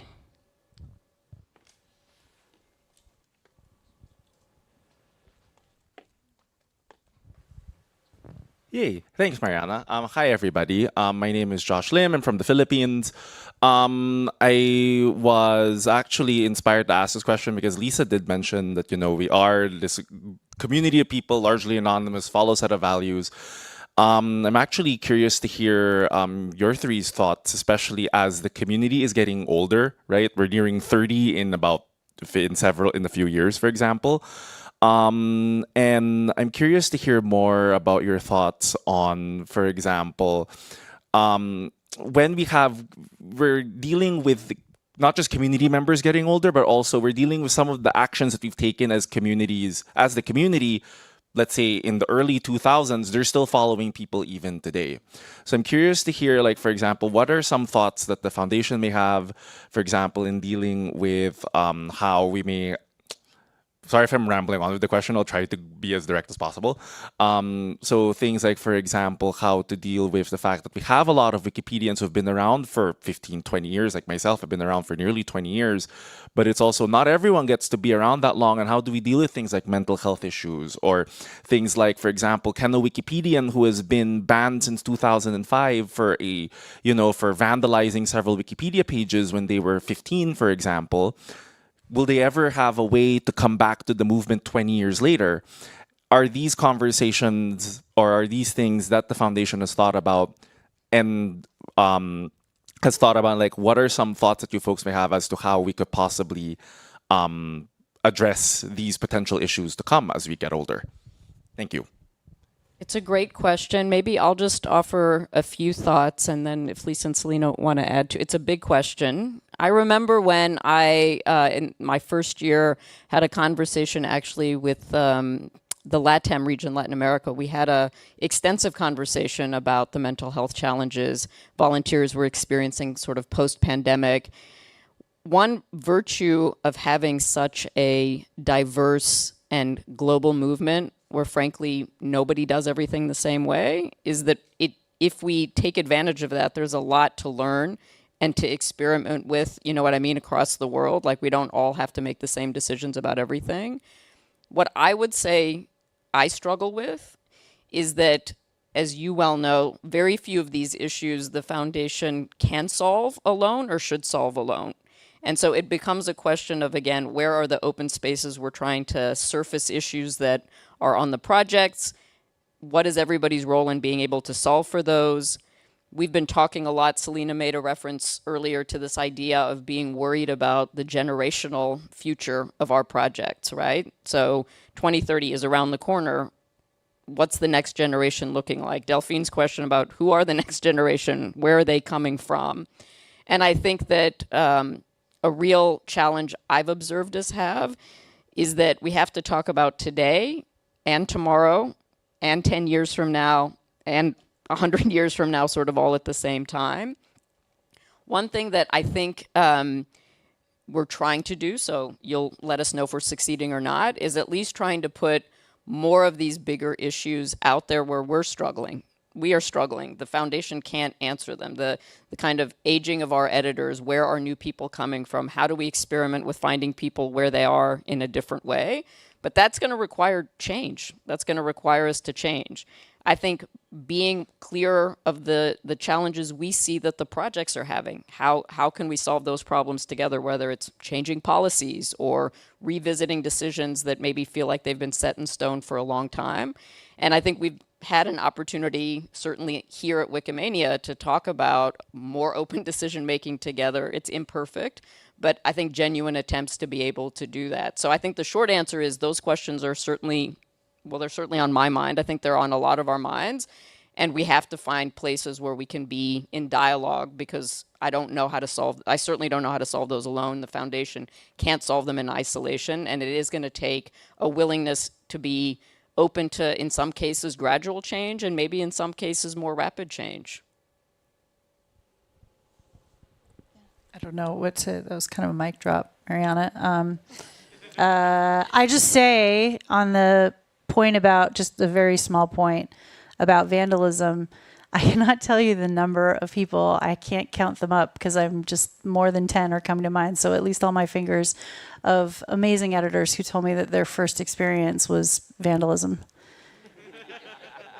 So, I'm sure that, anyway, so I think it's important when we think about including people in the editing spaces, finding ways of onboarding people who maybe don't know the rules at first, right? Like I think that to me is just like a really important thing, especially coming from the open source world. There's just a lot of that like independent spirit that comes with the territory, and it means that sometimes these conversations that we have, they're just harder, but I think it's really worthwhile. Like I think we learn so much from each other, and just to underscore Mariana's point, like I've at this event had an opportunity just to sit down and like listen to people tell me, what it is that they need. And that is so helpful to me. So anyway, just any of you want to, tell me what you need. I'm here to hear it. I'm not always going to be able to solve the problem, but maybe I can connect you. Maybe I can connect you with other volunteers. Maybe I can help. I don't know, but I definitely have really enjoyed coming here, being here. I'm going to be here for another couple days, of course. But that's the part of being in open source communities, being in the Wikimedia universe that's wonderful, is there's just these opportunities to really listen and learn from each other. I think that's probably the right place to end, because we're all around, Selena and Lisa and I, today, tomorrow, Saturday, Sunday. And so if there are questions that you didn't want to ask in an open room, or topics on your mind, or things we've said, sorry. One last. Oh, that's even a better way to end. By all means, you should right, be the mic drop. You should be the mic drop. Go ahead, Okay, Clover yeah, Moss. because like someone said they saw I had a question, and I kind of like went out of the aisle, and I saw you ending, and I'm like, should I say sorry. something? I take responsibility for that. I see you, and we would love to have your question. Especially when we're talking about how to get young people involved. Yeah, that's actually just a repeat of Wikimania. The short Wikicon North answer is we America. need to listen to you. Yeah.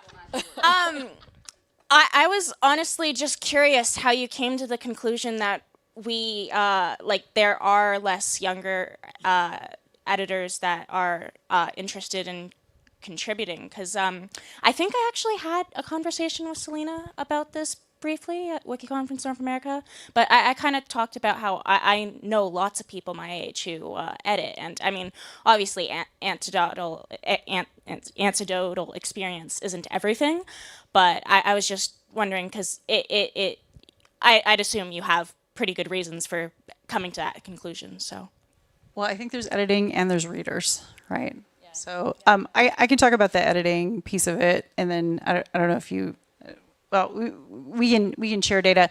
With editors, it's complex.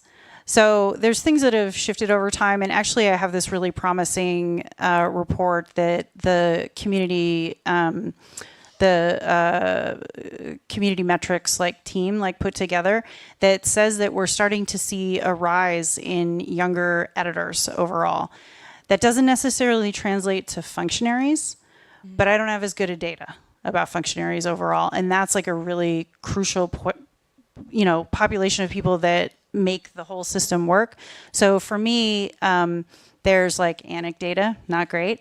There's these reports that show that editors overall are probably trending in a different direction. And then if you dig in and look at each region, you start to see different stories.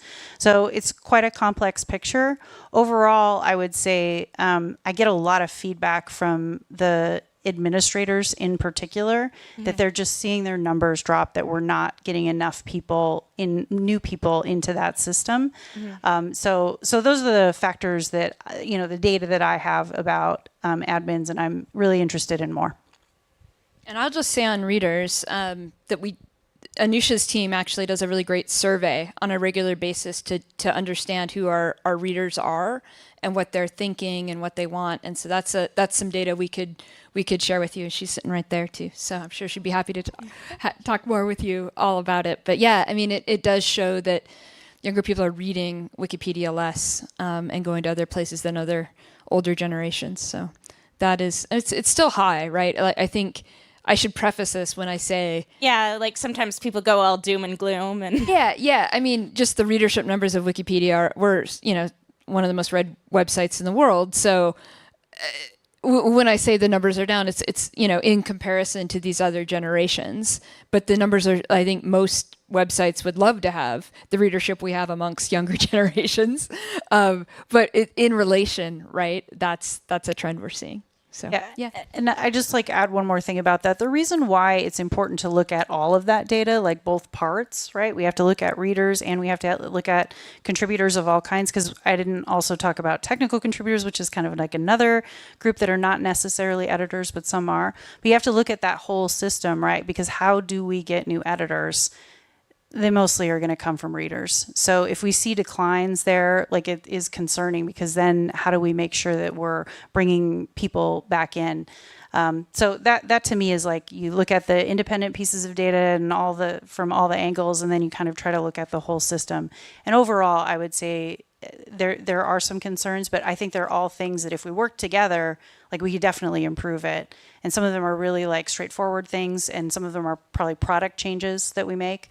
But altogether, I definitely, I'm not doom and gloom about it. I'm here to make things better. But I do think there's real concerns there that we have. No doom and gloom is really no doom and gloom. Yeah, that was all I really wanted to know. Thanks. Thank you. Well, thank you to everybody. Thank you, Lisa. Thank you, Selena. Thanks for spending your time with us. We'll see you later and tomorrow and the day after. Enjoy Wikimania.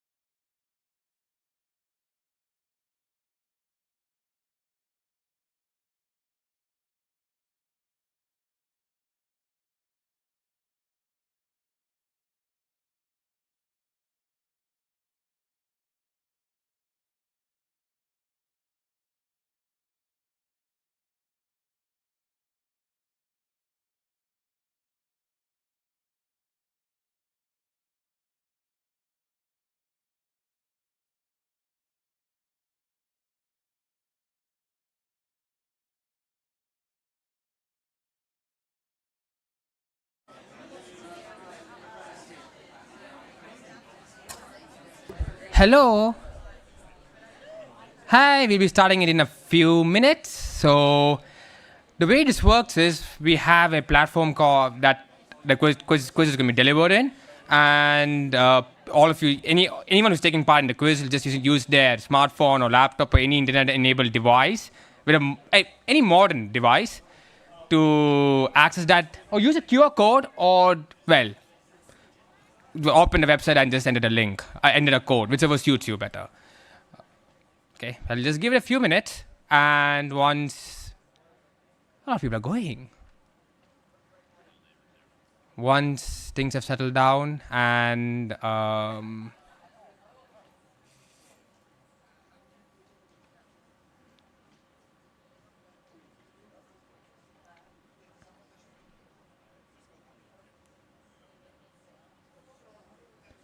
I don't know how many people have joined. Well, my poor. What happened to my laptop? Oh, yeah, fine. It's right here. It times out in like a few minutes. I have to always remember not to. Just let me know if there are any issues with the process. It's all working fine, right? And anyway, you can enter any username you want. Just make sure it is not a bad word or anything, any nonsensical username that would violate the policies.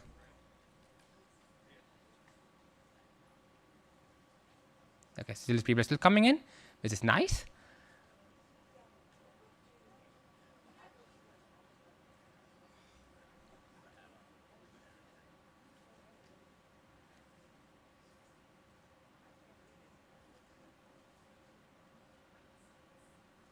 Just let me know if there are any issues with the process.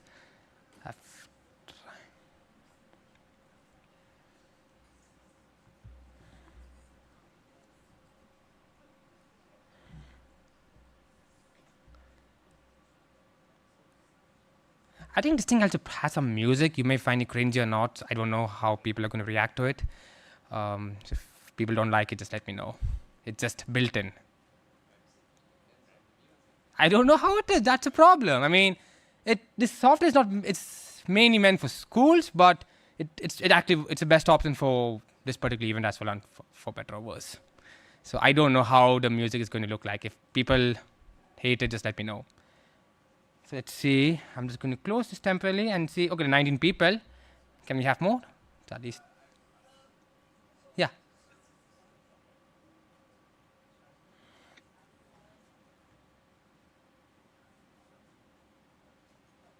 I mean, the link that you get, the number is 501026. Oh, I'm sorry. Any name is fine as long as it complies with the policy. So no bad words, for example, or no expletives. I don't care what name you use otherwise.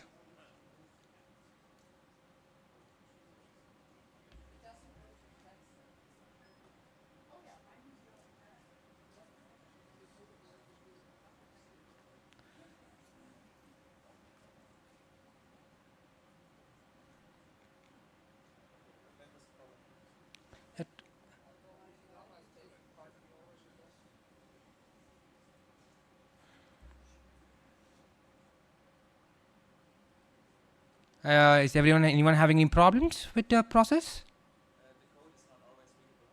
Okay, the code. Let me try to zoom in. Maybe that will help.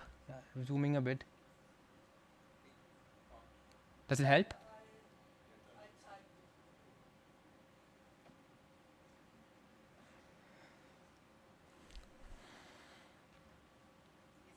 Okay. Has everyone joined, or do we still have people that are waiting to register? Is everyone ready? Yes, you're still joining? Okay. I'll give like about a minute and a half more or something, just to make sure it's all okay.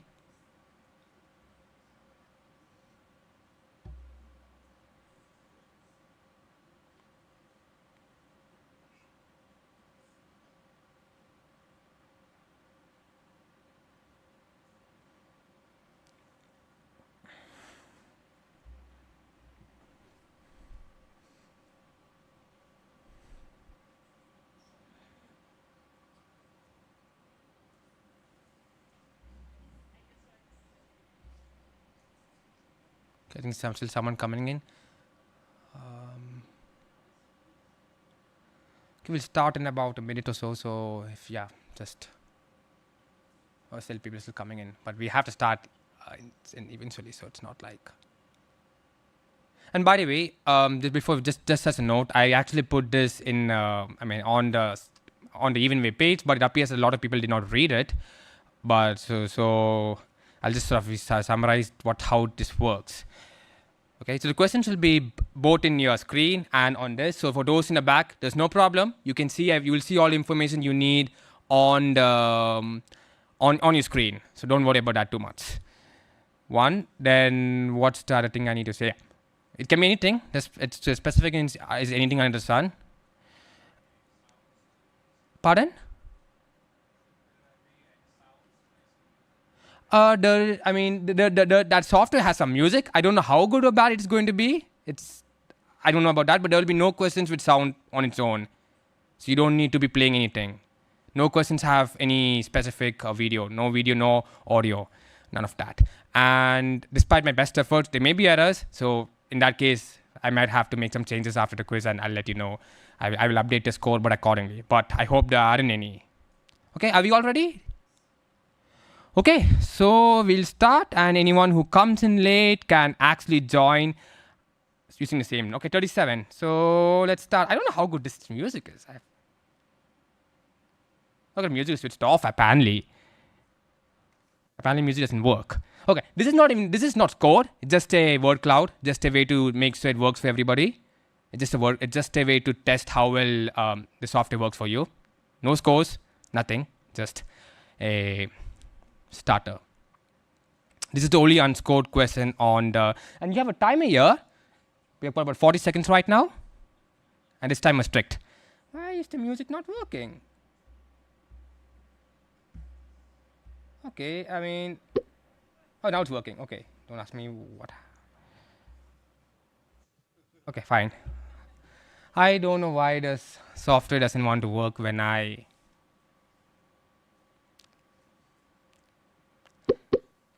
4 days. Somebody's been.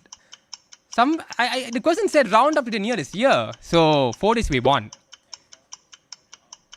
Be careful, because if you don't follow the instructions, you'll get a 0. Okay, this is the only exception where it doesn't matter. Yeah, that's fine. This question has no scores. It's just a way to make sure that works for everybody. So this is the word cloud. We have seen 2008 is not a number of years. 4 years. Give an integer, not give text. Small things, but I just need to be careful. Fortunately, we don't have much of it in the quiz, but yeah. Okay, so this is the first code question is coming soon. Okay, now the music. Questions are on your slide as well, so. Okay, let's ignore that bad formatting.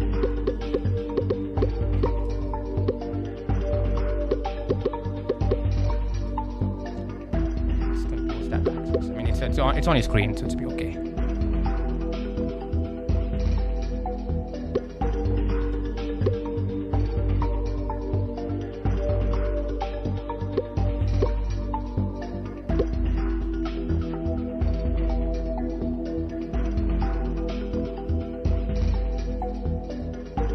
Nine more attempts left.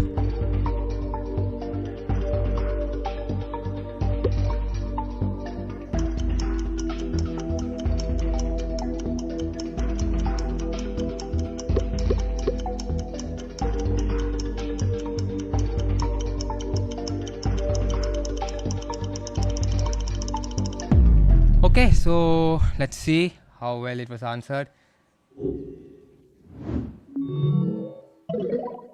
Okay, so by the way, regarding this, you get points for answering faster, but it's conditioned on you actually getting it right. So if you get it wrong, you get a 0. So it's basically balancing speed versus accuracy. And there are 3 people that thought it was Wikipedia, and 2 that thought it's Wikiversity. But otherwise, this is well answered. It's Wikispecies. It's kind of hinted from the name itself. It's free species directory. Okay, there's the next one.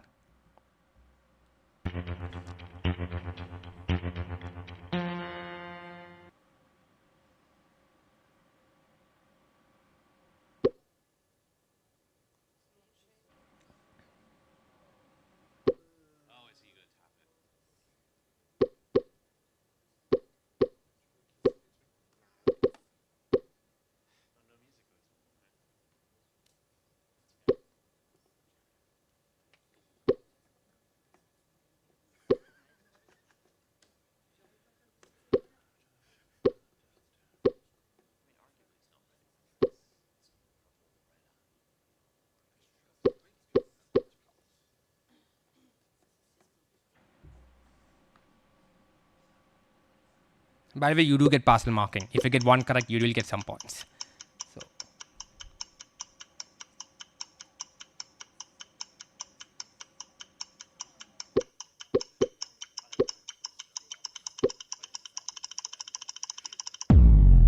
Okay, let's see.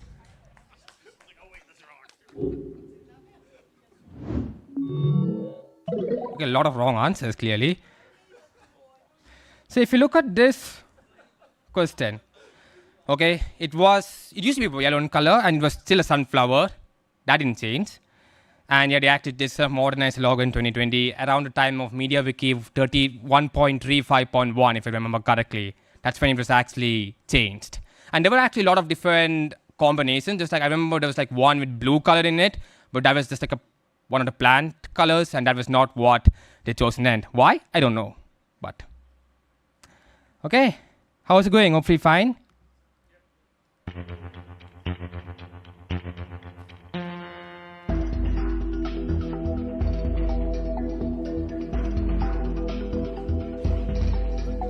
Function is not given. It's on the left side. No. Wait, what? Hey, there's no function on the question. Okay, for what's worth, I will. Okay. So basically, it's a function that runs infinitely. To be clear, okay, it's an infinite loop. It's a function, def, that basically runs from whatever I to infinity. Just to be clear, what a function is.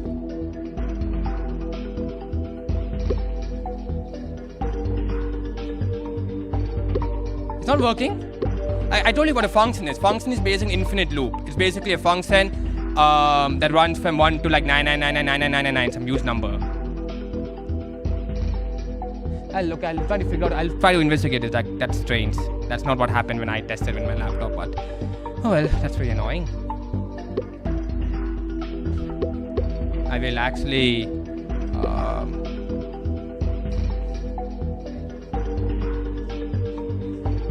I can do that, yes. In the end, I can actually do that. If there's problems with the questions, I can actually do that, yeah.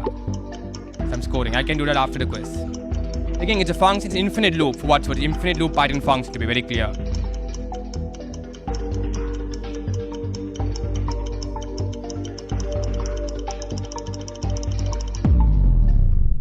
Okay, so this question apparently caused a few problems with people who couldn't see what was being tested. But I will show you what a function roughly looks like. So the function roughly looks like this, okay? Just as well, it's like def x, then something like while true, so I is equal to 1, while true, I is equal to I plus 1. That's what this code basically is. It's basically an infinite loop. Okay, I'll just zoom it all the way to the end, see? I apologize for that. It's a bug with the quizzes software, unfortunately. There you go. This is what a function was. Okay, and yeah, it ended up. It will land up as an infinite loop because obviously it never terminates. No, what it says is I is 0. Yeah, I is 0, I is 1, roughly. Yeah, roughly the same. I mean, I was testing the concept behind it. I mean, because some people couldn't see the code, unfortunately. You may need to zoom in. Tobias, can you see the code? Somebody can zoom in? Was it something you could see on the phone? It's nothing on the phone? Just the question of what we would do. That's very annoying, quizzes. You should have done better. Okay, I will have to check what the next question is to make sure we don't run into any trouble. What's the next question actually testing? Okay, that thankfully doesn't have a problem. So let's see this next one.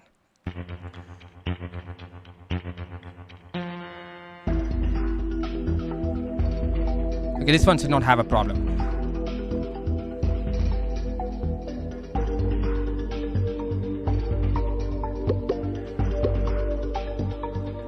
Let's put it full question view so people can read it.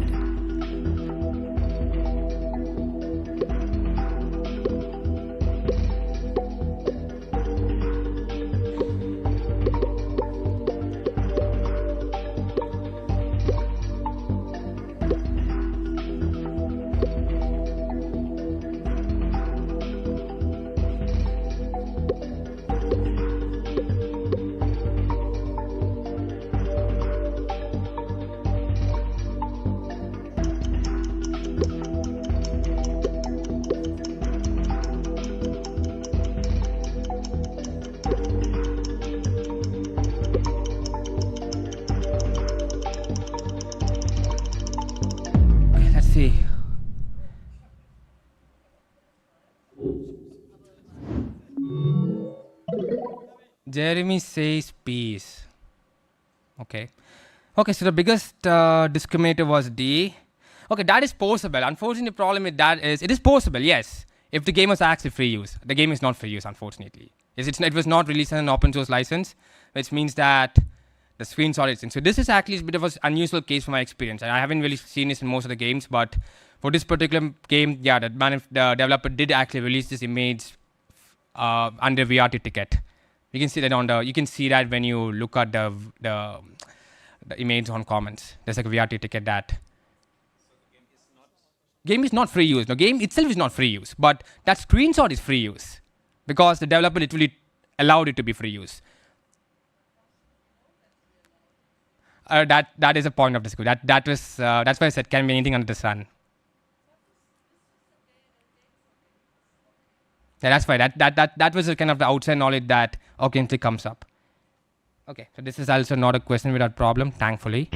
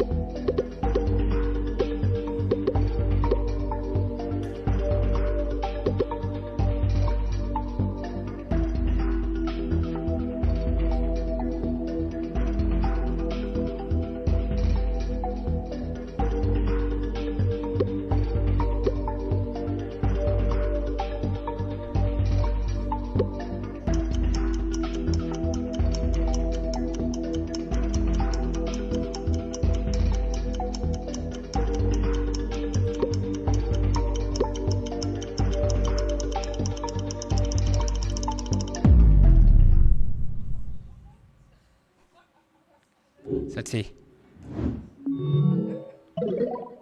Okay, it's the leaderboard is changing quite a bit with each question.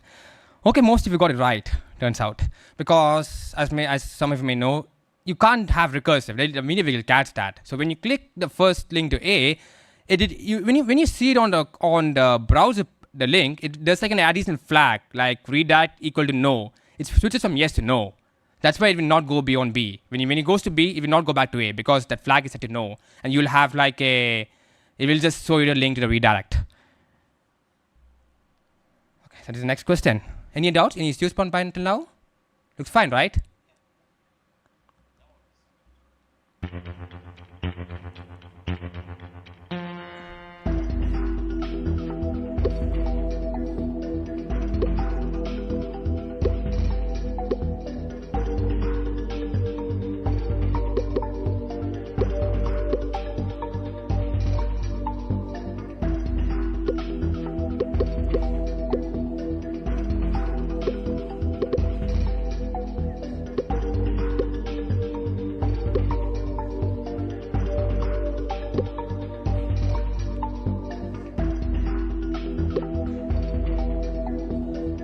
Yeah, I did.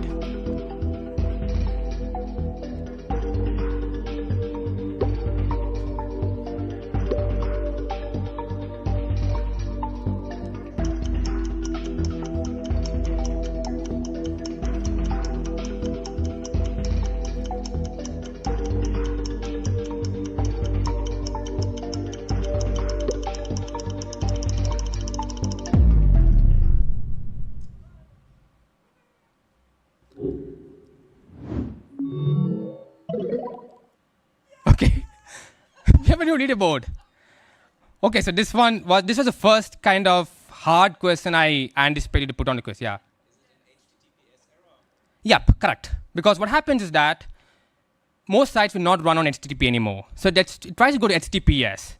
Wikipedia won't. I mean, IE5 is normally 40-bit, if I remember correctly. It might also go to 128. I'm not 100% sure. But the main thing is that it won't go for 256. You need 256-bit. When Wikipedia doesn't really run if you don't have 256-bit encryption. That's why it just fails. It just won't load. The thing to keep in mind is, unlike sites like Google will still run an HTTP version. Whatever reason, Wikipedia doesn't, and I don't know why. I cannot expect Wikipedia to have a fallback version. But That's not what happens for some reason.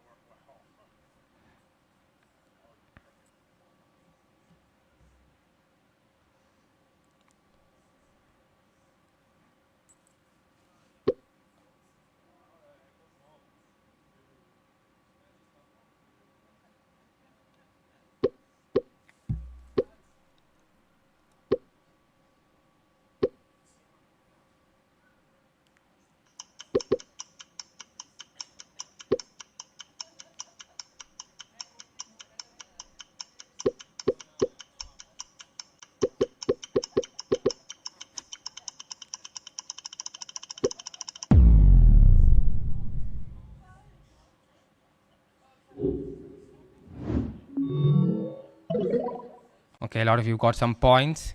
This is parcel marking enabled, by the way, for this reason. So if you look at the options, the first one, when fully listed, it's 16 members. That's why we kind of had a problem in the U4C election 2024 because less than 8 got elected, so it was basically dysfunctional. That's why you have a special election. B is wrong. It's not it's obviously if you have an election, you don't expect it to be WMF staff members. C is 2, not 3. D is not possible because you can only do it in case of so-called systematic failures, not normally. E is basically bookwork from the charter. So if you look at options, I wonder what... Okay, it doesn't actually tell me, unfortunately, which is very annoying. I could chart for you, right? No? Okay, no, it's just a bug. Okay. So for the next question, and because of this formatting error, I'm just going to show you the text right now. Okay, it's called this control problem, and you just need to basically know that first paragraph as a reference what it is. This control problem is unintentional blocking of online content by spam filter or search engine because a text contains a string or substring that appear to have a bad word, okay, bad meaning or bad word, okay. Names, abbreviation, technical terms are most often cited as being affected by the issue. That's what the stem is. Some people may not be able to see the stem on mobile, so I'm providing it right now. So let's look at the next question. And I will display this instead, so avoid. Okay, so you have an abuse filter. Just a minute. What is this like? Sorry, what a page body. I like T. Okay, that's what's on the abuse filter, by the way. Okay, and T is a bad word. So T is a bad word. And page body basically means the content of the page. Just to be clear, because I may have typed it wrong on the heat. So T is a bad word. T is a bad word, and this is an abuse filter with this basically text. Page body being what's in the article. Sorry, I mean S is a bad word. I think it's like this. Things like this with T. Remember the word. S is a bad word. I think.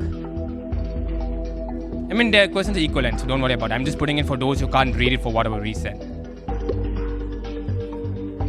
So T, I think T is the regex, and T has S in it. Yeah.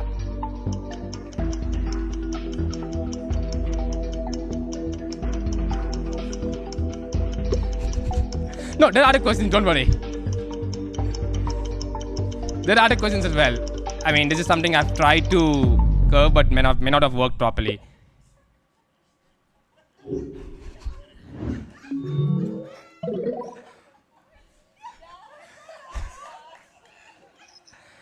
Okay. So what does this say? These two allow. Okay, let's say you have a word like this. Okay, I will give an example right here. Okay, let T be the word X, Y, Z. Okay, Then the problem is, this control problem is the fact that let's say you have a word, I don't know, good, X, Y, Z, bad. This will get hit. So people whose surnames have like a bad word in it by accident will have problems. That's basically what the problem is asking for. I know some people seem quite disappointed about the difficulty. I do apologize for that. It is something I've tried my best, but it doesn't. No, that's fine. Again.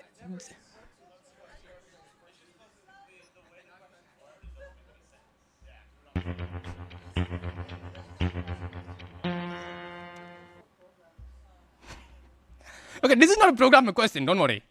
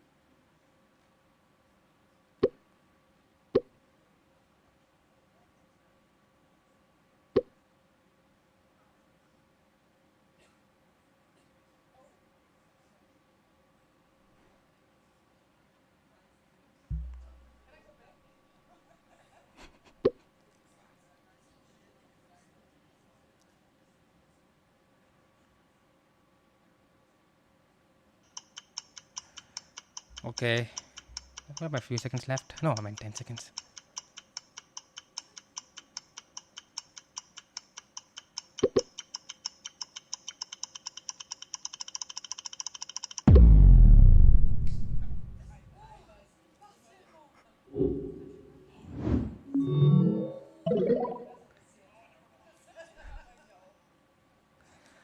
Okay, so a lot of, I don't really know how to interpret this, but if I remember, but it's 6-4, I think it's Europe, Asia, if I remember correctly, Asia, South America, Africa, and Oceania. I think that's the ordering. Because Oceania never had any, actually Oceania had one. But what's the next one? Let me check. I want to make sure it's not the, I'm going to skip this next question because I'm always seeing complaint, because this is one of those questions that require that if you won't be able to, it will be inaccessible for those who don't have that text, and it's anyway fairly difficult. So I'm going to skip the next one. I'm going to make a decision. So ignore this one. Yeah. So that next question is actually, you can see it later on.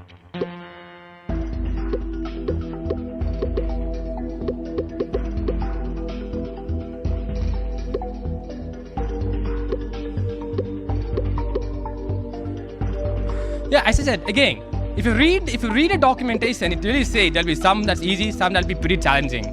So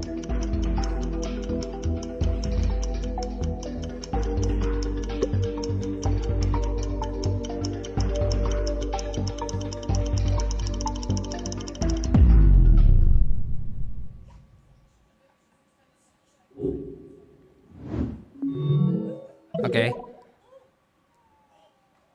So there is some fairly, okay, yeah, it is administrator. SysOp was kind of like what is still a pretty common term used for administrator.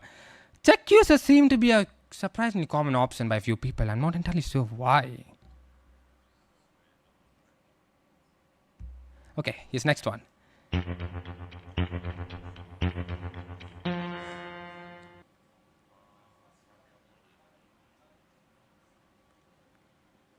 Again, I think a lot of people use comments, so I think this is working.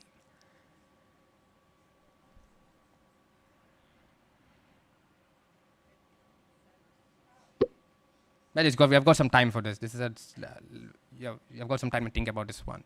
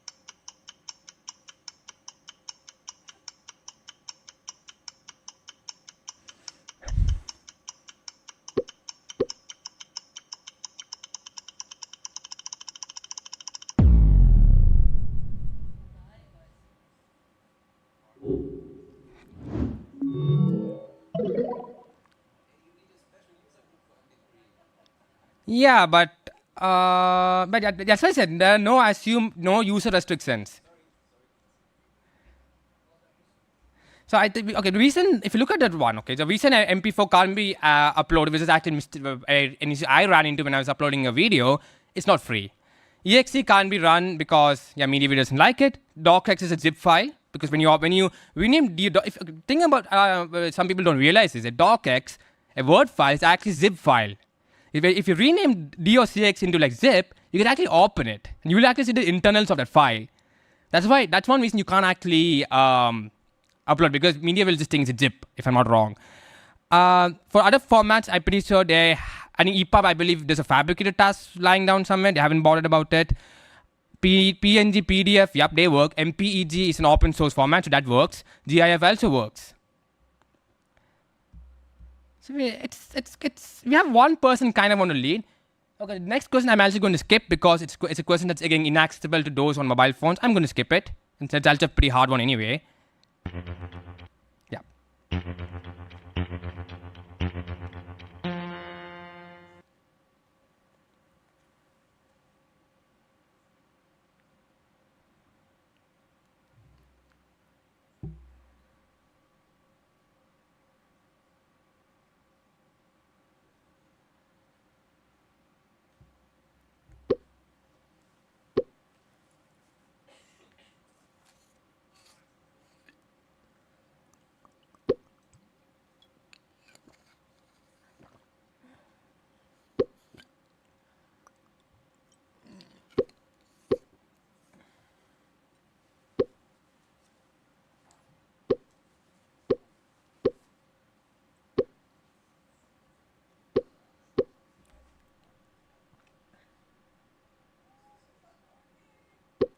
What's the problem?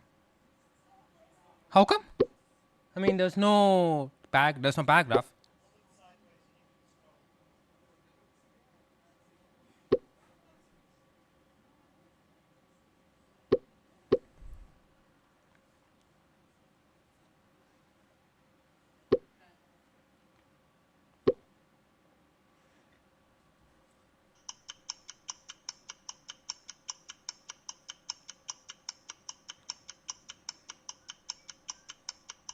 Yep, some people like the music clearly.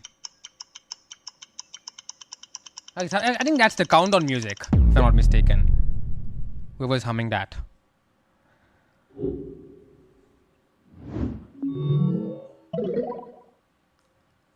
Okay. I mean, that's still buggy. I don't know why that bug is there. And yeah. Okay, by the way, I wrote this question yesterday. Do you know why? I wrote this question actually the day before.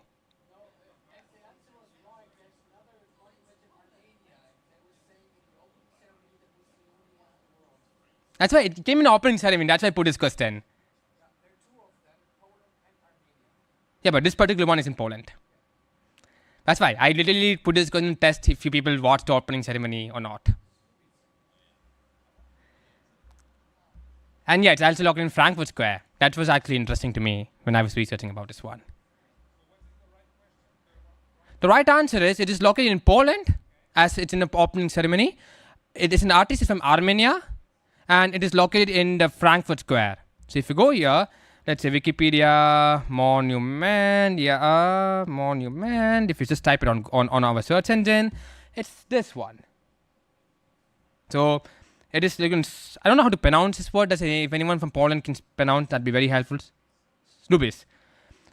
It is studied by an Armenian sculptor, Mirhan Akobian, and it was unveiled in Frankfurt Square, which was, yeah, very interesting. I'm not sure why it was called that. Yeah.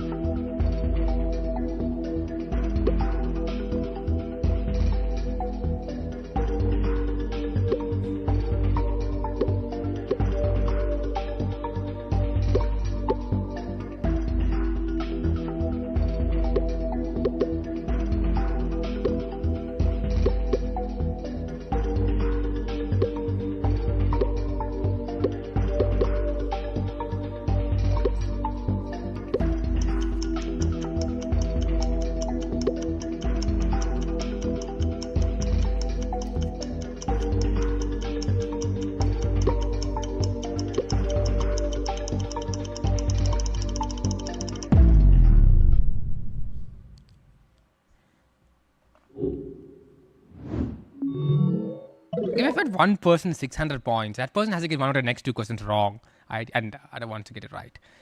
Yeah, so this is actually now kind of I believe a couple of other wikis, if I'm not mistaken. But yeah, that's basically what a AC trial was. You need to be auto-confirmed to create any article in main space, and you have an article wizard you can use. The problem with option C is it's not optional. And no, it's not external confirmed. E is true, but that's not really what the question is asking.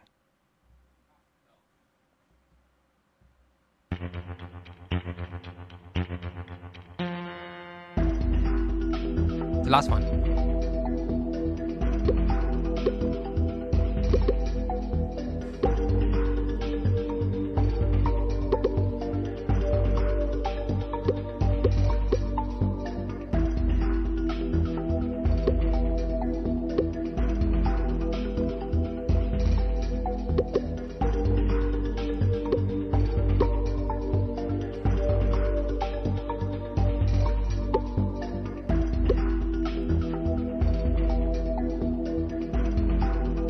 Yeah, people are liking the music, it turns out. I wasn't sure if people would.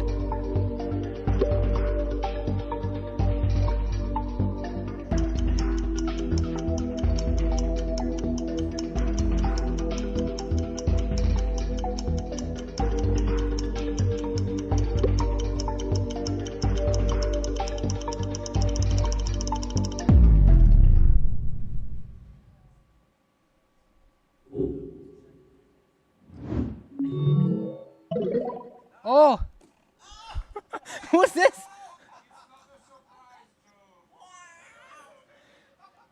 Yes, Wiki text will be... Okay, just to be clear, they are making it SUL. It's not yet the case.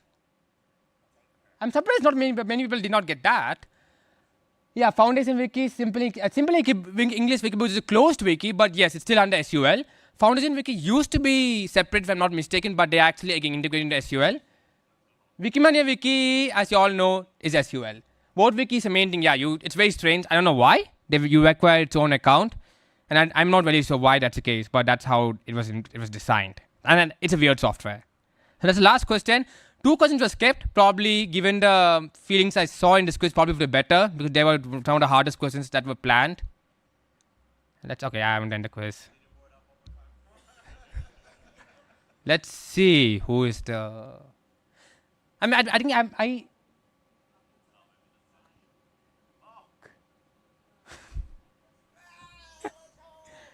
Fox was... I don't know who you are, Fox.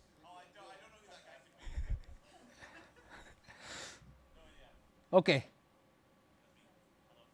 So a lot of people basically gave blank answers or just gave up, it seems. I could see a lot of people just giving up towards the end. The highest accuracy was 65%, which is...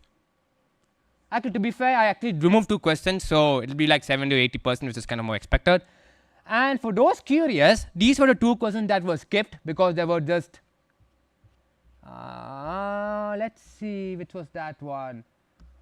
Just want to see... Yeah, this was the first question that was skipped because that paragraph is missing, and I'll show you what a paragraph is later. But yeah, that was the quiz, and I will publish the solutions with the explanation soon. I have to write it up. I haven't written it yet, but I have to write the solutions. And I'm just going to show you one thing. Hold on. Need to just say one thing before you all... This was the question, for what's worth. This was a question actually, which for people who could not see. This was basically the text.